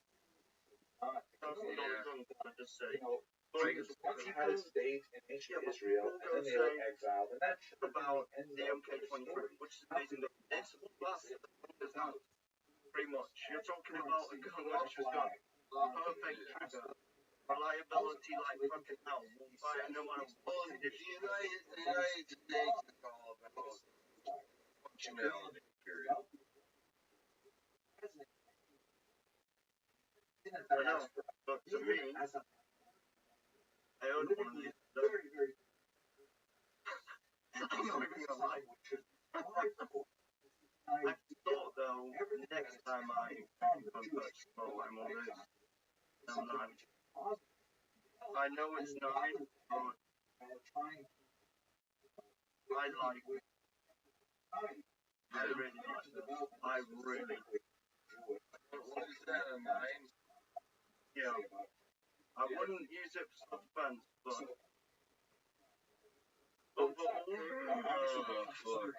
I'd want to own. Going backward, the Jews already don't need it. They can exist very well in modern society. Can Rabbi hear me? Definitely. I think he can. Like, I don't know why he wouldn't. He's streaming. I'm just trying to. Here he is. Part of history, the return to science the constant urge of M17. You ever seen one of his films? It's actually a book which doesn't suck. It actually is a great book. It's a fucking great gun. were sold by the land of Israel itself. And now, of course, that Israel has achieved statehood, I'm not exactly sure what happens next in Ben's model, but that later on. Finally, one more great historian, fantastic travel by Byron, fantastic historian.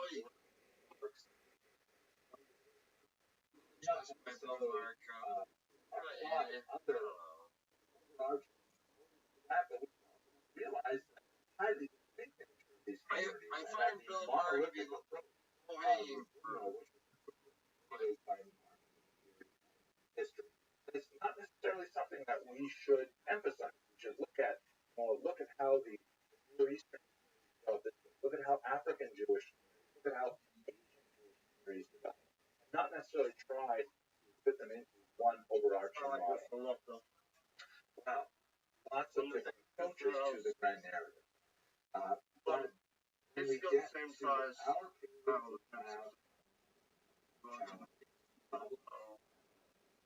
decent system, extremely reliable, very light. And you can get this with line sights as well. There you go. Like this. I don't trust how these people act. You're looking at a little flare, nobody judges. Now, when we talk about guns, though, I do not like.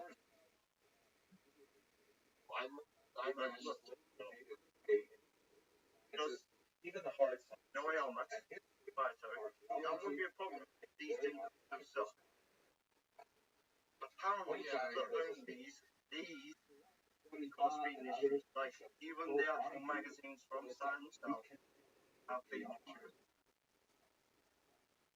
And the trigger, I actually don't dislike triggers though. I like how you can pull it a little bit, and it can just fire one round. And if you don't pull it all the way, fire. But, to me, this was a great idea of a firewall, but then they didn't really do a lot. They made it, but then this is shit with a personal apparently on that. Like, that's a shit because it's not, like, yes, you can adjust, obviously, and stuff, but it still throws stuff in your face, stuff like that. But they could have changed things like that. They could have made the actual linkage to the trigger right here, and there's a few things you could have done. Because when you talk about full tops, then I started to talk about stuff like Trevor's, which you can get in AK form and non-AK form. Yeah. Like this. And these don't stop. These are actually great.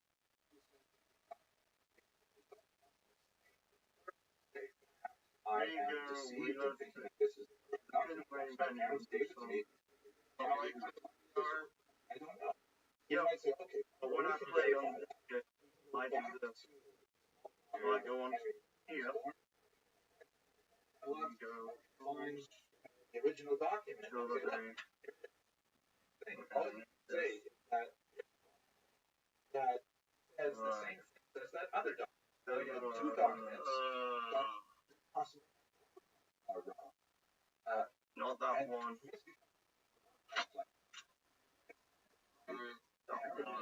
Like, Yes. This one. Yes. Firearms, things, 20s. Still building them, but they are actually out.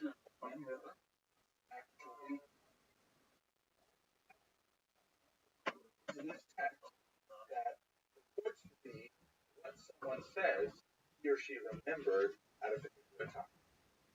Never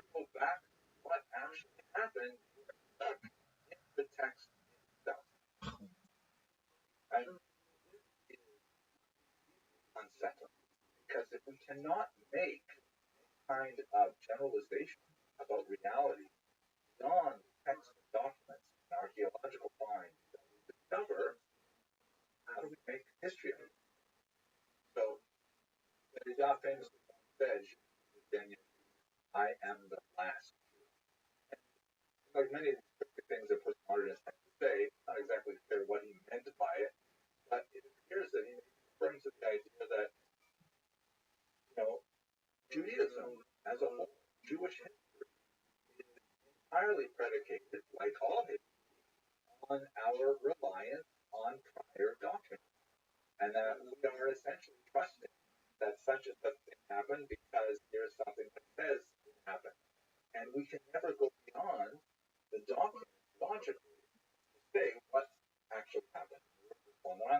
Yes, I get what actually happened. We never know what actually happened. We can only know what document has been presented to us. So this upends everything. Like when we find the Tel Dan stele that has the phrase David on it, House of David, does that mean there really was a House of David?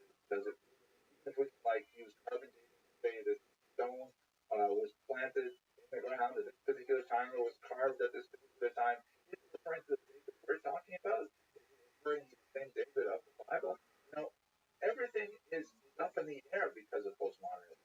So what have historians done to respond to it? In my generation, when I was going through graduate school, we were already feeling the advancement of postmodernism, and the tendency among scholars, which has only increased over the last few decades, is that historians tighten the focus. If you can't write about a large period of history, because every single document you encounter never really represents what is beyond it. You only have the document itself. So therefore, one way to compensate is to have lots of documents and lots of testimonies that focus on one problem. So, for example, rather than trying to write the history of revolutionary France, write the history of one particular person living in revolutionary France in a few years, and gather all the documents you can, focusing on that one person's biography, and hopefully with multiple points of contact, say something useful about how this person experienced that revolution, and you can't say anything else about how a woman would have experienced it, or a king, or a traveler, or a Jew, or a black man. None of those experiences are recorded because we focus narrowly on one small part. On the other hand, we only have a finite lifetime. How can we possibly examine all those sources, the same things, for a larger focus? I mean, it just gets such a nightmare trying to figure out, is it possible to write anything larger, any survey? Is it even possible? So here's a black and white photograph of me that really doesn't have to be here, but I sort of like it. It's a photograph. It speaks to who I imagine myself as a historian. Like, this is what I look like as a historian. And so, we have so many other beautiful photographs, I want to stick this one in. I have to give credit to Mark Chef, who's an amazing photographer, who reached out to me to do a shoot because he's put together a book. And I was very proud to be included in his subjects. He really has an unique gift to be able to find that little, who is this person? And put it somehow onto his lens and into his print. So anyway, that's the picture. Here's the question. If this is the situation with how historians write, that our documents cannot claim to represent any reality greater than what they are as we see them, we can't generalize beyond them with any reliability, how is history not in the fiction department? Why is it there just like any other novel or play or something like that? What if the purpose of everything that we're doing here? Is there any distinction between history and fiction? So there certainly is a difference between history and fiction. And I'm going to follow this argument that Professor Rothschild makes in his book. And the way that we get to that, however, requires a little bit more of personal sharing on my part. One of the first book that I read in was a classic written by this man, Max Ideon, not a professional historian, but a very talented compiler of data, storyteller. And I remember when I was probably about 13 years old, I came across this book my parents somehow had in the house, a paperback copy, God, covered. He also wrote a book called Indestructible Truth, which I have to admit I've never actually read, although it all makes one piece. I just recently ordered another copy of God and History so I can try and read a little bit of what it must have been like for me to read that book. Interestingly, by the way, before we read God and History, let's point out that it is an incredibly popular book, published first in the 1960s. It went through a second edition, which you'll note was published in a couple different versions. This version here has basically 1.5 million copies print, second edition. But this version, this covers is something very significant, edited and revised by Ethel Dumont. I know I've shown you a lot of pictures of white males, including myself, that work in history, but we don't know how much of a contribution Ethel Dumont made to this book. She herself is also a published author. She suffered a head injury and then wrote a book about it. But one of her big claims to fame is the fact that she was very much involved not only in the second edition, but in the first edition, published in the early 60s. So we don't know a lot about Ethel Dumont's involvement in this, but let's not think of this as an exclusive male. She passed away in 2013. So Max Ideon's approach to history really emphasizes the indestructibility of the Jews, and that's something that made a big impact on me. So let's return to our question of postmodernism now that I'm a little bit of my own adolescent first encounter with history. And I'll refer to something that Professor Russell and I are going to make in this history. The deal is that I am going to do my best to approach text that we use, the data points that we use to write history.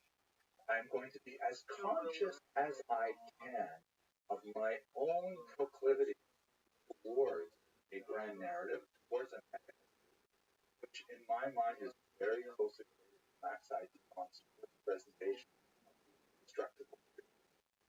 And I am going to share those biases with you up front. When I am troubled by a source, I'll try and let you know about that. I'll try and avoid overarching and huge generalizations in my history, which may make it not quite as dramatic as some other historians can portray it, including perhaps Max Ideon. But nevertheless, I'm going to treat you with a level of respect to say, I'm not totally sure about what I'm saying here, but it's this. And you, on the other hand, for your part of the compact, you're going to read, listen, and you're going to critically analyze and subject my presentation to the same level of academic rigor that I hold myself to. When you respond in comments or in emails or whatever, I hope you will continue to be respectful and understand that I am just a human being trying hard to present this material as best as I see it within the parameters of my own personal weaknesses as a scholar and as a human being. I hope you won't hold me to any kind of religious yardstick, whether I'm too orthodox or whether I'm not orthodox enough, or not Christian enough, or not Muslim enough, or whatever, not secular enough. Just who I am, working with the data, same way you are. That's the difference between history and fiction. In fiction, you like tossing out a whole story, and this is like, I'm making this all up.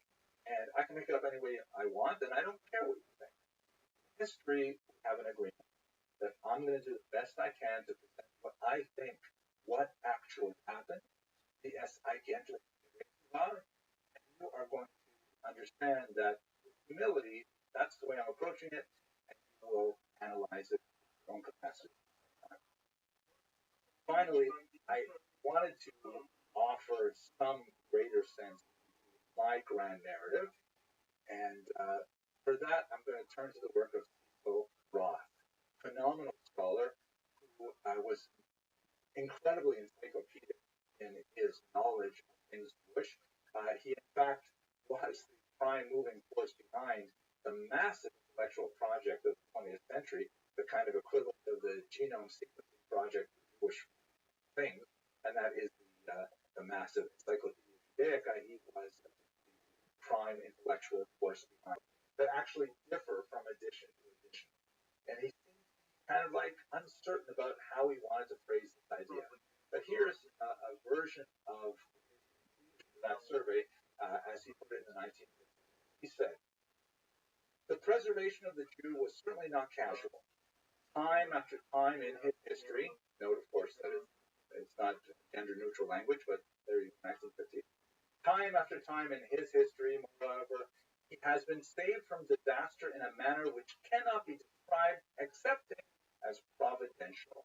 Providential is, of course, a word which Hebrew speakers know as hashgacha pratit, or as divine supervision, like divine involvement in the survival of Dr. Roth goes on, the author, speaking of himself in the third person, something which I really like doing, especially on Twitter, the author has deliberately attempted to write this work in a secular spirit. He does not think that his readers can fail to see in it, on every page, a higher immanence. So in other words, what Dr. Roth is saying is that he's going to use the tool of secular reason, to use the kind of Western, university-based, critical skills that were trained in him by his instructors at the great colleges of Europe. And that's how he's going to analyze Jewish history. Not with some other kind of ideological monitor, not some kind of purity gauge or something like that. He's going to try and look at it as best he can with the tools he has at his disposal. But even with all of that, it's still very hard not to see a higher immanence on every page of Jewish history. That's my inspiration. I hope you found the theoretical lecture not just the fact that you're listening at the very end, so you've fallen asleep. I appreciate you being with me. Next lecture, we're going back to the standard kind of narrative description of Mesopotamia, a fascinating period in Jewish history. Thank you very much for watching.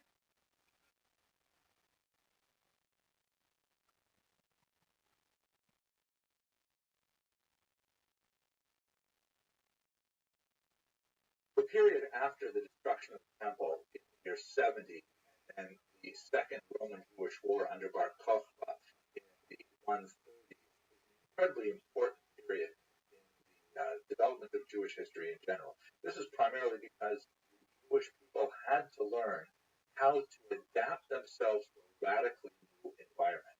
Without the temple, the fulcrum of their relationship between themselves and their God had disappeared, and they had to articulate a new way of centering that fundamental religious identity.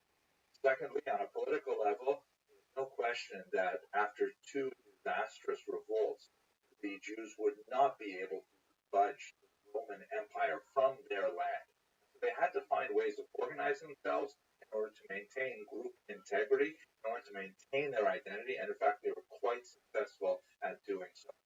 Many historians have described this period as the transition between the Tanaim and the Amoraim, very important terms, they're technical in nature. They refer really to periods in intellectual history. The Tanaim are the main teachers from the first century before the Common Era up until the early 3rd century of the Common Era, and their main activity was memorizing and teaching the Mishnah. That is the oral tradition that we discussed a few lectures ago of what exactly is the Mishnah.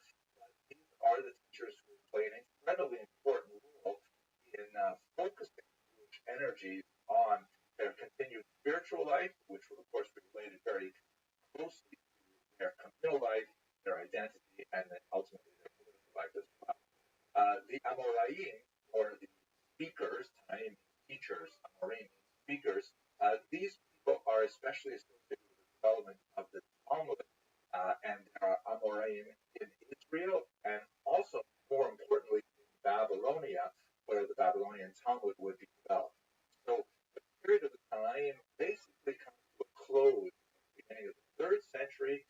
The Amoraim pick it up from their development of the Talmud, although the function of the Tanaim in terms of memorizing the Mishnah is still very relevant to centuries, but they will primarily be subservient to the Amoraim intellectually, in that they will be repositories of all this memorized knowledge. Even when it is in a written form, there's still tremendous utility for people to have a massive intellectual storehouse of it, and the Amoraim will then be exploring and discussing it, as I hope to discuss in the 2 lectures from now.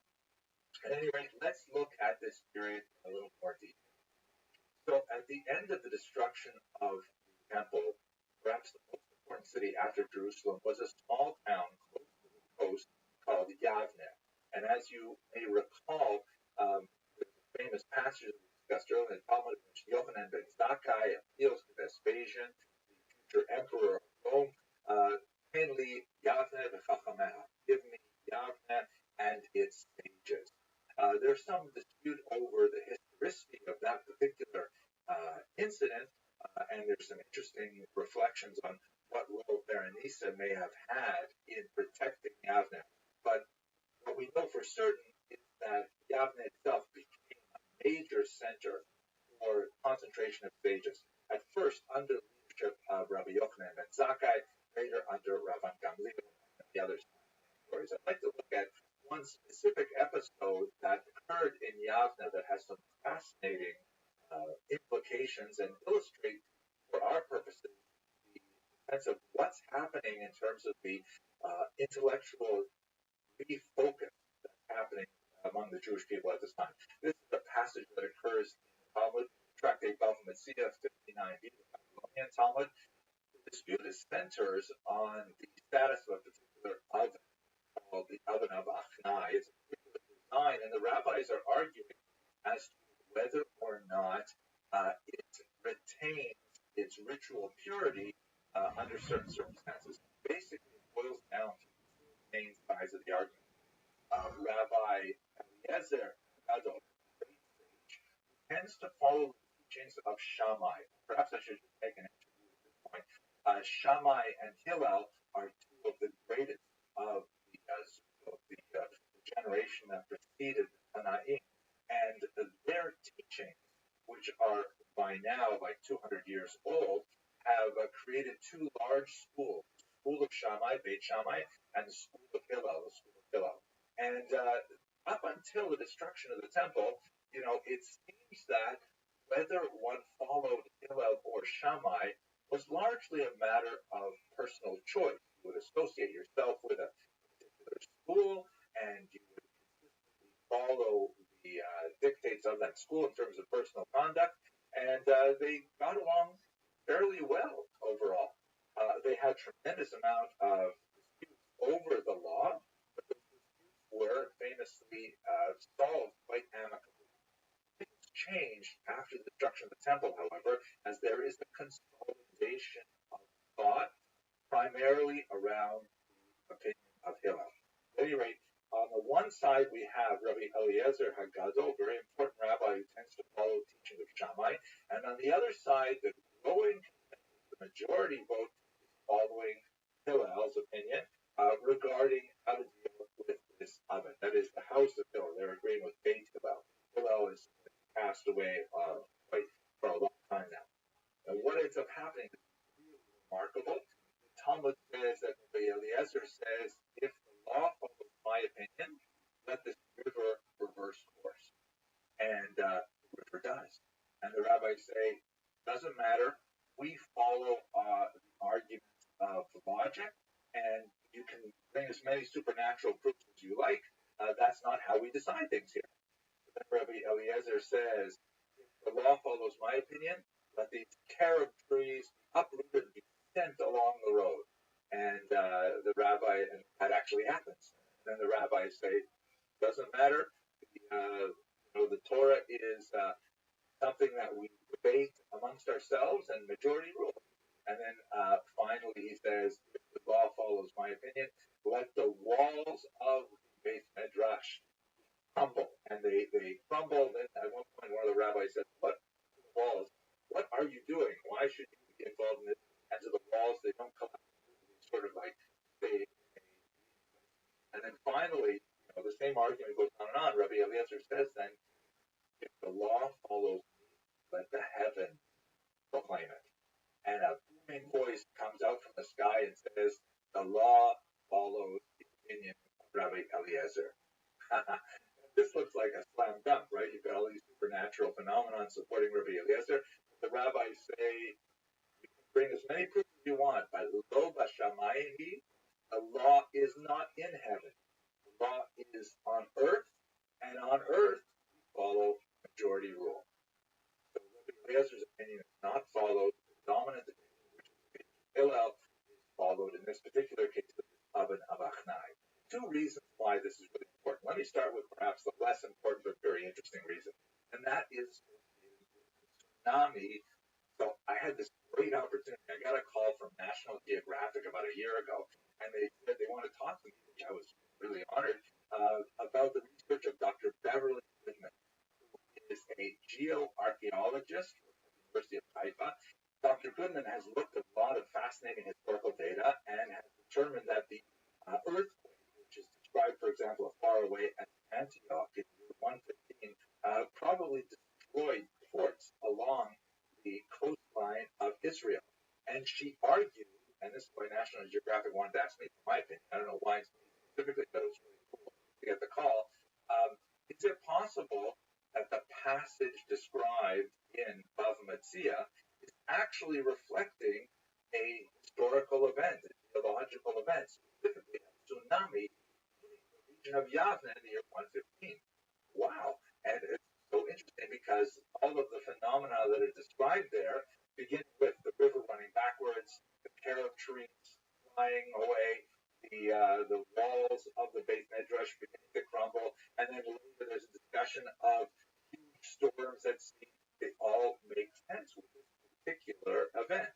Now, how to place that within the overall context of the discussion in Gemara is a fascinating question.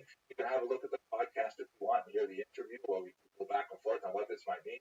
But what is really significant, that's the kind of cool point, but the most important point is that the rabbis in Yavne, perhaps with the divine assistance of this tsunami, make a clear distinction that this is how we are going to go forward. We're no longer going to be able to rely on sort of like everybody decides what they want. Am I going to be Hillel? Am I going to be Shammai? Now it's time, especially with the loss of the temple, that we have to come together for sure around our rabbinic leaders. The rabbinic leaders are deciding we're going to follow Beit Hillel, and so the development of this authoritarian consensus rule after debate becomes an exceptionally important element in the way that communities will organize themselves for the next 2,000 years. Just to be clear, the tsunami and all of the possible impact it had on the discussion that's recorded in Bava Metzia does not affect the central thrust of the meaning of that passage, which is to say that Lo B'Shamayim, the Torah is not in heaven, that the Torah is here on the planet Earth, and human beings will debate it. Bringing a supernatural proof to advance your particular interpretation of Jewish law is not considered a valid argument, and therefore the rabbis will continue to maintain their standards, and this is a very important starting point for the organization of Judaism from there on after. But it's still very cool to think that a tsunami was happening at the time. There were two institutions that were especially important for the survival of the Jews after Yavne. You can see in this map here that the sages from Yavne, which is sort of on the lower left there, they've all spread out primarily to the north, where the majority of the Jewish population is going to be living after Bar Kokhba, but also some development in the south as well. The two institutions that they will ultimately Sanhedrin and the Patriarchate.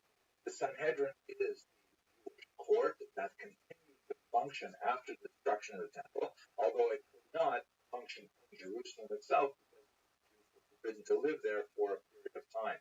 It moved, you can see from these white arrows here, out to Yavne and then up to the north where it was located in a few different places. So it finally settled in Tiberias, a relatively new city, but a very important center of Jewish activity over the period that we're discussing today. Related to the Sanhedrin, sometimes overlapping in its leadership, is the so-called Patriarchate, or Netziut in Hebrew. The Patriarchate is essentially the government of the Jews, which is led by a single individual, the Nasi. We don't have really good sense of exactly how it functions. We also don't have a really good sense of the extent of its authority. We don't have a good sense of exactly how it related to the Roman government. There are some tantalizing elements of this relationship, in particular in the figure of one of the greatest of the Messianic, Rabbi Yehuda, the prince that is sometimes related. Rabbi Yehuda Hanasi was the prime figure organizing the codification of the Mishnah, which up until this point, as we mentioned, has been an oral document that has been transmitted by these Tanaim. He organized its codification into its textual form, its written form, which we have to this day. This happened around the year 200, perhaps 220 of the Common Era. And this is really the line that separates the Tanaim from the Amoraim. After the Mishnah is confirmed in writing, its primary exponents will be known as the Amoraim, and the document called the Yerushalmi or Jerusalem Talmud, sometimes the Palestinian Talmud. Both of those terms are kind of inaccurate or misleading in one way or another, but there is a Talmud, a Talmud created first in Israel, and then a later one, a much larger one in Babylonia, which will be the subject of the next two lectures. One of the challenges of studying this period is that we are essentially locked into rabbinic documents. To a certain degree, we have some Roman government documents, we have some church historians, but most of our really juicy sources are rabbinic in nature. And so rabbis are primarily not interested in history. They want to tell us about law, about religion, about faith, philosophy. Those are the things that are, the primary energies of the rabbis. We do have some chronologists, like the Seder Olam, which is the Order of the World, one of the earliest chronologies compiled by the rabbis. We also have the ancient sources, but they're not really history. They are kind of like, on this date, this happened, on this date, this happened, without really analyzing and fleshing out why things happen and so on. So when we look at other sources, we have, for example, the Labata archaeology. We discussed a little bit when we talk about Bar Kokhba. This is the archive of some 30 documents, primarily personal legal documents that were collected by a woman who was hiding the Bar Kokhba rebels in the Cave of Letters. And what we can see from her archive is that, while it's hard to generalize from one woman, we have another source, also a woman that comes from around this time as well. It seems that Jews were not hesitant to use non-Jewish courts, which suggests some limitation of the rabbi's authority. Obviously, they frowned on the abandonment of Jewish courts for Roman courts, or in this case, Nabatean and other courts. So perhaps there's a whole existence of Jews who were simply doing their own thing, following the dominant authority, which is the Romans, instead of the rabbis. It would not be surprising to know the extent of it. We also have to realize that the Jews have a very problematic relationship with the Romans. On the one hand, heavily resenting the Romans for the depredation in their society, and on the other hand, the Romans, who have by this time, by the way, established 2 legions in Israel, which is a remarkably large number of people, about 10,000 soldiers, and they are cash heavy, meaning that they get paid in coin, and so they're extremely important for the local economy. resented by the population. The rabbinical gives a lot of descriptions of the abuse of the population by the Romans, but on the other hand, they're really essential to the economic realities of Israel. The Romans, as we shall discuss in a later lecture, are also extending certain privileges to certain classes of Jews. Makes a very big difference, and they're building roads, different kinds of infrastructure things that are useful for them as soldiers, but also useful for the economy as a whole. So there's a complex dynamic going on here that we don't know a lot about. We also get the sense, however, that even though we don't know for sure how extensive the authority of the rabbis are, there's no question that they have a phenomenal role, that Judaism is a very competitive ideology at this time. Just for one example, have a look at Helena of Adiabene, who was a queen of this small kingdom out here on the upper Tigris River. And Josephus tells us a lot about it. She also appears in the Talmud as Helene Hamalka, Helene the queen, and she actually converts with her son to Judaism, and she makes several trips to Jerusalem. She's known for her tremendous generosity. She gives a lot of charity, and she chooses to be buried in this magnificent tomb. It was for a long time associated with someone else until they realized it was, in fact, Helena's tomb. Her sarcophagus was retrieved and is on display in the Israel Museum. So, yeah, I thought that a very important, powerful political woman like Helena of Adiabene would refer to Judaism. It's just a sense of how, even during these very difficult times, in the first century and onward, Judaism is still quite appealing to the outside population. Okay, I'm going to leave it here. Let's go on in the next lecture to look at the development of the Babylonian century. Thank you very much for watching.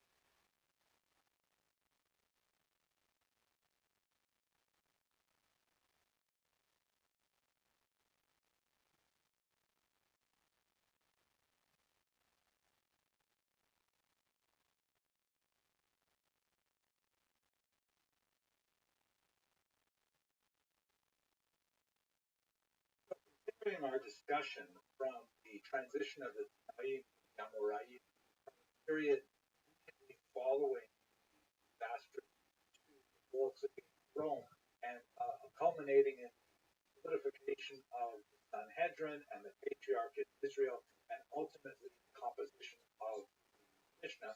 Let us now transition to Babylonia, which will become the gravitational center of the Jewish world in a very short order. After the year 219, when Rav, a scholar, arrived in the region after having studied Israel. He was actually a native of Babylonia, went to Israel to study, came back, and was very much involved in establishing educational standards there.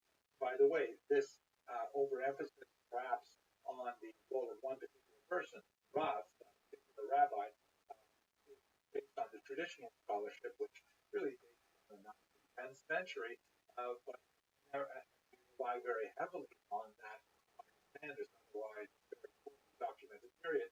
But what we can say with absolute confidence that Babylonia becomes such an important center to follow the revival. So let's just do a little bit of background on the reality.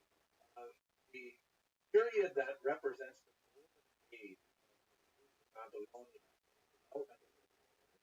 is a period when the Parthian Empire falls to the That's in the year 24 Common Era, and again, we don't know very much about the region before 219 in particular. That's when we begin to have documentation from the Talmud itself, but also from Gaonic authorities like Rabbi Rothschild, who wrote the first Talmudic history to describe what was going on in the region.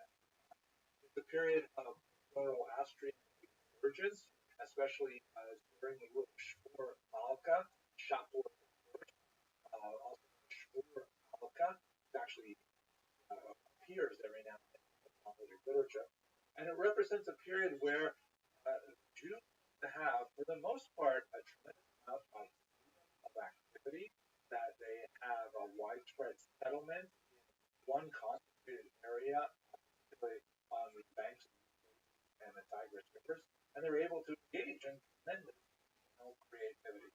And it will remain this way until Muslim conquest in the 7th century, and then things are going to shift, just like we saw shifting from the Tanaim to the Amoraim. Then we have a different kind of intellectual orientation. The Talmud is solidified in this format, but let me do that on in. At any rate, what we're looking at today is the first couple of centuries after the early. Here's a map that shows where the Jews were settled. On the right-hand side, you can see the larger scale, the two major rivers, either the Nahar Ziklat or Hideka, which is the Tigris, and the Nahar Prat or the Euphrates. They flow from the northwest down to the southeast, the Gulf, and there's a region at the waist of those rivers where they come together. That's were primarily settled. There's much older settlements that we bring in biblical literature, for example. This is where the heavy settlement is the Talmudic period. Now, in this particular map, it's called the area of pure lineage on the left there, and this is a determination that was made in the Talmud discussion about marrying up from faraway lands, whether it's a question of intermarriage and following divorce law appropriately, which has great significance in Jewish thought. I think it's kind of like overstated the way it looks like a solid block, and if you're born on the inside, you're in big trouble. It's not necessarily the case, but I'll leave that to the rabbis to argue. You can see here, though, the number of small towns that are actually referred to several times in the Talmud, but they're all based on these big rivers, canals that run. Here's a Hebrew map that I think is the most important site. The great Shiva at Sura, the great academy at Sura, at Nehardah, and at the story of these three yeshivot. And after the 259, Nehardah is overrun in regional conflict, a few yeshivot, Sura and Pombedita, last for hundreds of years and extend well into the awesome period. These are the great academies, centers of study where the Talmud was developed in Babylonia. And what I think is especially fascinating about this map is that if you look at the data, you can see that it's 50 kilometers basically of the book. 50 kilometers, miles, something like 30 miles, like conceivably walk along the riverbank all the way from Sura to Pumbedita on long day. Certainly stop at Nahardah for lunch. The next day and walk to Pumbedita and have lunch there the next day. We're talking about places that have such phenomenal global significance for Jews studying the Talmud, they're really so close to each other, even by foot. And the historical element of this is that when Rav came back from studying with Rabbi Rothschild and others in Israel, he returned to Babel. He ended up establishing the yeshiva of his colleague Paul Nahardah, and later the yeshiva moved to Yeshiva, and that's how we have the major. There are many, many others as well, but these are the three really big early yeshivos established in the region. A lot more to say about what exactly was a yeshiva. Tend to think of contemporary yeshivos and hold them backwards in time, what they must have looked like then. Possibly didn't look like that at all. I mean, more like circles or things like that. But we do know that there were three kind of institutional settings that were especially important in the early period. In the next short video, I'm going to tell you a little bit about what the Talmud is and what the rabbis in the yeshiva were doing. We understand that we are to a certain degree hindered by the fact that almost all the information we have about Jewish life in Babylonia at this time is from the rabbis. And the rabbis, by and large, are not really interested in giving us extraneous information that we might like as historians. They give us a lot of description about law, religion, things like that, but not necessarily. And when scholars begin to discover a little bit of little evidence recorded in non-Jewish sources, or perhaps archaeological evidence, absolutely fantastic and amazing. Like, for example, this is a curse bowl. There are literally hundreds of curse bowls that were recently discovered in the region. It has a demon at the center, and it appears that these bowls were kind of like folk magic that somehow used to produce these devices. It seems that they may have been, broken apart as a form of affecting a kind of a curse or something on one's enemy, things like that. But what's fascinating is that a lot of the personal names that are listed here are clearly not Jewish names, but local Babylonian names. So it may be that Jews were, they cornered the market in curse bowls and they were selling them to everybody. We don't know for sure. It's fascinating to see little bits of what like outside of the yeshiva, for which we have all kinds of. We know, again, primarily from the Talmud sources, that there was a form of organization of the some kind of self-government of Babylonia at this time. It's not entirely clear how effective that government was. We know that it did enjoy some recognition from the legal power. There was the Jews did have some kind of self-government, which did have official standing to some degree or another with the royal king, led by someone called the Exilarch, probably modeled on the patriarchate in Israel, just like Rabbi Yehuda Nasi was a descendant of King David and had that role. So too the Exilarch was from the line of and so on. There is a significant amount of doubt among scholars as to when Exilarch actually began to sort of lose track of reliable data in the Parthian period, but certainly their name, interact with rabbis and so on. There's also a lot of people who are active in the area, and we only catch glimpses of them because our lens is rabbinic view of the world. So we've already talked about Gloria, the exceptional women because she was so learned. We also have a number of other women that occur, like Delta, who was a very learned and amazing woman. She is associated with medicine as well, so it could be that she was representative of women who had some healing profession outside of what might have been normally considered a women's domain.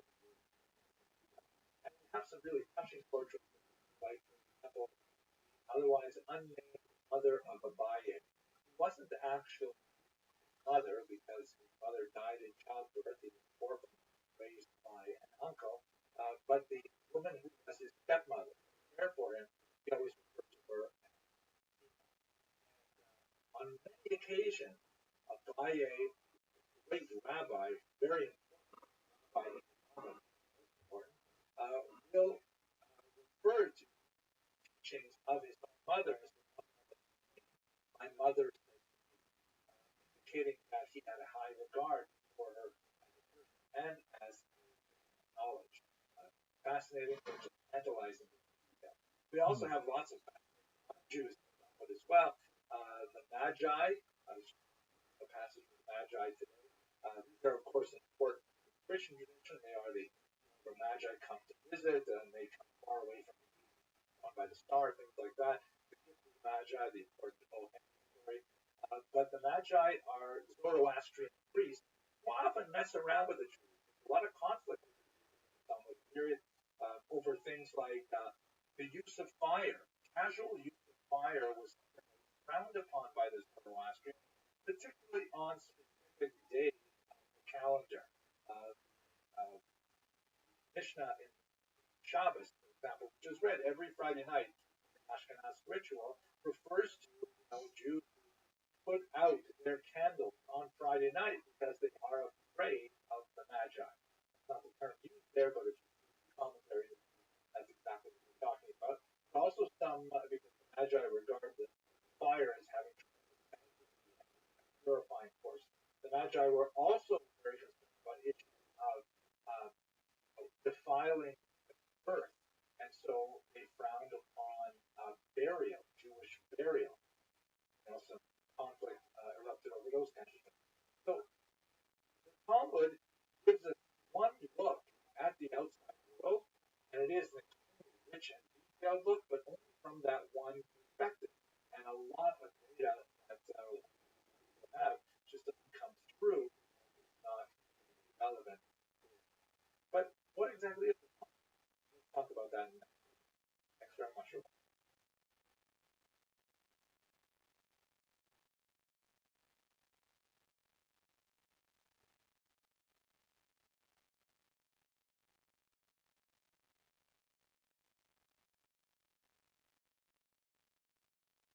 Okay, I've only given myself a few minutes to describe what the Talmud is. Like that's a crazy impossible task. It's such a strange and unusual and amazing and wonderful document that to just try to scrunch it down into a few minutes is a very challenging idea. But nevertheless, I think I have a couple of ideas and I'd like to share them with you. First of all, let's look at something a little more prosaic. What exactly is, let's say, the structure of the Talmud and its purpose? So probably the best way to understand is to look at a modern printing of a Talmudic page, as you can see here. And this has been helpfully color coded to give you a sense of the kind of literary archaeology present on every page of Talmud. The first section we have to look at is the sort of coral color, and that is the Mishnah. Now, we had a whole class several weeks ago about what the Mishnah was, and so I'm not going to summarize all of that class here, but the Talmud is really a commentary on the Mishnah. And just like the Mishnah is sort of like a law code, I mean, it's a little more organized, and it has like, general subjects like this whole order with Jewish calendar and Jewish holidays. This whole order deals with damages, things like that.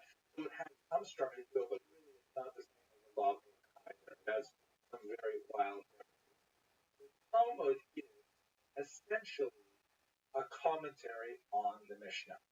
Immediately following the Mishnah, you will have a discussion that will include literally tens, hundreds of speakers, primarily rabbis, but also we saw occasionally a non-Jew make a statement or a woman involved in the story, and it's this is what makes it really strange. It's like kind of like it's highly arcane in its language. It's very coded, and it takes a lot of training to be able to decipher it.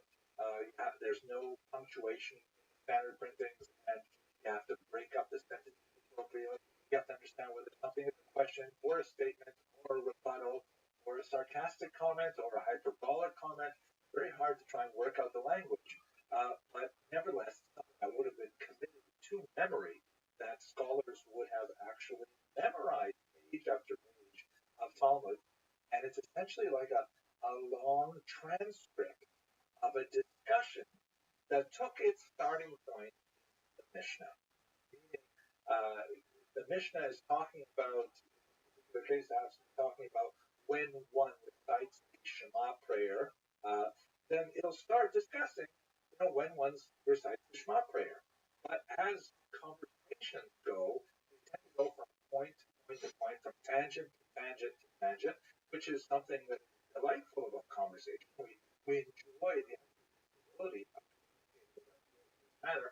The Talmud essentially follows that and enshrines a kind of literary stream of consciousness in this document. And it is amazing. It requires tremendous concentration and focus to make the leap of logic and imagination that's required to follow the discussion, but it provides incredibly satisfying results. And that's what happens in the Mishnah. The Talmud, which, by the way, is also known as the Gemara. The word Gemara is Aramaic, and it means literally finishing, complete, Gamar. The term Talmud and Gemara are sometimes changed, possibly because of the fear of church interference in the text, which happened in the 13th century and onward, referring to the Talmud as opposed to the Gemara to try and avoid the ire of the enemies of the text. But it can go on for pages and pages, much, much longer than the Mishnah. One Mishnah, like a paragraph like the Mishnah, may result in 15, 20 pages of discussion that follows. So that's really what's going on.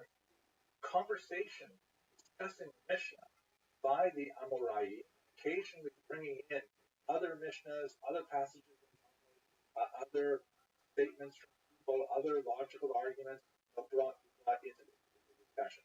It's worthy of note, by the way, that the Talmud, even though I'm showing you the first page, it has no real beginning. It's often compared to an ocean, say the Sea of Talmud, and just like you can't say the sea has a particular source. It all comes from one place. It's there, and then you have to enter the sea at some shoreline. Some places might be nice, easy places to get into the water, like the second chapter of Bava Metzia, which deals with lost and found. That's like a nice sandy beach, South Florida kind of style. And other places are like rocky fjords, water crashing and like trying to jump into the middle of I don't know, the Nachos or something like that, sacrificial law and things like that. Very, very hard. But nevertheless, everyone kind of approaches it and has to learn to swim right away. It's brilliant and amazing, and I'm already talking more than I need to. It's embracing the text, the remarkable metaphor of Rabbi Rothschild. On the right, Rashi, commentator from the 11th century. We'll kind of speak more about him as we go on in this course, and his descendants and others, the 12th to 15th century. And they're essentially all concentrating on the central area of the text. I'm not going to label it here, but there are many other commentators surrounding them. The page, which is the prime real estate, many, many more in other books on this particular page. But this gives you a sense of like what the document is all about. The structure is here. The function of it is basically to explicate the Mishnah, because the Mishnah itself demands further elaboration. I mentioned earlier Rabbi Rothschild. I have to give a shout out because he runs an amazing website called 1840.org, and amazing discussions there on all kinds of big Jewish ideas, and I love listening to it. We recently had a podcast with Professor Chaim Saiman, shown here, who is an expert in Jewish law. He wrote a great book called Halacha. I heard on this episode something that just made so much sense. I'm going to share it with you now as sort of why the Talmud is so important. So Chaim Saiman introduces the audience of the podcast to the work of Robert M. Tucker, a lawyer who published an influential article called Nomos and Narrative. And in this article, he basically used the Talmud as a starting point. Now, what exactly is Nomos and Narrative? Nomos is a Greek word in law, and narrative kind of like the story behind the law. And in fact, that's what happens in the Talmud. There's lots of like dense, legal, sometimes picayune discussion of tiny little details, sometimes theoretically that can't possibly actually happen in real life, interspersed with a big excursus on the meaning of life, the purpose of the world, the nature of the afterlife, philosophy, recipes, the behavior of a cat, all kinds of things are popular sayings. They're like thrown in there, and some commentators have felt that it's kind of random, hardly random, not intentional. And what Professor Cover wants to say is that in order for a legal system to work, Talmud is the foundation of a legal system called by some the Constitution of Judaism. Greek Constitution, you can't like hold it very in pocket unless it's on a phone or something like that. The Talmud mixes nomos, law, narrative, the story behind the law. And this is really important because if a society, our Mr. Clover, Professor Clover, society simply lays down rules without explaining to society why those rules exist, without providing the narrative behind them, then ultimately that's tyranny. The rules are arbitrary. They're made up any way you want. On the other hand, when you support the rules with the narrative, as I've often found in my administrative capacity at the college, people understand and can accept and know the request. They understand the why behind it. That's essentially what the Talmud is doing. The Talmud kind of wanders between three discussions of nomos related issues, two discussions of narrative related issues, and it forms a somewhat complex and sophisticated whole, bringing together nomos and narrative at once. I strongly urge you to have a look at that podcast on the Talmud. I'll put it in the source notes below the video. So that's really what's going on in the Talmud context. Now, I have written a lot more about the Talmud. I have many other videos on the Talmud site as well. I am very much involved in actually producing a daily video on the Talmud. It's studied in a format called Daf Yomi, which means a full video a day, 2 sides of 1 page per day. And the program used by thousands of people around the world today, perhaps hundreds of thousands even, called Daf Yomi, and it takes 7.5 years. In the middle of this project, 2,711 little history videos that go with every page of the Talmud. I invite you to have a look. I'm not going to say much more about the Talmud here. What I will say, though, is that it is a document that has managed to retain the fascination of its students for centuries. It is absolutely engaging and refreshing and sometimes frustrating, sometimes enervating, but always energizing. And it is a document around much of Judaism has revolved for the last 100 years or so. Am I enthusiastic about it? Okay.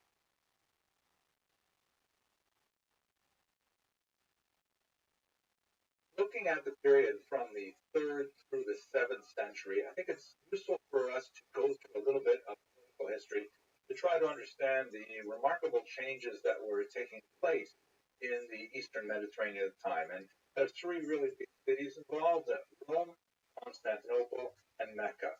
So from the 3rd through the 5th century, Rome goes through a pretty significant period of decline. As you can see in the 19th century Russian painting by Karl Dulov that shows Rome being sacked, and it was actually sacked several times by the Vandals and others coming from Central Europe. They're taking away here. You can see the menorah and all kinds of things like this, whereas the church seems kind of stable on the far right there. Anyway, it's a period when Rome is going to go through a series of significant steps downward in its authority, and this is going to affect the balance of power in the entire region, as we shall see. Israel will remain within the boundaries of the empire, but just barely, because as we'll show you on a map in just a second, the eastern border of the Roman Empire gets pushed steadily towards the west, and Israel just maintains, with the exception of about 15 years, that space on the easternmost part of the Roman Empire, which was so huge, and it's just barely hanging on in there. The Christian population in Israel during this time, however, is growing significantly, both from conversion to Christianity from the indigenous population, Jews and others, and also from immigration into the region for a whole host of reasons. Remember, Israel is a kind of a crossroads, and so as Rome was able to consolidate its control in the region, the presence of legions, so on, development of infrastructure, there's attractiveness in that region for many settlers. And we see the population actually increases at this time, but the balance of the population will change. The local Christian population in Israel will grow, which is not necessarily a good sign for the Jewish population. In the middle of the 4th century, there is a revolt that erupts in northern Israel, where Jews are very dissatisfied with the leadership of one Gallus. This is, however, put down quite decisively, and ultimately will just accelerate the pro-Christian orientation of the Roman Empire to the detriment of the local Jewish population. There is a moment of respite shortly thereafter when the Emperor Julian, known in some quarters as Julian the Apostate, tries to make some kind of connection with the Jews in Israel and in the diaspora by promising to rebuild the temple in Jerusalem.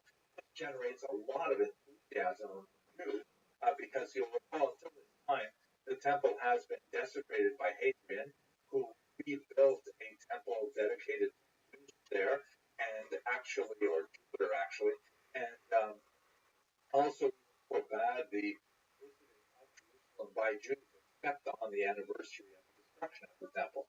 So Julian the Apostate's offer to rebuild the temple, although it's short-lived because he will be killed in battle, ultimately increased the enthusiasm of Jews and even more ire of the local Christian population.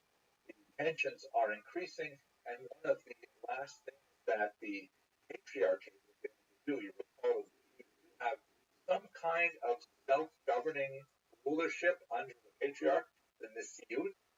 The patriarch Hillel II, also known as Hillel Nicaea, to distinguish him from the Hillel before the Common Era, he designed a 19-year calendrical cycle, which would later be added upon in centuries. But basically, he sketched out the possibility of working with a calendar that is mathematically calculated rather than relying on the traditional sighting of the moon, which is something that was in place for many hundreds of years. But there were a couple of moments in Jewish history when, for example, the Samaritans and now possibly the local Christians might have interfered with that process.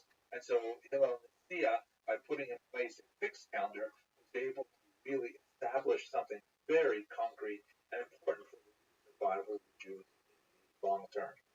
He was very concerned that the Christian Empire, the Roman Empire, now officially Christian under Constantine, would actually disavow the power of the Sanhedrins. And in fact, this would come to pass, although not under Constantine, would happen in the 5th century. So that's basically what's going on in Rome as it falls into decline and how it has an impact on the Jewish people, particularly in Israel. If we look at Constantinople, we see an acceleration of this negative trend. So first of all, where is Constantinople? If you have a look on this map here, you see the big red mark, and it's on a very important strait called the Bosphorus that separates essentially the Mediterranean Sea from the Black Sea. Very important site for maritime trade.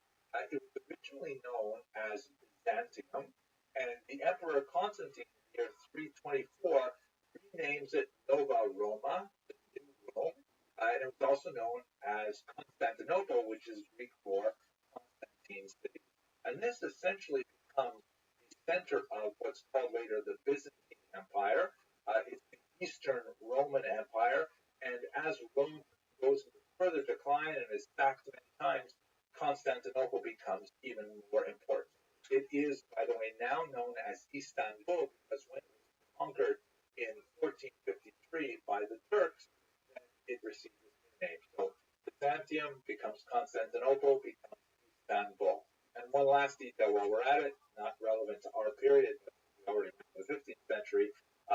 When Istanbul is no longer a Christian city, then Moscow takes upon itself a kind of mantle of Eastern Christianity, understanding itself as the third Rome. Right? You have Rome, the first Rome, then you have the second Rome, or Nova Roma, Constantinople, the Byzantine Empire, and then finally Moscow is self-understands as the third Rome, the inheritor of the entire Eastern Christian tradition.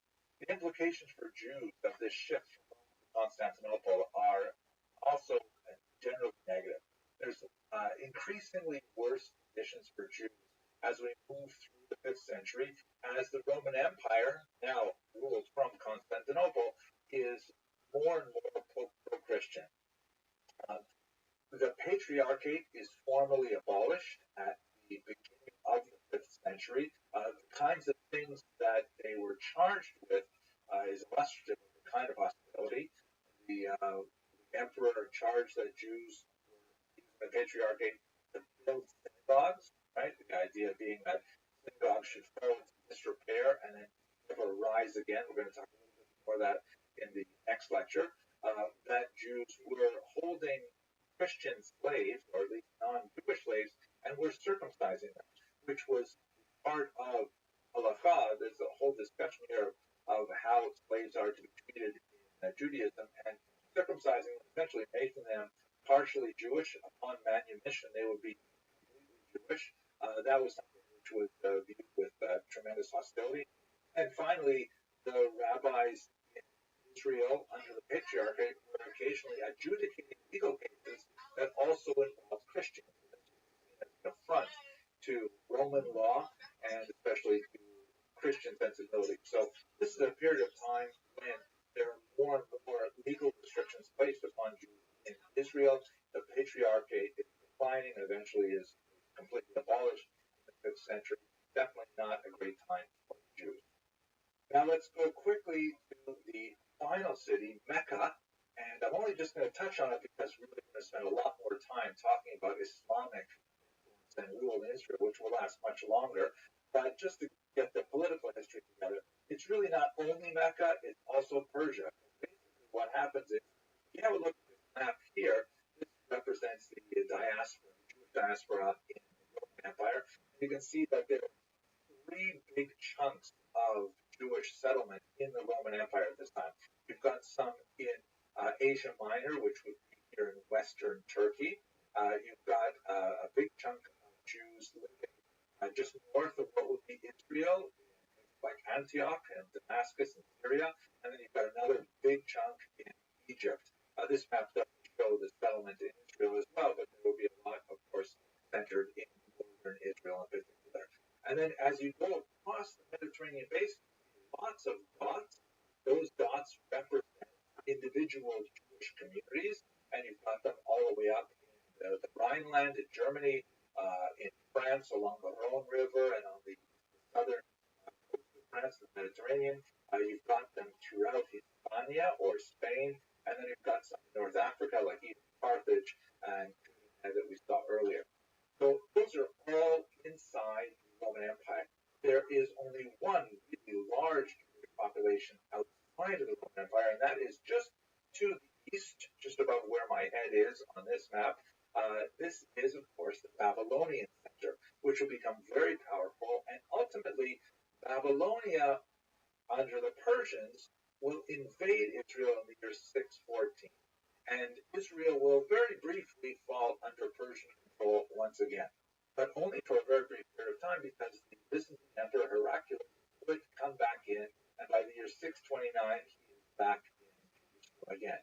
This would also be short-lived, as we can see shortly.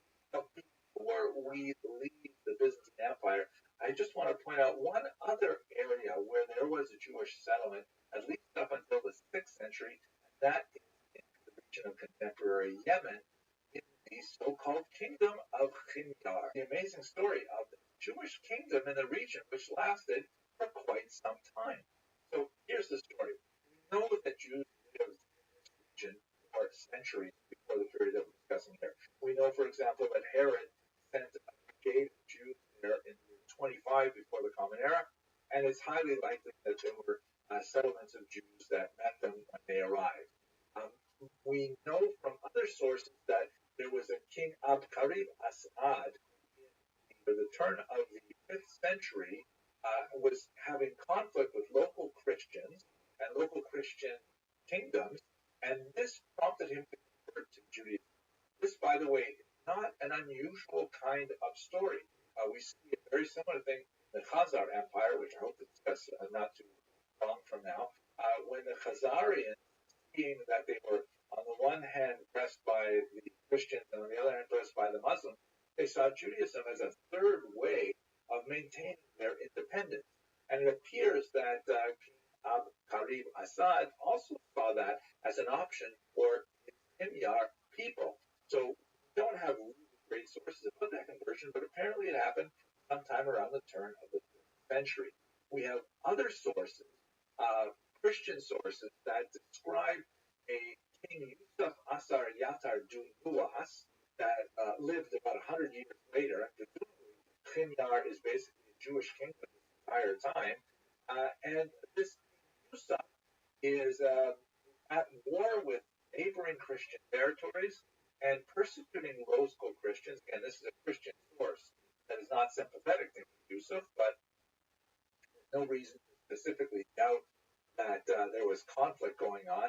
And what's fascinating is that, so far we only have kind of sketchy little bits and pieces of data to suggest that the kingdom was Jewish, but a lot of new material has been discovered in funeral inscriptions, for example, in Beit Shan in northern Israel and elsewhere, that refers to the Kenyarites as being Jewish, and that they want to be buried in Israel and all kinds of things like this. So it's actually quite likely that, in fact, there was this Jewish kingdom in Yemen at this time.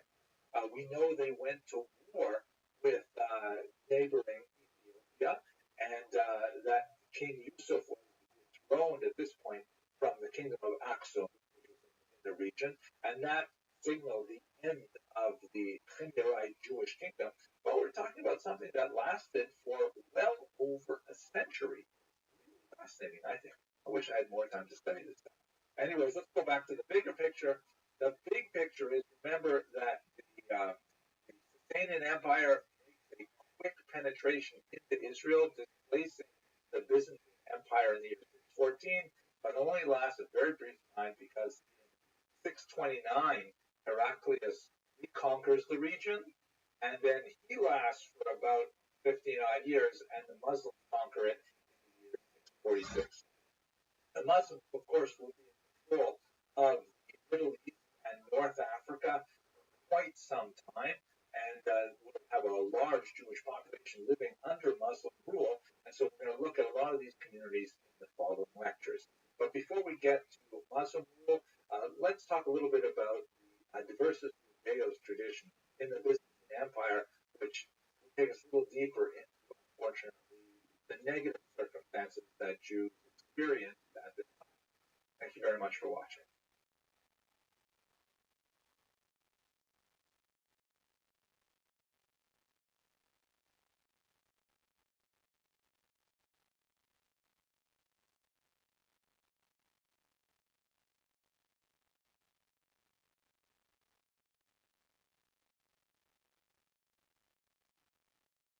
One of the more consequential aspects of the Jewish experience in the late Roman period is the development of something called the Adversus Judaeus.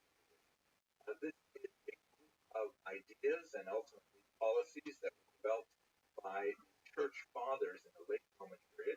Adversus Judaeus, the title is generic, it's taken from a series of sermons in the 4th century by St. John Chrysostom. It translates as against the Jews, or as they say here in the United States, against the Jews. Besides the regional differences, because there are clear distinctions between those ideas that were generated where had very little population base and environment, those areas where there was much more of a mixed population and non-Jews actually interacted with Jews on a level. But what's also really important to note that Christianity becomes a state religion in the 4th century with the adoption and approval of Christianity by the Emperor Constantine. And so the ideas that begin as kind of theological disputes, early Christian thinkers articulate the identity of Christianity in the background of Judaism, largely theoretical kind of ideas had more of a rhetorical import than a physical one, become much more policy ideas once Christianity is an empire. So some of the ideas which are, perhaps understandable in a rhetorical environment, and hyperbole like that, actually quite significant. There's real power behind those ideas. Well, anyway, let's have a look at a couple of the aspects of this Adversus Judaeus. Let's start with Justin Martyr, shown here at have to tell you, sidebar, as I was preparing this lecture, I came across this on the internet citation. Andre Dubé,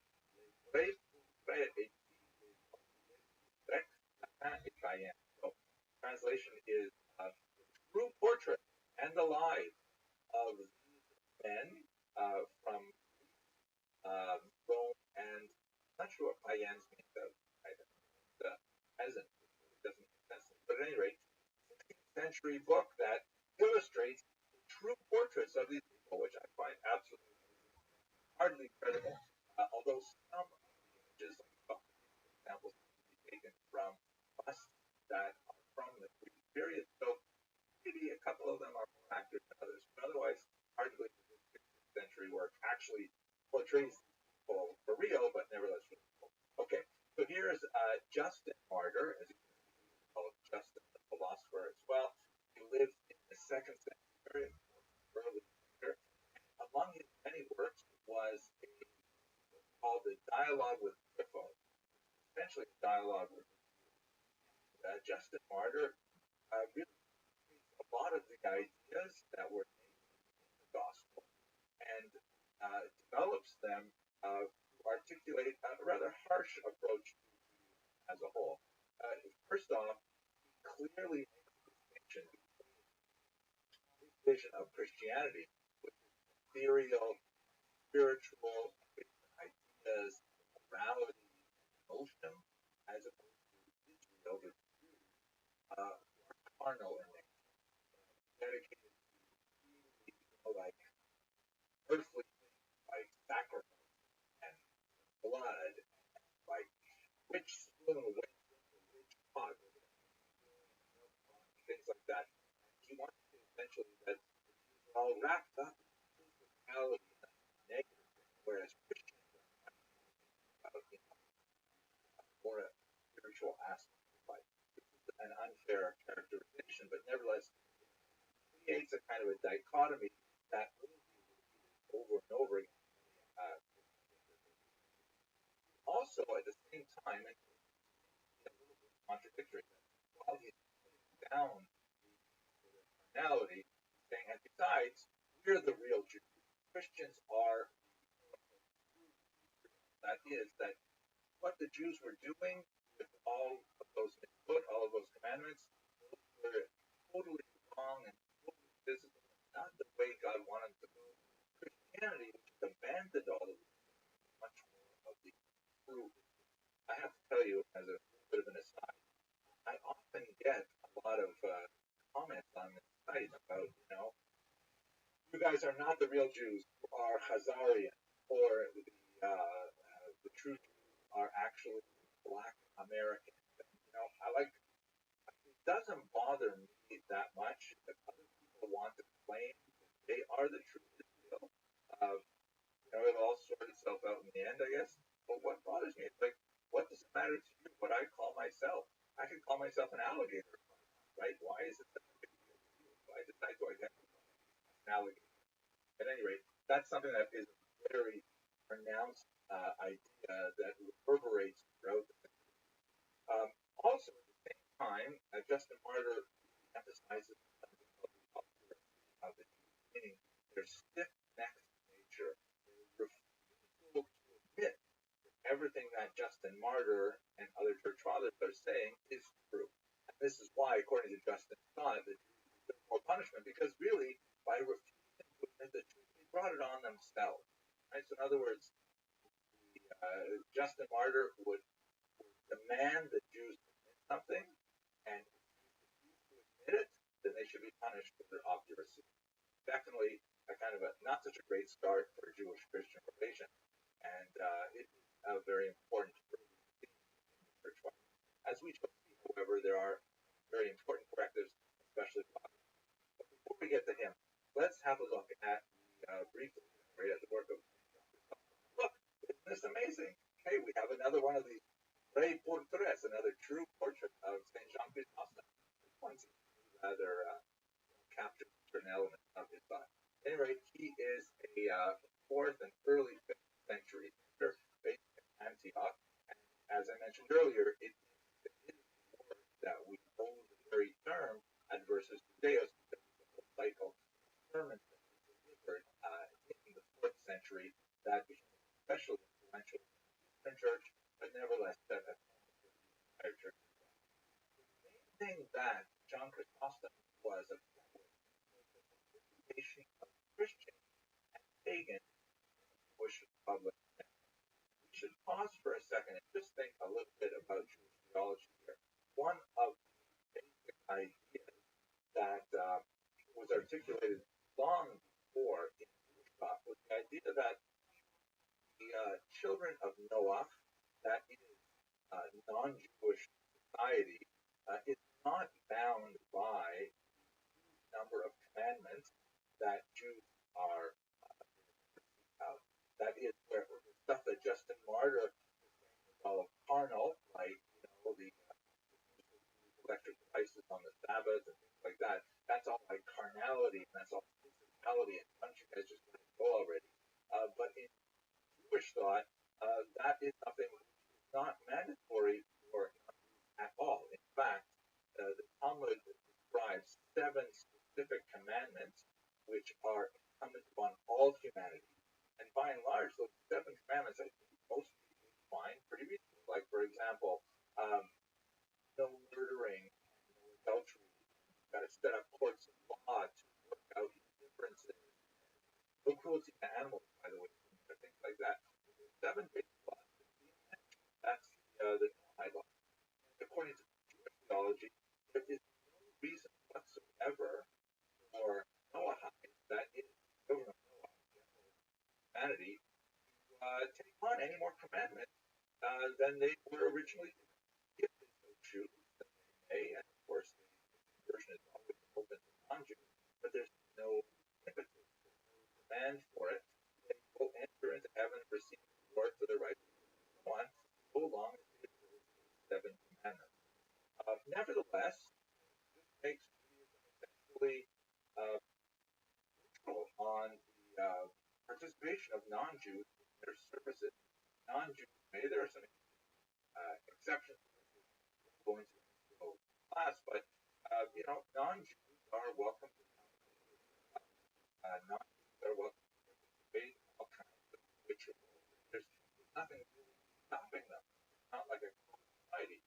And from what we see in Chrysostom's rather venomous comments in the sermon, this is exactly what was happening in Antioch. At a fairly open society, non-Jews are involved in Jewish activities and going to synagogue and participating in whatever degree they feel like they want to. That's really upset with it, because this was making it very difficult for Christianity to clearly identify what it's about as opposed to the kinds of things he's very upset about. Non-Christians participating in Sabbath rest, specifically on Saturday, right? A little bit earlier in the 4th century, a very important Council of Nicaea that adjusted the calendar in significant ways, making sure that Christians would observe the day of rest on Sunday, not on Saturday, the day of rest, and that Easter would always be unlinked from Passover, and apparently not even are occasionally exchanging gifts on their holiday, which is very puzzling to them. It also has echoes in the Talmud incidentally, but I'm sure you wasn't aware of it. That non-Jews were enjoying matzah, that gives them their freshly baked Passover matzah. That's a pretty nice gift, 25 pounds. So they're giving them they essentially fed them just flour and water crackers, but nevertheless, the seasonal food is going. That non-Jews were engaging and fasting, that sometimes Christians would participate in Jewish fasts, like the fast to commemorate the destruction of the temple and so on. That refers to non-Jews kindling light on the Jewish festivals, which appears to be some kind of reference to non-Jews acting as a Shabbos goy. The term goy, by the way, can be used in a derogatory sense, depending on how it's used, the tone in which it's stated, but it literally means nation. In fact, the Jews themselves are called a goy in the Bible and kind of like the word Jew, which I use generally a neutral or positive sense. But someone says to you, hey, Jew in the street, that's the term Shabbos Goy means Sabbath non-Jew. Non-Jew will occasionally help out on the Sabbath, such as now, by the way, before you ask a non-Jew to do this for you, there are a lot of restrictions on it. Check or rabbi before you get excited about having non-Jews take care of those things. That non-Jews were actually involved in communal prayer with the non-Jews would come to the synagogue, get engaged in Kodesh or Shabbat or whatever, pray with them, and of course we did the Passover Easter. So John Chrysostom was really, in a series of really lambasting the audience, saying push ourselves and separate ourselves. These are all terrible things non-doing, Christians specifically, and that the Jews have to be. A lot of evidence in Chrysostom sermons that suggest that Christians actually got along fairly well in Antioch, and that's now let us do something a little more positive about the adversity of the church, or perhaps more generally about the church fathers as a whole. If I had to pick my favorite church father, no one has ever asked me to do this, but I would definitely say St. Augustine. A fascinating person with an amazing biography. So many cool things about him that it's enjoyable to read about it. This is one particular story, a beautiful Italian envisioning of it. St. Augustine was apparently, he had a lot of personal doubt about theology, and he worked us through it in writing. He was really confused by the Trinity, did not understand on this child who in the original version was standing by the ocean. Renaissance picture, forest or something, and the little child was with a small spoon scooping out water from the ocean and putting it in a little hole. Here you can see the little hole right in front of him. There's the halo, like a supernatural. And St. Augustine says to him, "What are you doing?" And you'll never be able to fill out that hole. The child says, "Exactly. There are some things which think about, never can."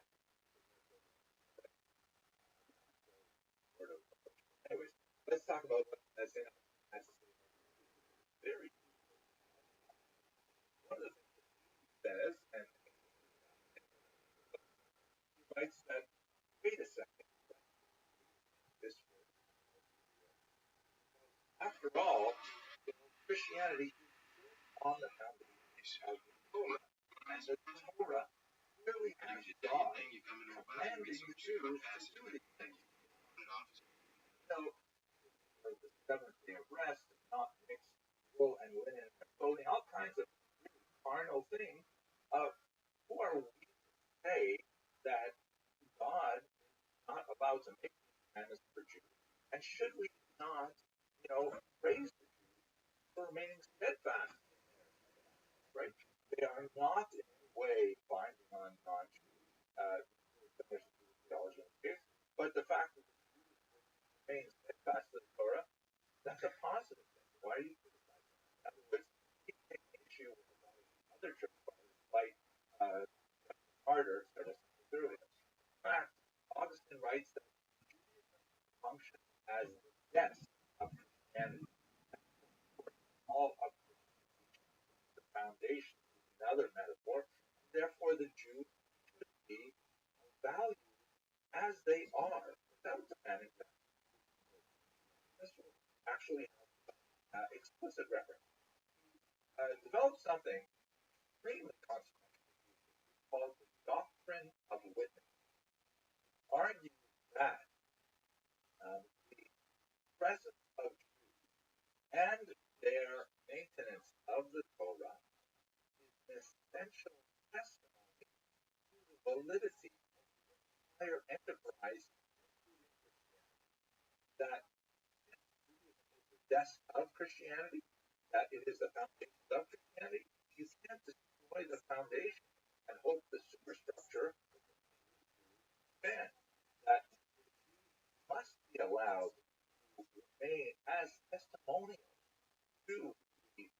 communication with God that is recorded in the Torah. And in fact, when the Messiah returns, Christian thought, they will once again testify identity. So, contra Justin Martyr, contra Chrysostom, and many other church fathers, obviously saying that should be preserved. Now, this is not uniformly positive. They are like the metaphor of Cain. You recall that early on in Genesis, Cain kills his brother Abel, and then God punishes him by placing a mark upon his forehead and causing him to wander forever. The most important element of that mark is that although there was broken that anyone who would lay Cain's mark was there, he should not be killed. He should not be killed. That's exactly the way God relates to you. Now, that sounds kind of negative, but in reality, this principle, particularly them not, really consequential, as it essentially defines church policy. Jews should not be killed, should not be subject to forced as they must, according to the doctrine, remain as Jews. This is essentially testifying or witnessing the validity of Christianity. Now, it is important to know that this particular set of ideas was included in various ways. There were certain thinkers like Gregory the Great, for example, definitely a positive approach to benefit for Jews. And there were others who emphasized that the idea of the doctrine of witness only worked if the Jews were in a degraded state. That is, let's keep them around, but they shouldn't be allowed to get ahead, because if they get ahead, then that witness actually stands against Christianity. Say, look, we should have stayed Jewish. Why should we turn to Christianity? Look how good the Jews have it.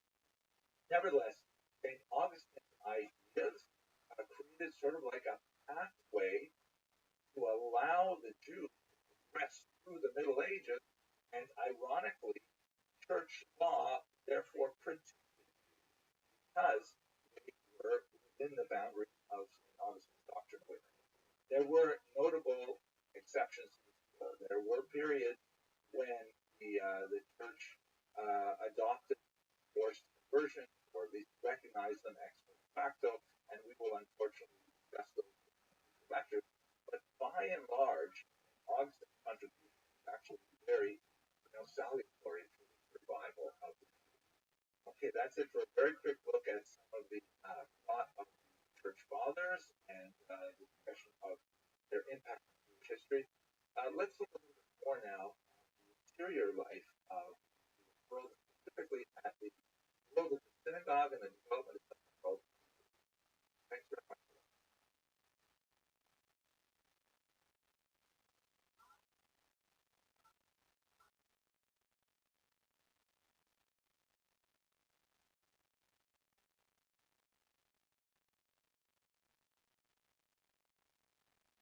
In the last couple of videos, we spent a lot of time talking about how Jews were acted upon by larger forces, state, church, and so on. But I don't want to give you the impression that they're just passively accepting whatever is coming to them from the outside. The Jews are also very creative at this period in time as well. So let's just take a few minutes to see one area where their creativity is especially prominent, and that is in the institution of the synagogue. Here's an interesting looking map of the synagogues in the ancient world, specifically looking at the 1st and the 2nd century. And if you have a look at the legend there on the left, you can see that the blue dots refer to literary references to old synagogues, and the green circles are papyri, and then you've got inscriptions, and finally the stars are archaeological evidence of the synagogues. Now, they're not including here the synagogues in Israel. Of course, there are quite a few in the land of Israel itself, but the main concentrations are in the Nile Delta in Egypt. You've also got quite a few in Asia Minor, the Italian Peninsula, a few of them up on the Black Sea littoral, which is really interesting. And then one that we'll look at in a little bit more detail in a second, Dura Europos, which is way over here on the right. It's a fascinating synagogue.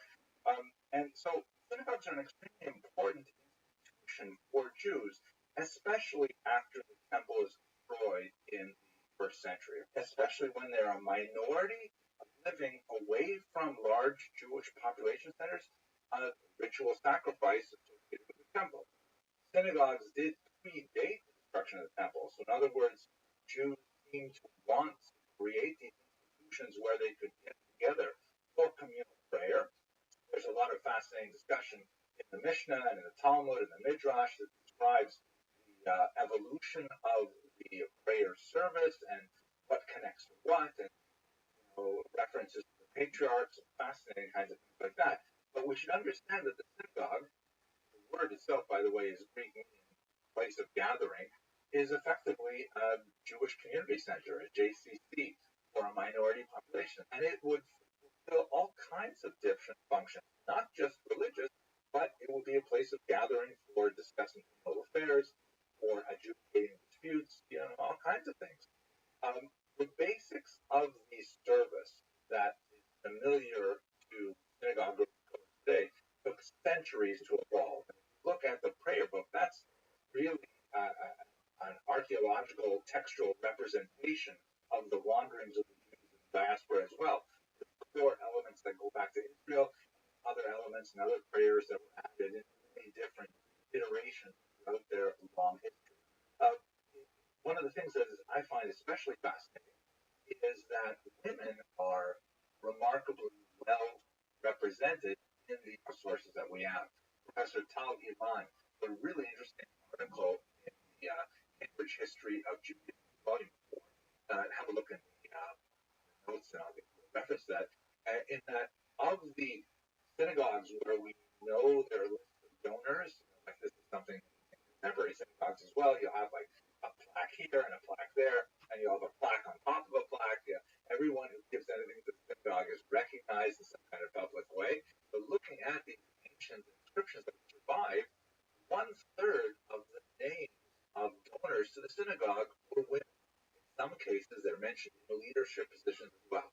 So that's a really fascinating statistic. I wish we knew more about that, but maybe we'll get back to it later on in this series. At any rate, the synagogue is forming as a major locus of Jewish activity, and innovations are replicated across Europe. And let's look at two of them in particular. Now, here is a beautiful wall painting of Dura Europos, that remarkable synagogue that was so well preserved. This is actually a representation of elements in the story of the book of Esther. You can see there's Mordecai on the left on a horse, being walked along by Haman, I think. It's fascinating. At any rate, the kind of things that are going on in the synagogue at this time, they're still trying to work out. For example, public Torah reading is obviously something very important. Even the prophet Ezra had mandated the reading of the Torah on a regular basis. But how exactly is that done? How exactly is it broken up? One of the major distinctions that we have at this time is that Israel tended to prefer a triennial Torah reading, meaning that the first 5 books of Moses were completed only once every 3 years, which meant there was a much shorter amount of time actually dedicated to reading the Torah. Whereas in the diaspora, annual reading, which is pretty much the norm nowadays, was preferred. And this made for a lot of interesting gaps in the prayer service. How long was the prayer service? What other things would people say or do in the prayer service, and so on? One of the most fascinating elements related to this is the institution of the, I guess the modern term would be drasha, or sermon. That's not the term that was used in the ancient period, but it finds its textual expression in the creation of Aggadic Midrash. So we spoke about Midrash a while back in this series.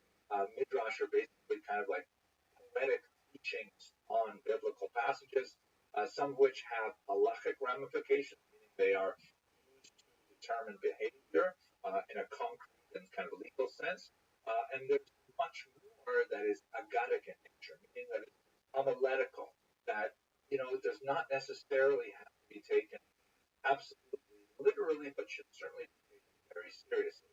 It's not uncommon to have midrashic interpretations as the Torah itself is reputed to have 70 different interpretations, meaning an infinite number of interpretations. Maybe not infinite, but a lot of them. The Aggadic Midrash, or legendary Midrash, in many different directions, even contradictory directions. And the collections of these Midrashim, which are tied to their utility in the synagogue service, is especially pronounced at this period of time. This is when we begin to see the textual versions of books like Genesis Rabbah, for example, Bereshit Rabbah, which is now widely studied as a source of these kinds of Midrashic teachings. Again, the oral tradition that supports these Midrashim is much older than late antiquity, but they begin to coalesce in a written format around this time. We also see the promulgation of Targum. Targum literally means translation, and this is the rendering of the text into a foreign language, most specifically, most commonly Aramaic, because particularly in the Eastern Mediterranean, Jewish populations are speaking Aramaic, and having the Torah read in Hebrew, although it's a closely related language, you don't have a precise understanding of what's going on. So it was very common to have the Torah reader actually read the text in Hebrew and have a Maturgaman, a translator, standing next to him, repeating it in Aramaic translation. This is still practiced, by the way, in the Yemenite custom. So the several Targumim were composed, perhaps the most famous is that of Onkelos, which was traditionally printed in the standard editions of the Torah, the Chumash, but there are several other Targumim, especially of other parts of the Bible, that were circulating and were widely used at this time. But it gives you a sense of how the synagogue is evolving. What do we do in the synagogue? What do we say? When do we say it? How long does it take? What do we add? So on. One last detail, and I know I'm going through this very quickly, and I wish I could spend more time on this. The development of something called piyut, which is probably best translated as liturgical poetry. This era is effervescence of an attempt to, kind of encapsulate the prayer, specifically the fixed prayers that we have already had pre-existing periods, such as the Shemona Esrei, the Amidah, to restate them in poetic language as an artistic endeavor, something that would appeal to the literary aesthetic sensibilities of the synagogue goers, or as amplifications of prayer, like longer discourses on events that are described with very sparse language in the biblical text, but expanded upon in an imaginary and artistic manner. This is a fascinating period where we have more and more of these Haitanim, of these poets, creating liturgical innovations, that many of which are preserved even to the present day. The institution of piyut, of course, reach its apotheosis, in the Gaonic period, which is several hundred years distant, but this is the period of time, the initial development of the synagogue ritual as we understand it today, that becomes a very important part of that process. The image, by the way, that we're looking at is a mosaic, very common motif in synagogue art, the Beit Alpha synagogue that was discovered in northern Israel. Okay, that's just a very quick look at some of the creativity that's going on in the Jewish population at the time. I hope you found it interesting, and we're going to go to Spain in the next series of lectures. Thank you very much for watching.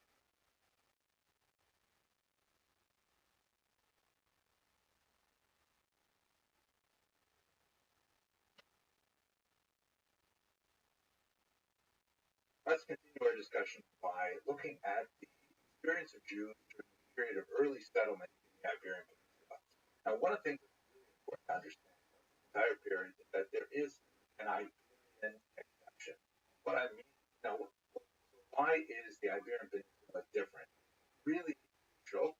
The Iberian Peninsula represents an unusual moment in Jewish history where you have three major monotheistic cultures interacting with each other for an extended period of time. Put in other words, for most of the last 2,000 years of Jewish history, the majority of Jews have either lived under Muslim rule or under Christian rule. And there's a lot of interesting contrasts and comparisons that hopefully we will be engaging in as we go through this history over the next year or so of lectures. But in Spain, and to a certain degree in Portugal, you have this unusual environment where Jews, Muslims, and Christians interact in a triangular culture rather than in a binary culture. So, for example, if we pick, let's say, medieval England, you would have this tiny Jewish population as a minority within a large Christian population. If we look at, I don't know, Egypt, have a tiny Jewish population within a large Muslim population. And the way in which Jews interact with their host culture is quite different than we have in Spain, where because of the changing power dynamics of three cultures, two of which were really vying for rulership of the entire peninsula, the Jews have an unusual opportunity to flourish. In fact, they do, especially in the Muslim period, which we're going to discuss in a little more detail. So let's just put that on hold, and I'd like to quickly introduce this subject by looking at the various periods of Jewish history as most historians have defined. The first, which we'll talk about in this lecture, is the early settlement and the early Gothic period. That is the first time we have any sense of Jews inhabiting the peninsula and what we might be able to know about their experience from the 5th century onward when the region was dominated by the Visigoths. Secondly, you have a kind of sub-period of the Visigoths, let's call it the Catholic period, when the Visigoths switch from one form of Christianity, Arian Christianity, to Catholic Christianity. And that represents a really significant shift in terms of how they relate to the Jews. Then that ends with the year 711 rather abruptly with the invasion of Muslim forces. So this initiates the Islamic period as the Muslims make their way up from the south of the peninsula all the way up to the Pyrenees. This is the Islamic period. Now, most of the activity is focused in the southern region, in Granada and Cordoba, but there is fascinating things that are happening here. This is what's often called the golden era of Spanish Jewry. Somewhat of an overblown term, but nevertheless, there's a lot of merit to it, as we shall see later on in this course. Now, the Christians begin to push back from the north, and that is called the Reconquista, or the reconquest of Spain. It happens slowly. The northern part, the northern sections, of course, are conquered first, and only in 1482 when the Muslims officially lose their toehold in the south. But during this period, which overlaps with the Muslim period because the northern section will be Christian, the southern section will be Muslim, that's also very significant for our study of the Jews because the Christians, when they reconquer the peninsula, will have a very different orientation toward their Jewish minority than we would see under the Muslims. Then finally, although of course there is dramatic and terrifying expulsion of the Jews in 1492, and then subsequent development in Portugal with a forced conversion and also a mass migration in 1497, you have what I'd like to call the crypto-Jewish period, because there's still a very significant population of Jews living as Christians in the Iberian Peninsula, and there's a whole spectrum of what that really means. There are some Jews who are like just clamoring to get back to their Jewish practices, but are feigning Catholicism simply for the time being. And on the other end of the spectrum, you have Jews who become enthusiastic adopters of the new faith. And along that spectrum, there's quite a range of people. There's also a significant expatriate community, particularly those Spanish Jews fled to Portugal, and then sometimes a generation or three later left Portugal only to re-adopt their Jewish identity in the diaspora. So the crypto-Jewish period is not only what happens in Spain itself, Spain and Portugal, but really what happens in their diasporas as well. So that will take us right up to the contemporary period. So these to divide up the period that we have before us. We're going to concentrate right now on the early settlement. Here's a great map from an atlas the Barnaby atlas that we had a chance to examine, and it gives you a sense of the scattering of Jewish population around the Mediterranean basin in the first of the size of the Jewish population there. You also have that kind of starburst that shows that it's an important Christian community, and I think there's a lot more important Christian communities than Alexandria and Rome, but nevertheless, Antioch, still gives you a sense of the early diaspora, the early scattering of Jews that extends all the way up to London and into what would be later France and Germany, but of course, Spain is an extremely important region. And as you can see from the shading, kind of darker orange is where it's really strong by the end of the first century, which is concentrated in the eastern Mediterranean, what will be Turkey, Asia Minor. But by the time you get to the third century, yeah, that's some significant suggestions of Jewish populations all the way out on the Atlantic coast in what will be the Iberian Peninsula. Who are these? They are known as Sephardim, which comes from a passage in the book of Obadiah, biblical book of Obadiah, which refers to the people who are in exile from Jerusalem, and that community is known as Sepharad. The modern Hebrew term for Spain is Sepharad, taken from this verse in Obadiah, and the people who come from the region are called Sepharadim, which is the plural in Hebrew for someone who comes from the region. Sepharadi is the adjective which we use to refer to one person or to things which pertain to Sepharad. Now, there's really no good reason to assume that when the book of Obadiah specifically calls a place Sepharad, that it is referring to what we call Sepharad today. This is a common thing that happens in Jewish geography, that when Jews visit far-off places or settle there, sometimes they will take on biblical names when we don't really have any specific connections to say that this is that place. Case in point, Ashkenaz is one of the names of a person mentioned in Genesis, and when the Jews reached northern Germany, they said, okay, here we go. Let's call this place Ashkenaz, right? Maybe the people who descended from Ashkenaz live here, and we call it Ashkenaz, but there's really no reason to say so. So it's a very tenuous connection, but nevertheless, the term has stuck, and it is useful because it does refer to a distinct group of people and a distinct geography, but nevertheless, no real reason to assume that in the book of Obadiah, they're actually referring to what we call Spain.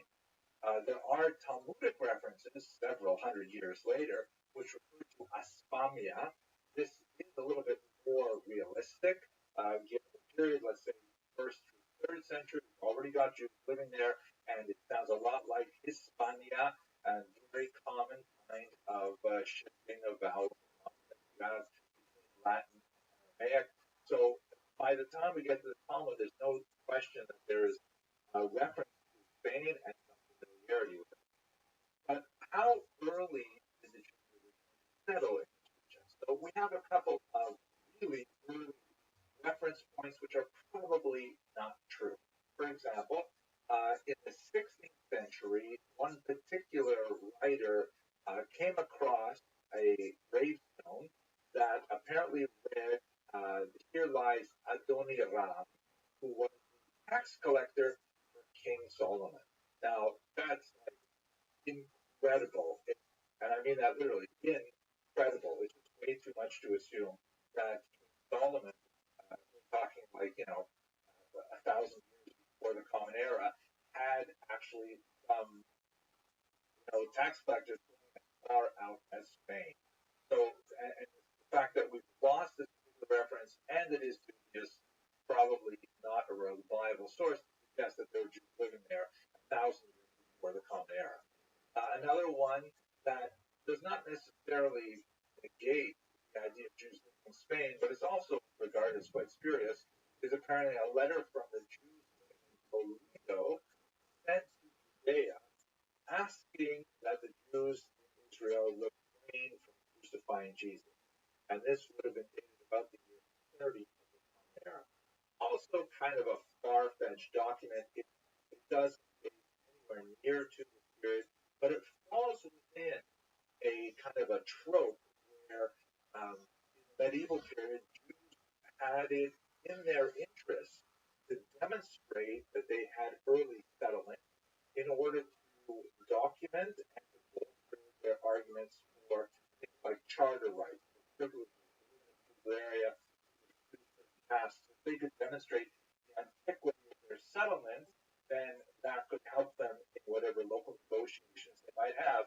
This would be especially important in Europe when medieval charters are put into place, but that's beyond our scope right now. It also indicates a level of kind of an obsequious appeal to Christians, specifically saying we're not like those Jews who crucified Jesus. We're completely separate. We want to have nothing to do with it, which stretches our ability to believe that Jews in Spain knew something about what was going on in Judea at that time, particularly when we have no other record of Jews really talking about it, other than, of course, Christian sources like so these sources are hard to believe. We can't really place Jewish settlement in Spain this early as a result of them. We do have, however, a lot of really cool pieces of evidence which suggest something around this period. This is, by the way, a beautiful image from the famous Sarajevo Haggadah. This is a Haggadah that was composed in medieval Spain and later smuggled out and found its way to Sarajevo. There's a fascinating character, by the way. The bottom left, there is a mysterious dark-skinned woman. This particular representation looks kind of blue skin. In other JPEGs, she looks a little bit more brown.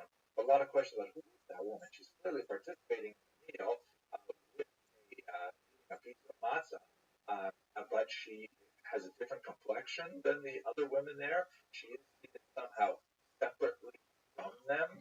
Or is that just coincidence? The artist chose to put it that way. She's also dressed a little bit differently, but she's clearly part of the ceremony. Fascinating. We have a much more reasonable 18th century tradition that of a discovery of a gravestone. And the gravestone was partial. Again, like the gravestone of the reported Adoniram, it is missing. However, it's a much more reasonable historical source, so there's an inclination or tolerance of it. This is from Adra, and the inscription apparently originally read in Latin, something like Dunia, a girl's name, Salomonula, the daughter of Solomon, Dunia bat Shlomo, Uno, 1 year, ens cuatro, 4 months, dia uno, 1 day, finally, Judea, a Jewess. So this, if it is authentic, there's good argument to suggest it is the first real mention of a Jew living in Spain in the 3rd century. Fascinating, and it's tragic how you see that the father specifically laid out exactly how old she was when she died, right down to the day. He regarded it as very significant that he knew that she was a Jewess town called Adra. I find this very at any rate, we don't have this in hand anymore, but it is a significant indicator. We also have a literary evidence of the possibility of Jews in Spain from the 1st century in the Christian scriptures. In Romans chapter 15, there's a discussion there where Paul indicates his desire to go visit Spain. And the reason why this is specifically a good possibility in the Jewish population there is because Paul specifically go to Jewish communities as they tended to attract potential Christian converts. And Paul enjoyed visiting those communities that had a lot of Jewish population and then kind of like fellow travelers or interested populations that were a market for the ideas that Paul was disseminating at the time. So quite possible that if Paul wanted to go to Spain, he wanted to go there for reasons. There were Jews already living there who would have attracted some proto-monotheists who would consider Christianity as a religious option. We also have an amphora that was discovered in India that has two Hebrew letters. So it indicates at least the possibility of trade in the region. It's quite a bit earlier. It's also first century, but doesn't necessarily indicate that it originated there. But by the time we get to the 4th century, then it's pretty clear that it's important to the church, at least, to talk about Jews living in the region. Again, I'm going to qualify this in a second. Basically, we have a very important church synod or council in a town called Elvira, and there's a whole bunch of Jewish legislation in the deliberations and decisions of this particular council. There are very clear bans in these documents on intermarriage, bans on social dining. That is, Christians are forbidden to engage in recreational dining with Jews. And one of my favorite passages, a very strong adjuration that Christians not allow Jews to bless their crops, meaning that Pedro can't say to his friend Baruch, "Hey, you're Jewish. I know you have a close connection with the big guy. Come by to my field and give it a blessing so we can get a good crop."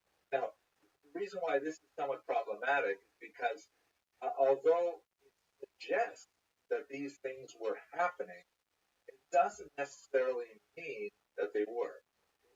They could be kind of like, testimonials to faith that are just inserted in these kinds of documents to sort of explain that, don't worry, we're following the party line on all of these issues.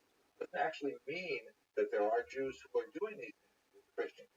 On the other hand, sometimes the specificity of these things does suggest that it's more realistic. Like, for example, a ban on intermarriage, sure, that's pretty standard. A ban on owning Christian slaves, choose not own Christian slaves, okay, we hear that too. But mixed dining, crops sound sort of specific. Like, let's say, for example, I understand there are laws on the books here in America that also prohibit a person from riding his horse in, certain areas of New York City. Now, nobody rides horses except for policemen and maybe those guys with special carriages, so it doesn't apply to anyone, but there's no point in taking that law off the books. And even if you renew the law code for whatever reason, I mean, it doesn't hurt if you just leave it in there. That doesn't mean that there are actually horses riding in the streets. But if there's something really detailed, if there's something like, people are forbidden from riding their horses in Manhattan, especially when we are, building cell phone towers, right? So, look at that. There's a detail there that places it in the modern period and makes it more suggestive that it might actually happen that people are riding horses and interfering with the cell phone construction. Kind of a stretched example. At any rate, so it's possible that the Council of Elvira was actually talking about engaging in real relationships with Christians, but we don't know for sure. One more source, which is a letter from Bishop Severus of Minorca in 418, is also quite tendentious and could easily be entirely fabricated. But again, the level of detail suggests that such a thing actually happened. In this particular letter that the bishop wrote, he refers to a local conflict between Jews in a Christian community, specifically numbers the detail, the level of detail and specificity suggests that it's more realistic than not. They have a letter which is fascinating for lots of reasons. He depicts a situation in which Jews not only get along with Christians, but they actually have some level of authority. They serve in kind of like municipal councils and so on. And in the end, forced and converted to Christianity. And it's possible that the entire story is entirely fabricated, perhaps for religious propaganda purposes, but there are some dramatic elements in the story that are quite ominous, and we should see this reported much more authentic sources for several hundred years afterwards. What we can say with some reliability, though, is that by the 3rd century, there are some Jews living in Spain, certainly on the periphery of the Jewish world, but this population will certainly increase.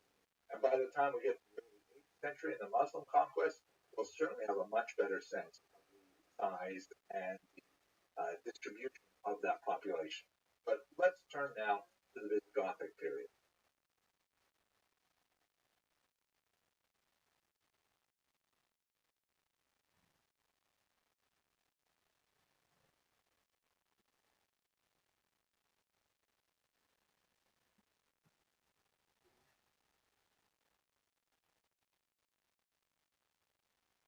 The Visigothic period, in particular the period after Recared's conversion to Catholicism in the year 587, is like one of the most bizarre periods of Jewish history that I have to say I've ever studied. It's extremely difficult to tease out some of the methodological issues, and just the content of this history is bizarre beyond belief.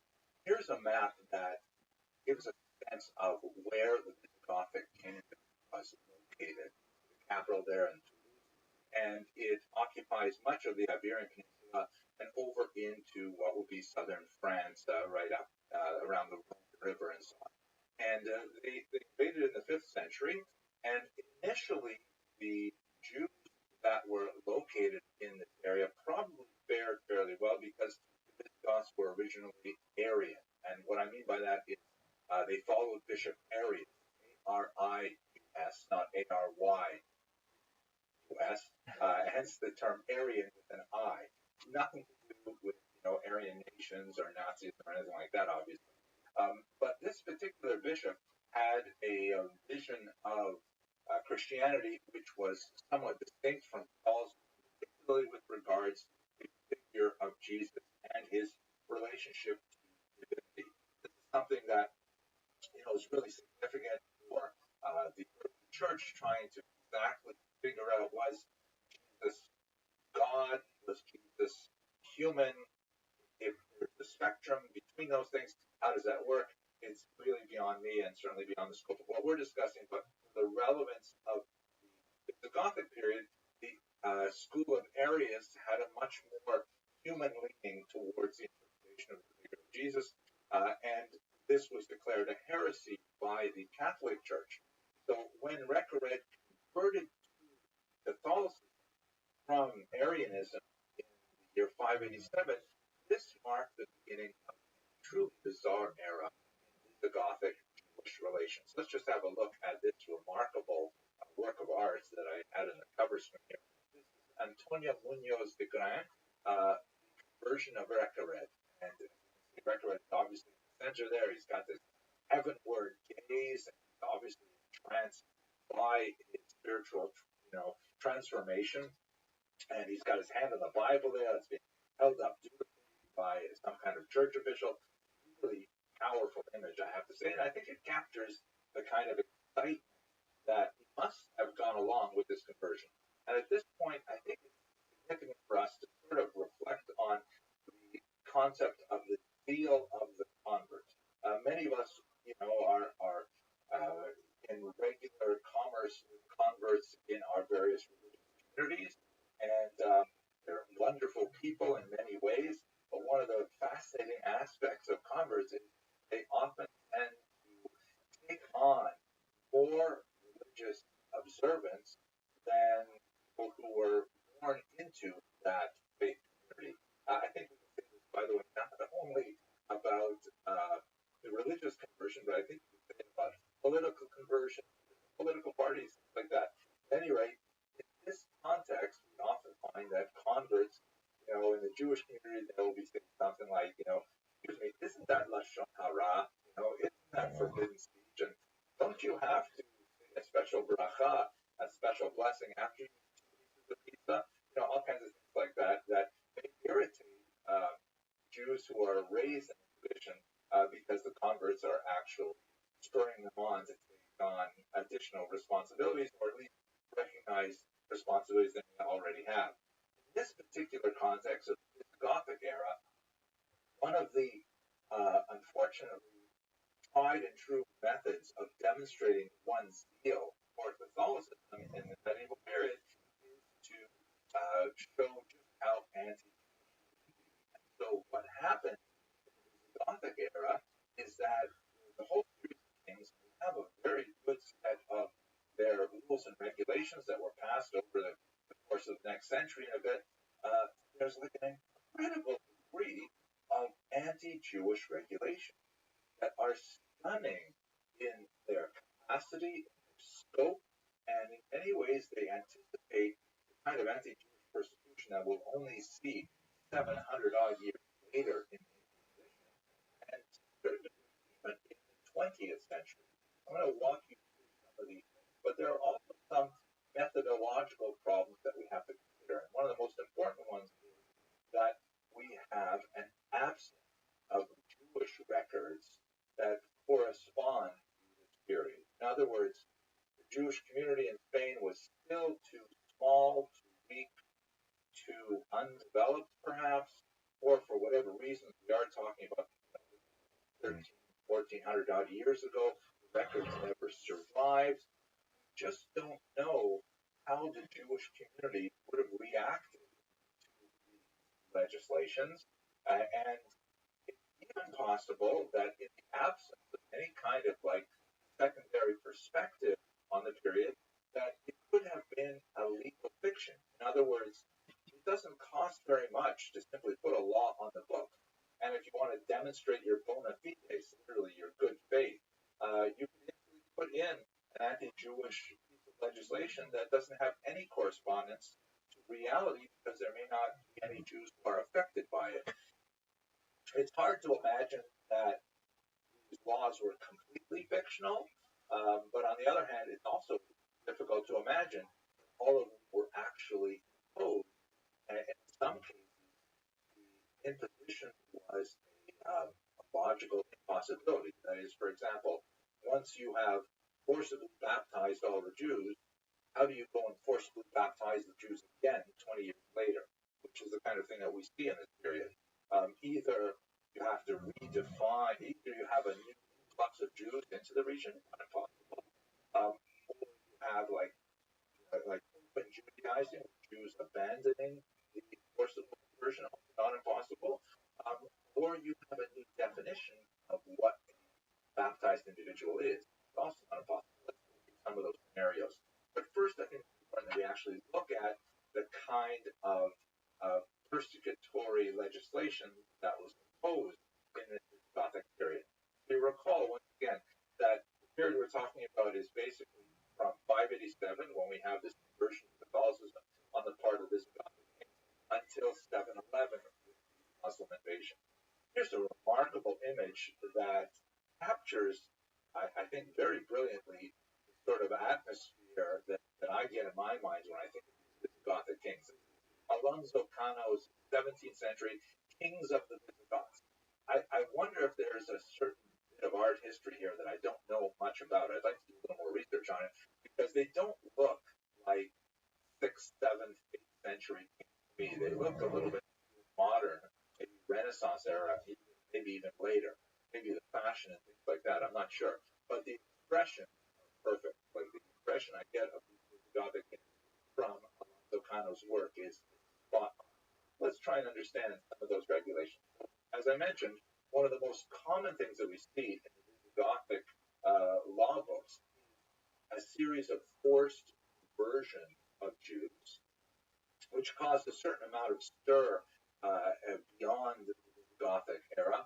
The church, the higher church, never openly approved of forcibly converting Jews, and depending on the era in which we're studying, there is more, disclaimers or more discouragement of local kings to do this.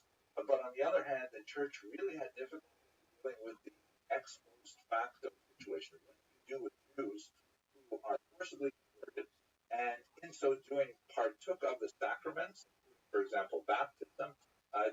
Can you simply ignore that and say, no, they're actually Jews, it doesn't count, do over? Or do you have to say, well, you know what, it shouldn't have happened, but now they're in fact Christian. So we have this situation where the Gothic period, and again, the echoes to the Inquisition that we'll discuss later on in this course, the Jews are forcibly converted, and then they're charged with Judaizing, meaning of going back to their Jewish ideas and especially practices. This occurs several times over the course of the next century. One possible way to understand this cycle is it seems that the Visigoths may have created a new Christian status, which is something that we will see explicitly with the Inquisition period almost a millennium later, that the Jews are made Christians through baptism, but then they're not really trusted, that they have a new status which distinguishes them from the old Christians, not quite reliable in their Christian bona fide. Hence, they could be once again forcibly converted. They could be once again persecuted, identified, and ostracized in various ways. Now, here's some of the bizarre elements of it. The Visigoths, in their zeal to really root out Judaizing, put in place legislation that specifically banned, for example, Jews from traveling to different locations for their festivals. And if travel was permitted, they literally had to check in with local church officials on their route and to ensure that they would not be engaging in any secret Jewish practice. This is the level of reach and interference into daily life that is wholly modern in concept. Like the idea of actually tracking people's movements with kind of like a 7th, 8th century GPS, so bizarre, but nevertheless, that's the kind of thing that they were demanding, that Jews had to like regularly check in with Christian officials to make sure that Jews who now are Christians are not actually going back to Jewish practice.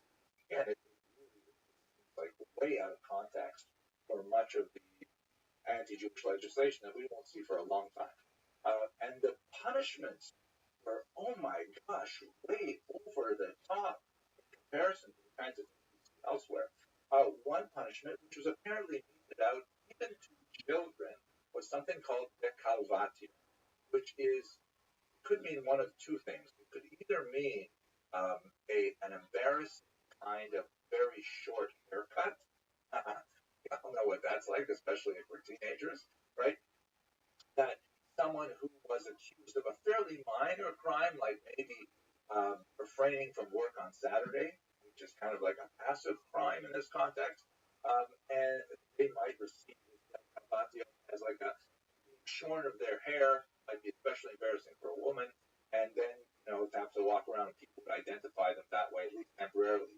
But it could also mean scalping. I mean, literally carving the top layer of skin off a person's head, like in the American Wild West. And that would be a devastating kind of punishment, especially for children, if you can imagine it. It's possible to imagine that is in fact what they meant by decalvatio, especially when you look at some of the other punishments. So one of the more serious charges was marital relationship, a Jew and a non-Jew. Once again, remember that term Jew might actually refer to a Christian, perhaps, in which case the male partner would have his sexual organ amputated. Wow. And the female partner would have her nose amputated. Horrific kind of punishments. These do sound like kind of Gothic in nature, like the Dark Ages had a lot of bizarre punishments like this, but nevertheless, the scope and reach of these punishments is mind-boggling. There are repeated confiscations of wealth and repeated expulsion. Like all Jews have to leave the Gothic kingdom, and then 20 years later, all Jews have to leave the Gothic kingdom. So once again, how do you do that twice? Does that mean that there were Jews who came back to the region? We do have examples of the medieval period.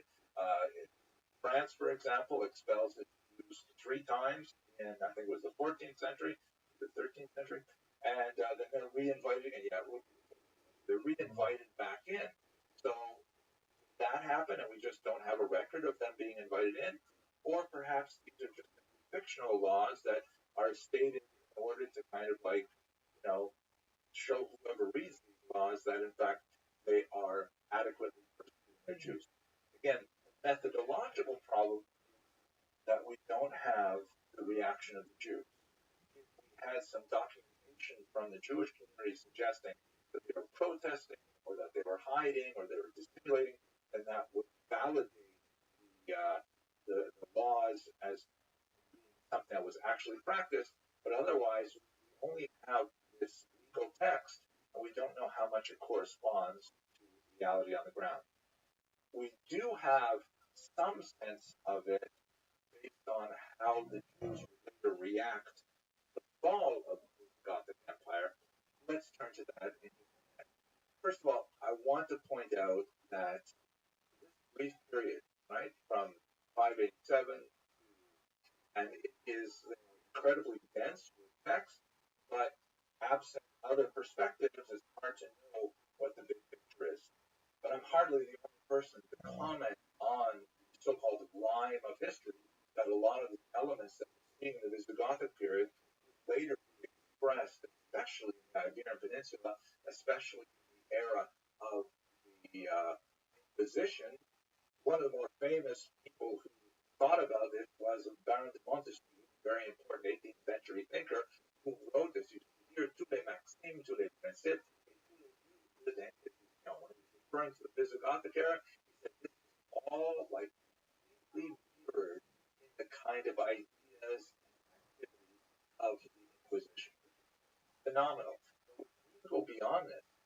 We see elements of it, like this idea of limpieza de sangre, the so-called purity of the blood, which was exactly mirrored in the Inquisition era, where Jews were forcibly converted, and then they were given this label of Christians, and there was kind of this coalescing of thought around the idea that Jews were somehow racially distinct from the Christian population. And this is out of step with a lot of the medieval world, in the sense that basically that was it. Once you had converted to Christianity, once you had adopted the identity, then you were essentially absorbed into it. Let's remember that the concept of racism really doesn't develop until the 19th century.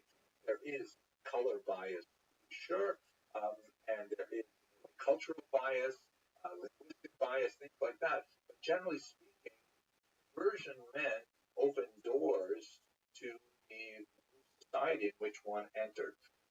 So here the idea of the purity of the blood meant that you had one group of societal members based on their descent, on their ancestry, and another group who belonged to the same faith but were of a different ancestry and therefore were somehow legally shunted aside.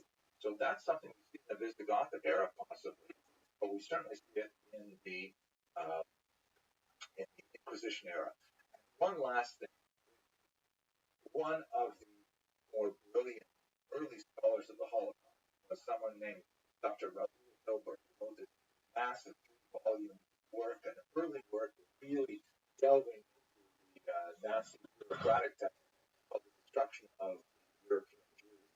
And he specifically looked to the Inquisition era as a straight line from the 15th century right up to the 20th century. And when I first read that, I didn't know as much as I do now about the Inquisition era, and I thought, oh, come on, that's like looking at history backwards. And I really doubted it.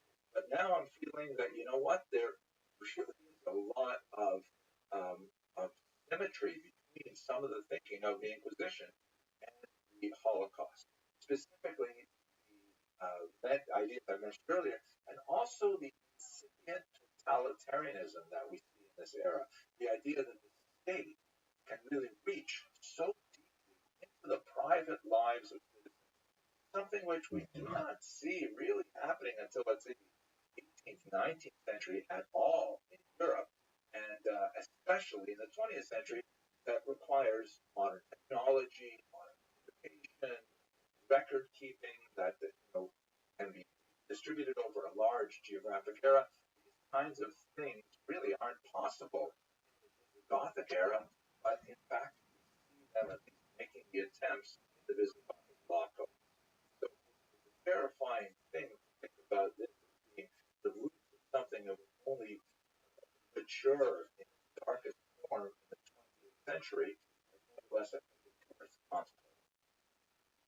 This all comes to a dramatic conclusion in the year 711 with the Muslim invasion of the peninsula. As you see in this map here, coming up from the south, and with remarkable speed and power, the Muslims completely dismantle the Visigothic state and begin a new era for the peninsula.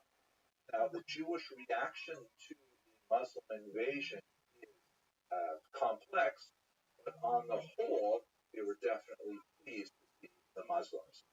There's a certain amount of debate, which I hope to engage in when we come back to the peninsula, as to how much you were involved with the early Muslim invaders. There is a historiographic tendency to portray the Jews as traitors of the Christian nation.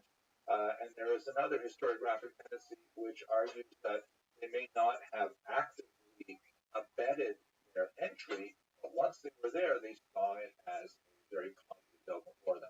I tend to lean towards the second interpretation, but let's get to that when we get to that particular period.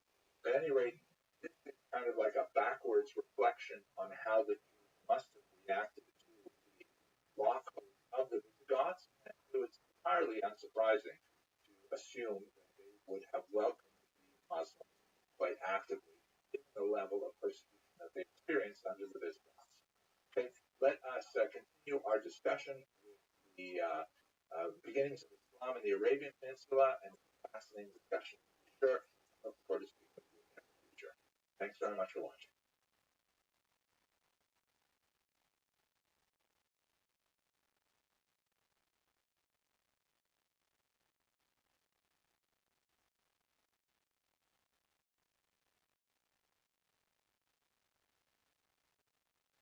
Let us now turn to the Arabian Peninsula to understand some extremely consequential events in Jewish history as we look at the birth of Islam and the beginning of a major civilization within which much of Jewish history would unfold.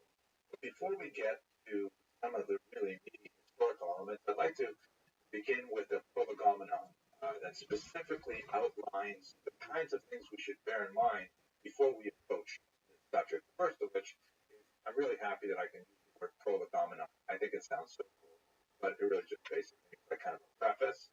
And so this is a preface to our study of the history of Jews in Muslim lands. Here we go. Beautiful image, by the way, in the background. 13th century Spanish representation of a Jew and a Muslim playing chess, kind of like an iconic representation of the convivencia that we'll speak about when we get to a discussion of Al-Andalus, the so-called coexistence period, which is in many ways considered the high point of Jewish Muslim history, at least in the past. There's another high point in the future. To really understand the 7th century context of the birth of Islam and the relationship of early Muslims to Jews, we should really look at it from the perspective of the 19th century, and in particular, a struggle for Jewish emancipation that occurred in central Germany at that time. One of the most important early scholars of the relationship of Jews and Muslims is Abraham Geiger, known here, who's perhaps more well known as the intellectual founder of the reform movement called Liberal in Germany, but what is perhaps less well known is the fact that he was quite a talented historian. And he came out with this book, Was hat Mohammed aus dem Judentum aufgenommen? What did Mohammed take from Judaism? What did he derive from Judaism? It was a very important influential text, which sort of reoriented a lot of Jewish scholars to the close relationship between Muslims and Jews and Islam and Judaism that had pertained for much of the medieval period. And he really required historians to look at this period in a very different light.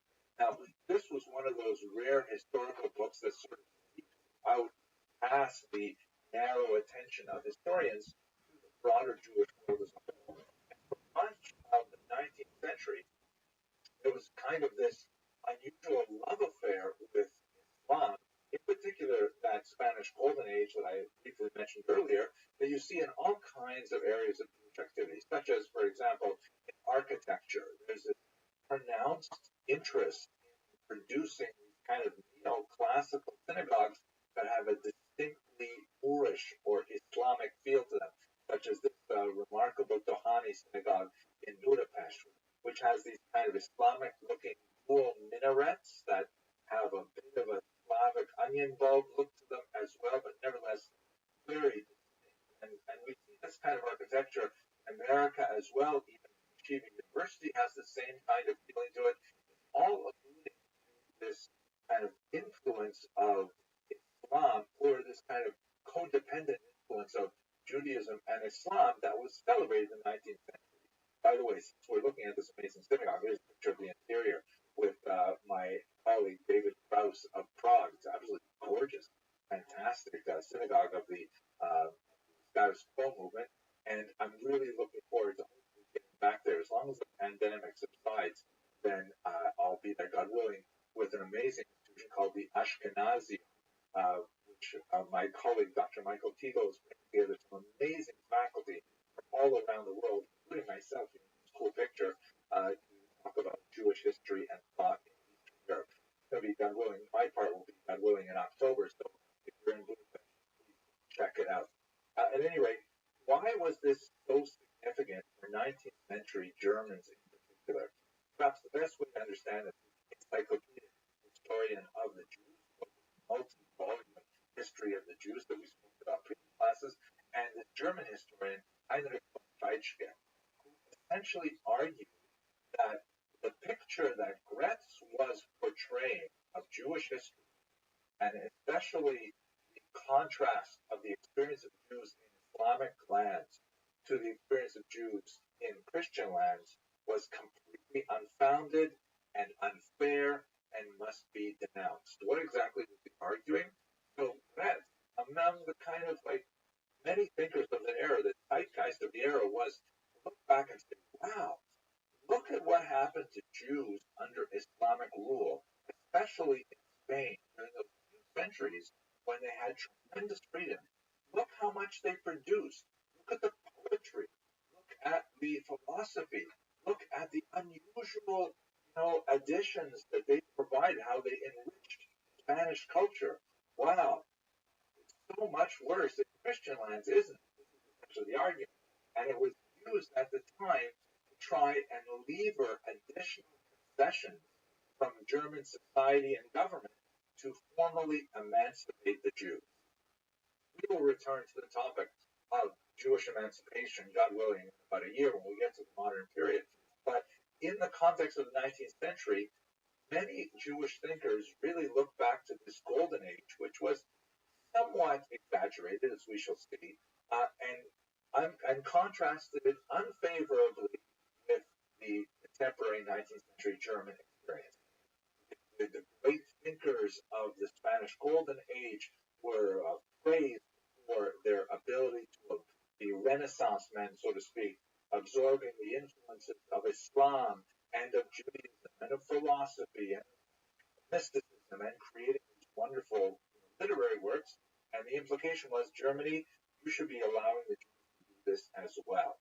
Now, Heinrich von Treitschke said totally unfair, said that the Jews have only brought negative things to Germany. He coined the notorious slur against Jews, which would later be used by Adolf Hitler, the Juden sind unser Unglück. The Jews are our misfortune. So it is in this context that we have to look backwards at the Muslim period.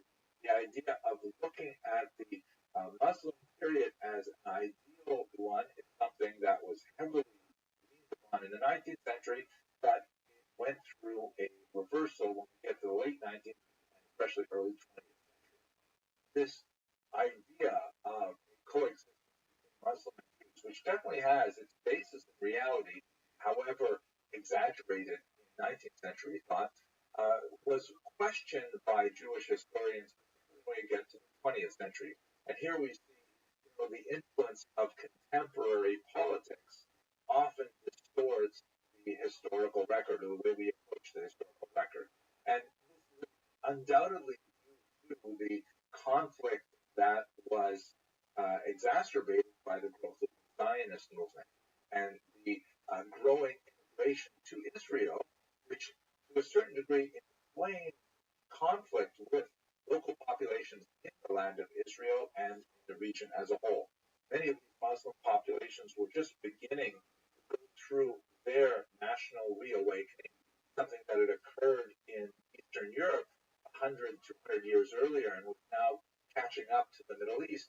And they began to see these Jewish immigrants as somehow interlopers and as somehow upsetting the status quo in a very negative way. And of course, we'll explore this stuff when we get to the modern period, but there was significant conflict between the indigenous population, Arab immigrants to the region because of increased economic activity, and the flow of Jewish immigration to the land of Israel. So many Jewish historians began to question that 19th century model, saying, was it really so wonderful in the ancient world? Did Jews really do so better under Islam? The kind of areas that we see focused on in 20th century historiography emphasizes the pretty brutal period of conflict in early Islam, which we're going to look at in the very next video, and tries to reevaluate how do we understand their experience under Muslim rule. Bernard Lewis, a very important 20th century historian, who looked at this period, he says, in a very moderate way, he says, look, Jews in Muslim lands, quote, never free from discrimination, but were only rarely subject to persecution. This is, I think, a fairly temperate way to characterize several centuries of Jewish experience in Muslim lands. And when you compare it, pound for pound, incident for incident, there's no question that the moments of violence that punctuated Jewish-Muslim relationships was nothing compared to the same thing we find in Christian Europe, as we shall explore over the course of this semester.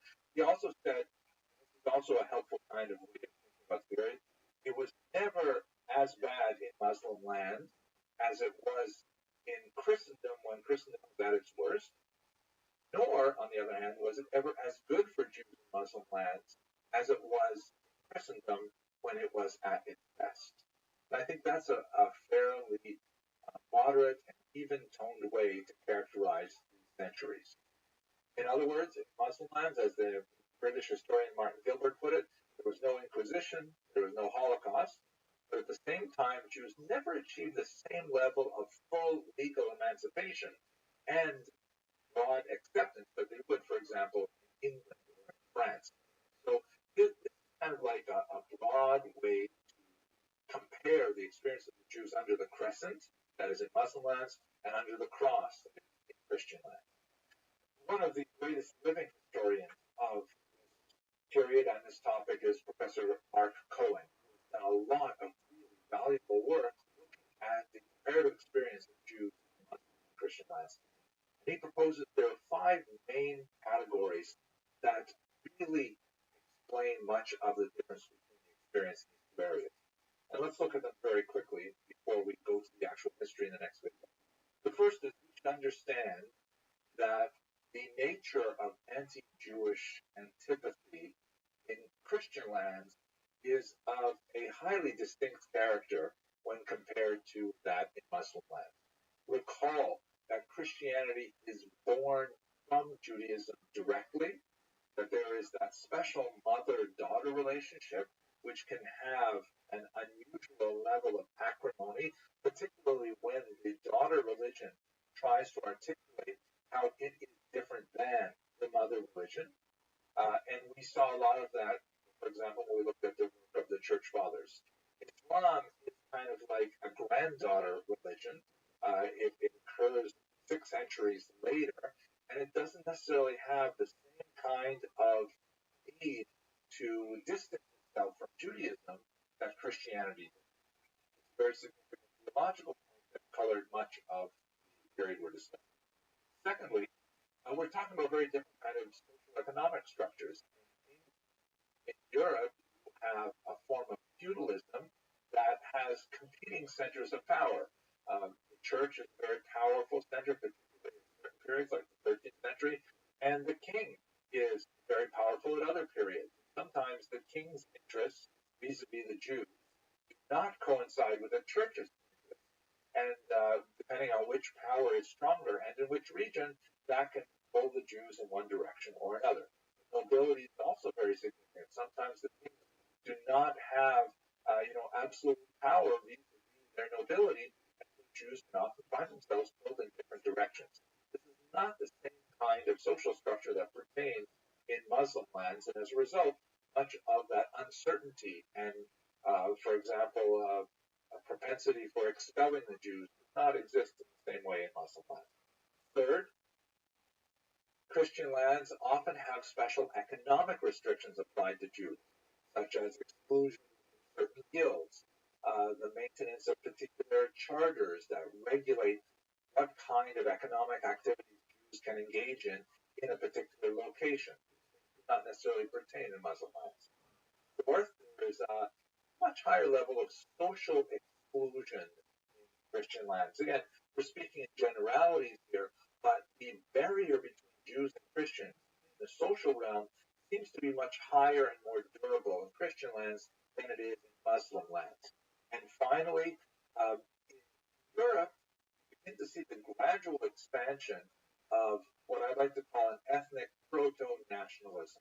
It's too early in the medieval period to really speak about nationalism, which is essentially a modern phenomenon, but the growing sense of the strength of larger regional identities, which will ultimately find its fuller expression in nationalism, begins earlier in Christian lands, and this affects the Jews because are they considered part of this proto-national identity? In Muslim lands, you don't necessarily have the same growth of that specific regional identity. You have much more of a pan-Islamic, sometimes pan-Arabic identity, and Jews are much more included within that model than they would be in the European model. These are 5 factors that serve to distinguish the experience of Jews in Muslim lands from the experience of Jews in Christian lands. And as we go through the next few lectures, hopefully this will become much more apparent. The Golden Age in Spain really was a golden age. There were phenomenal things in that period, and I'm looking forward to speaking with you about it shortly, but nevertheless, placed within the larger context, hopefully these ideas will give us a better sense of how to fairly characterize the relative experience in these two realms of Jewish history. Wow, so much talking. Okay, thank you very much for listening. Let's go now to look at the experience of Jews in the Arabian Peninsula at the time of the birth of Islam. Thank you for watching.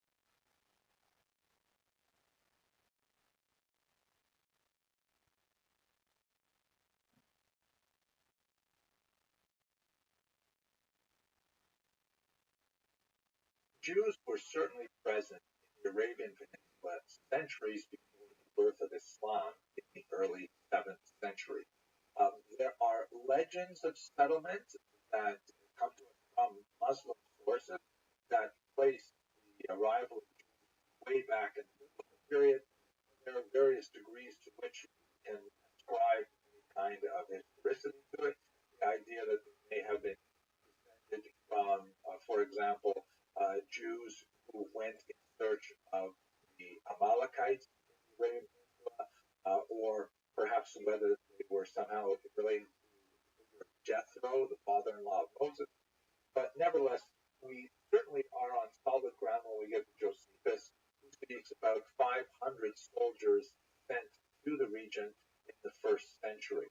This is entirely plausible because when you look at the physical proximity of the land of Israel to the Arabian Peninsula, question that there would be permeable travel between those regions. We also, as we discussed in a previous lecture, noted that there was actually a Jewish kingdom in the southern part of the peninsula, in the region what we would call today Yemen, the kingdom of Himyar, which was fascinating, kind of footnote history in a sense. But to be sure, by the 6th century, when Islam was born, Muhammad himself was born in the year 570, we have a strong presence of Jews in a region called the Hijaz, which is, as you look at see on this map here, it's basically the coastal region of the Red Sea, a region that is known for its agricultural output, and there are numerous noted Jewish communities that are shown here in this map with the solid dots.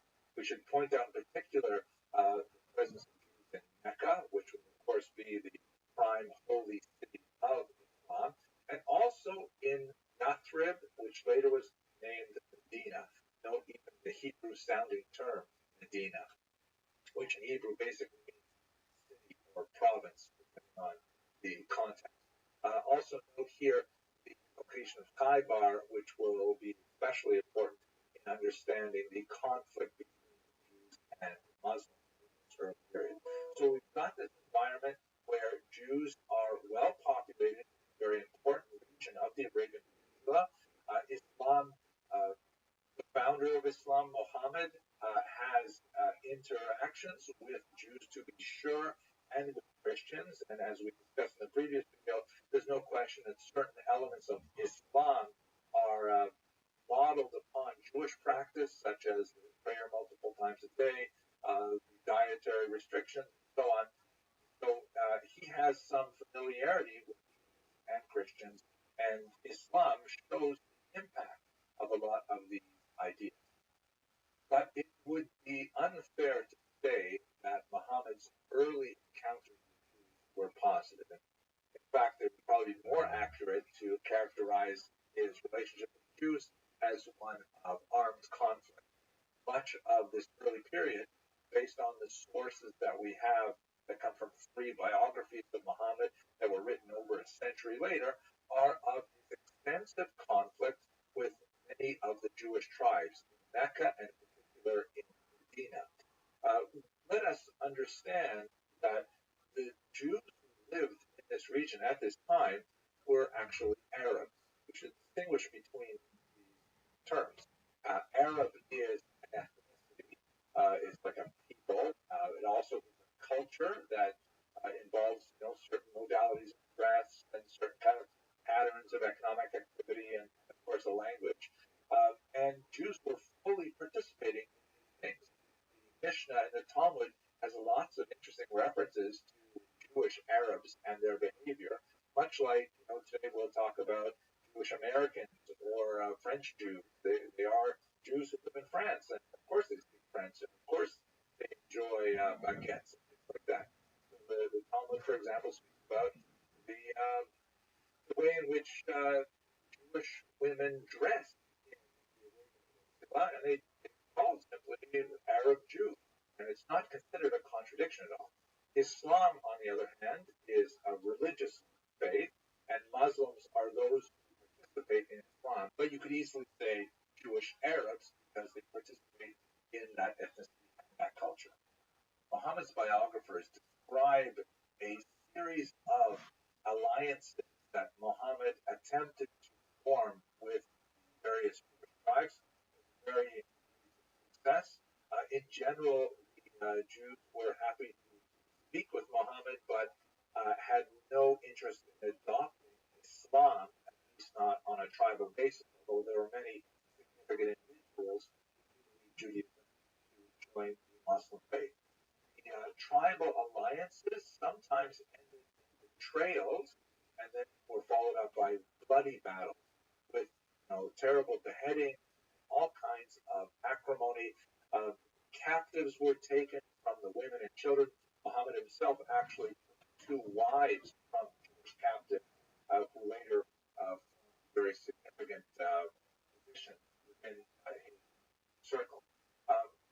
One of the most notorious of the incidents of violence which followed an alliance which was betrayed was location of Khaybar. In fact, ironically, for Muslims, Khaybar actually occupies a very large place in their kind of map of historical geography.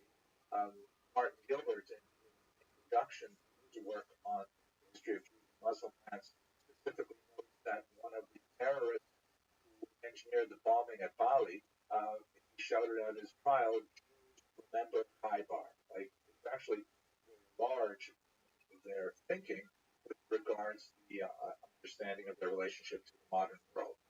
But I think what's perhaps the most important takeaway of this entire period, which I have only sketched in the very broadest of terms, look at some of the sources that are in the notes and into greater detail about what happened to whom and what precipitated certain violent episodes. I think the most important takeaway is that much of this is kind of like normal conflict between tribes that we would see in this kind of society in this time and place.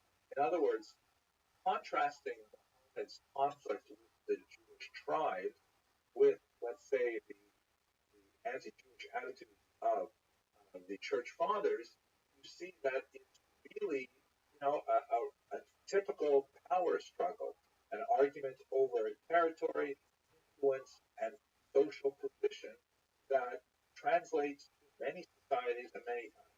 It's certainly not pleasant. It's certainly not peaceful, but it is definitely something which we could say is unfortunately normal in terms of the history of human conflict.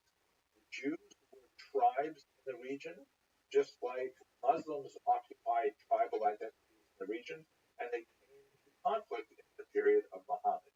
Now, what I think is more significant for our purposes is to understand how these conflicts were resolved politically and historically, and those are things that we see in two very important documents, one of which we're going to discuss right now, the next one in the following lecture, the Constitution of Medina and Act of Umar.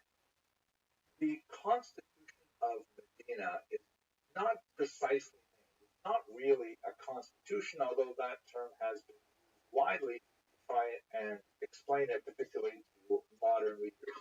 But what it does refer to is the establishment of a formal relationship between Jews and Muslims in the era of Muhammad. It is generally thought to be quite an early document and quite authentic. There are internal references within the document that have been analyzed to suggest that it actually does come from the period of Muhammad's early activity. Now, what exactly does it do? According to Dr. Rothschild,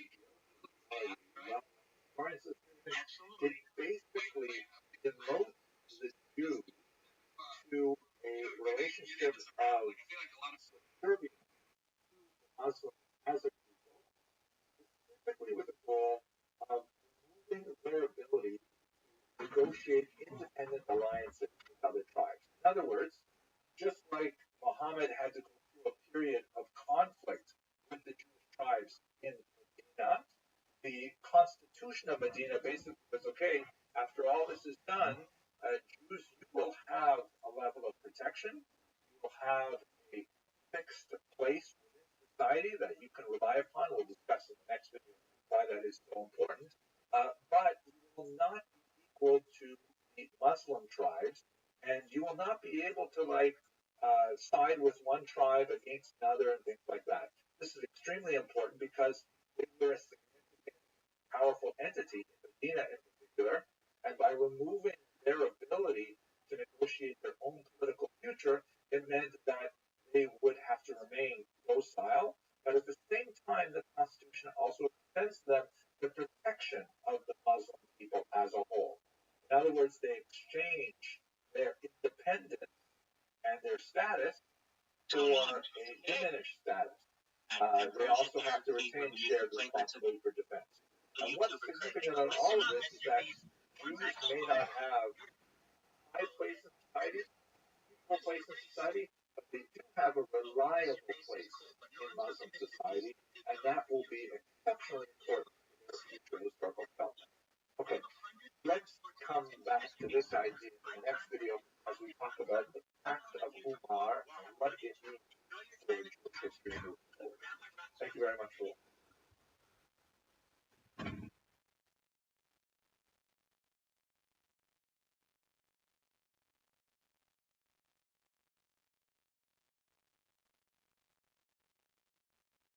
The Pact of Umar is a consequential document that had a huge impact on the way in which Jewish life was regulated in Muslim land. Not necessarily adhered to according to the letter of the text in every place and at every time. A lot of variation from the pact, both in terms of leniencies and in terms of stringency, seem to have related to the specific inclinations of a particular ruler or a particular time and place. But nevertheless, it does give us a sense of the location that Jews had within the socioeconomic hierarchy of Muslim lands, and really contributed quite a bit to their survival under these conditions. The pact is attributed to the second caliph, who reigned in the years 634 and 644. Caliph essentially means successor, and this is a reference to the rulers of Muslim lands after Muhammad. It might also refer to Caliph Umar ibn Abd al-Aziz, who ruled in the 8th century. However, there's a problem with the text because most scholars note that the document is not cited before the early 9th century. So, in other words, we're not entirely confident that it was really pertaining to periods prior to the 9th century.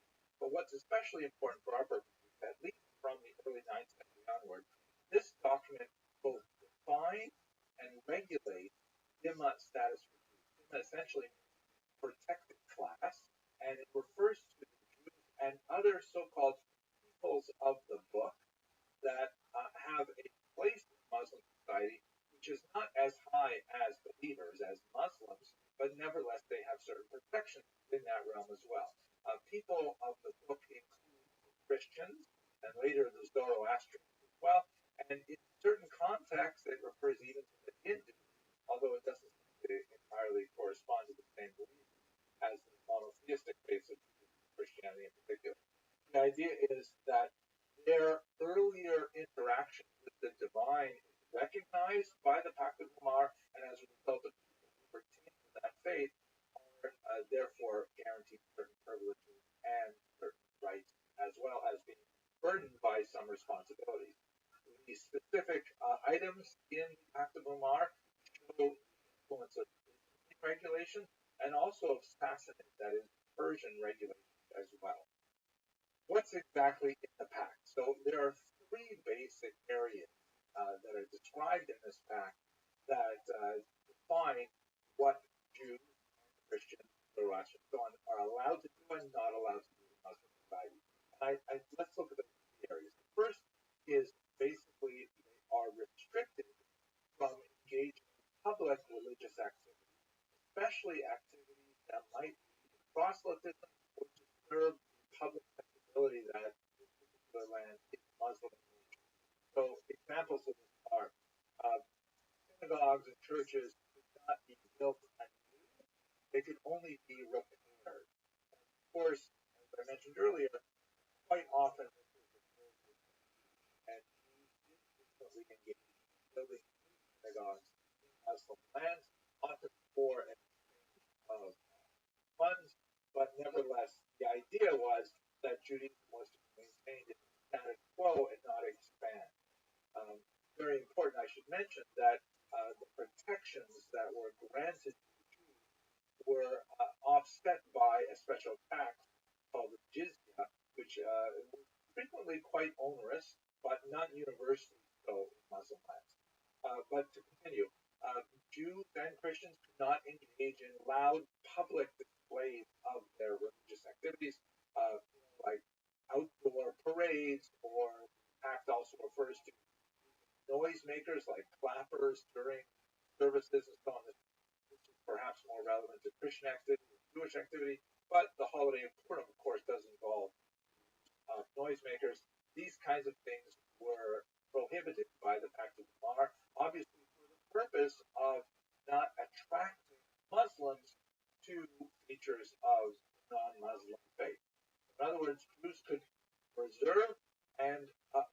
preserve their own religious activity, which is of huge value to the Jew, but they have to kind of like constrain it to make sure that it doesn't impinge on the religious sensibilities of the dominant population. Jews were particularly happy about that and very accepted in the sense that, Jewish practice was protected. Secondly, a range of small symbolic discriminatory practices and social distinctions. For example, Jews were not allowed to bear arms, carry a sword, to wear certain colors, types of clothing that were associated with Muslims. In fact, they had to wear distinctive clothes that set them apart from Muslims. Again, quite often practice ignored or bribed under. Not ride with saddle as you bareback. And whether or not these rules were enforced really depended a lot on local conditions. So the idea, though, however, is that while Jews were a protected class, the Dima, nevertheless they were a subjugated class. But overall, fairly limited restrictions on things like economic activity, also on the whole positive. And third, certain preferential support for Muslims, both in terms of financial support, for example, but also maintaining Muslim travelers, which were required, for example, to extend a certain amount of hospitality to Muslim travelers. They were prohibited from engaging in certain economic activities like sale of alcohol, which of course is prohibited in Islam. And then there were, things like they could not build their houses taller than Muslim houses. Same would apply of their religious structures as well. So it was kind of like put in place another reminder that Muslims were the dominant population and had superior rights, and Jews and Christians were a subordinate population. Again, protected. This is something that Jews really appreciated. It allowed for Islamic lands to achieve the status of being a Rechtsstaat, a society governed by law, because the Pact of Umar at least defined areas where Jewish activity was protected. The implications are because this meant that Jews could rely on certain structures being in place for their maintained activity. It's true that there were at least symbolic placements that kept them in second-class status and theoretically prohibited them from expanding in size, building new synagogues, things like that. But by and large, these things were not especially strong prohibition to their advancement. What I think is especially interesting is to contrast Pact of Umar with the doctrine of witness that we discussed when we looked at the Church Fathers, because this provides us with a kind of counterpoint that illustrates the difference of Jews and Muslim lands as opposed to Christian lands. Jews and Muslim lands had to recognize their subordinate status, but nevertheless had a immense amount of freedom within those boundaries. In Christian lands, Jews were preserved in order to later provide testimony for the Christianity, a theological purpose which posited their future existence, but at the same time kept them in that subordinate status as well. So ironically, the Pact of Umar is kind of like the Muslim version of the doctrine of witness, with very similar socio and economic implications, and we'll have to see in the next lecture exactly how that played out in Muslim society. The next lecture, however, will go to Africa to look at the fascinating and not well studied history of African Jews, and much of this takes place within the Muslim world. Thank you very much.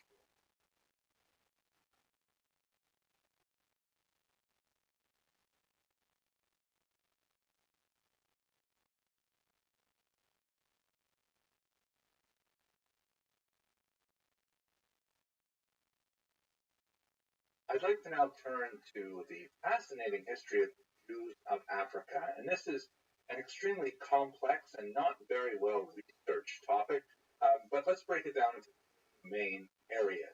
If you have a look at this map of the continent of Africa, I think we can sort of bulk the history of the Jews of this continent into three main geographic regions. The first would be, of course, North Africa, which is the most well-known aspect of Jewish history on the continent.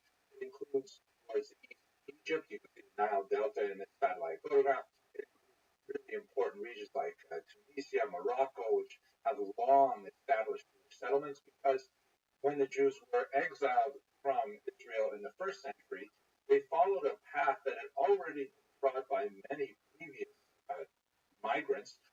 The pattern of Jewish settlement in the ancient period basically extends across the coast of North Africa up into Spain, and then later across the Pyrenees into Europe. But it also includes simultaneously settlement of the Italian peninsula, the Greek peninsula, and so on. But the coast of North Africa is a fairly well-known area for Jewish history. We've already treated it a few times in previous lectures, and we'll come back to it again in future lectures. So I'm not necessarily going to break out a special lecture just for North Africa, because much of the history of Jews really is integrated with other things that are going on, particularly in the Muslim world, and so we will return to those later.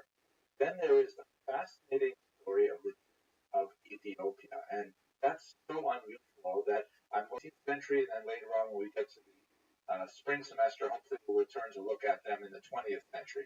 And then finally, in the deep south, you have the major population of Jews in South Africa. Most of those are migrants who come from Eastern Europe in the 19th century, however, and so it's better for us to treat them later on in the semester. A little bit like, I used to live in Miami for quite some time, and South Florida is way north of North Florida in terms of American culture. But South Africa is way more European, even though it is at the southern tip of the African continent. There are also many other populations, fascinating ones like the Lemba, who are also primarily concentrated in the south, that have more features in common with the history of the Jews of Ethiopia, but I'm going to break it up into these sections for now. Again, North Africa is going to be integrated with a lot of the topics that we're already discussing. Ethiopia is going to have two kind of standalone lectures, and South Africa will also get to when we get to the spring semester. This is not to say that Jews are only found in these three regions of the continent. On the contrary, many of the regions have experienced Jewish settlement, and there are a significant number of indigenous African peoples who have claimed Jewish descent. The so-called Falasha or Beta Israel, which we'll speak about in the next lecture, are hardly the only African tribe that have been associated either by themselves or by others with the Jews. But in the interest of the scope of this particular series of lectures, I'm just going to concentrate on the areas I've identified here. One of the most profound writers of the history of the Jews of Africa is undoubtedly Dr. Turin Parfit, who has written some amazingly important works that focus on the history of the Jews in this region. He's especially well associated with the Beta Israel, and some of his works are really wonderful to read, and they're quite heroic in scope. But he identifies something which I think is extremely important for us to understand, and that is misapplication of the so-called Hamitic myth. The story, you may recall, goes back to the book of Genesis. Here it is represented in the 15th century Nuremberg Chronicle, where Noah, after successfully braving the waters of the flood, he lands his boat and he immediately plants a vineyard. Once he discovers the intoxicating qualities of the fruit of the vine, he falls asleep in his drunkenness and naked. His three sons, Shem, Ham, and Yafet, shown here, all find him drunk and passed out like this, and Shem and Yafet, not exactly as portrayed here, but Shem and Ham elect to cover him up to respect his dignity, and Ham does not. So when Noah wakes up, he finds out what has happened, and he is especially angry at Ham, and for reasons which we'll have to left aside for now, he actually curses Ham's son, Canaan, or Canaan. And this curse, for much of Western history, has been associated with slavery. It has been used as a justification for slavery of Africans in particular, because the descendants of Ham especially associated with the settlement of Africa. In kind of a fanciful association, the word Cham Hebrew means hot. Flame is one of the words for sun, and the medieval argument is that Africans receive darker skin because of their exposure on the equator to more sunlight and so on. So there's this idea called the Hamitic myth after Ham. It really should be after Canaan, but you can have a look in Dr. Perfett's work to understand a little bit more about that. But how it's been used is fascinating. It's been used as a kind of a justification for some of the achievements of Africans in order to say that it's really not possible for indigenous Africans to have come up with these remarkable discoveries, such as, for example, Great Zimbabwe, which is one of the most important of the archaeological sites found in the southern region of Africa. And 19th century European explorers said there's no way that local Africans could have built it. Fantastic. It must be that there were Semites somehow involved because the local population are descended from Canaan, from Ham, and have to be held at a lower cultural level. Even though later researchers have pretty conclusively identified that this was an indigenous African culture. But from this Hamitic myth, you have a long series of attempts throughout African culture to make distinctions between so-called pure descendants of Ham and the intermixture of Semites who may have come into the continent at one point or another, intermarried with local population, and so on. This sort of intellectual exercise is engaged in not only by the European powers in Africa, who wish to make distinctions between many, many different peoples of Africa, and they use this Hamitic myth to elevate one at the expense of others. It's also sometimes used by Africans themselves who choose to identify with an earlier Israelite origin, perhaps the most famous of which is Olaudah Equiana of the Igbo tribe, and there have been some interesting associations. He, of course, went on to write a remarkable book about his experience at the slave, which had a tremendous impact on the abolitionist movement. But he wrote about childhood memories of associations with Jewish practices because of his presumed tribal affiliation with an original Israelite origin. The accuracy of these claims to Semitic or Israelite origins, of course, is really all over the board. Some are quite significant. The Lemba tribe has, for example, demonstrated through DNA studies that there is definitely a linkage with Semitic people living in the Middle East. But in other cases, it's purely fanciful and serve primarily to bolster claims of superiority of one people over another for whatever reason. Identity or true racial features of Jews by portraying themselves as Jews, whereas the Jews with a darker skin. I am not going to evaluate those claims in this particular lecture. We may come back to it in the future later. Right now, we're just going to focus on the Jews of Africa. It's also important to note that there are many Jews who are of African origin for whatever reasons, including conversion. There are some tremendous individuals who have converted to Judaism because it is effectively colorblind. The state of one's skin color does not have a reflection or bearing on their candidacy for conversion to Judaism, although it is less common. But they and their children remain Jewish, and we have significant populations of color throughout the world.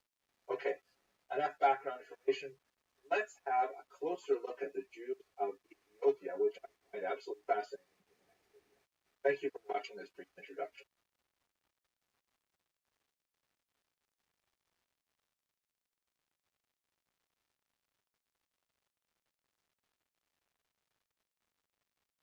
The Jews of Ethiopia are absolutely fascinating, and I really enjoyed doing research for this particular video because so many of the norms that I'm used to by studying, the history of the Jews in the Middle East or in Europe are out the window because things are so different in Ethiopia. So a lot of this is new to me. I was also surprised by how much of it was actually very similar, and I said, well, of course this is Jewish history. Even though it's happening in a very different cultural environment, a lot of the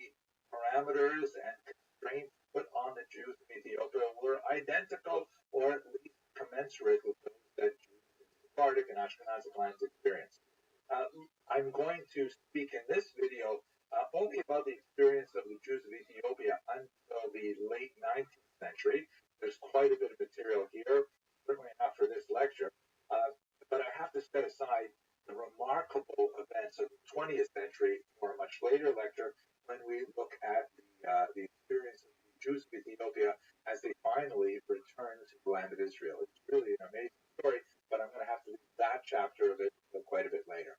Let us now turn, however, to the Jews of Ethiopia and specifically their discovery. The term discovery in itself is something of a colonial term because, after all, the Jews of Ethiopia didn't need to be discovered; they existed, but they were discovered by the Europeans. So, the most important figure in bringing the attention of a Jewish population in Ethiopia to the minds of Europeans, Jews and non-Jews, was James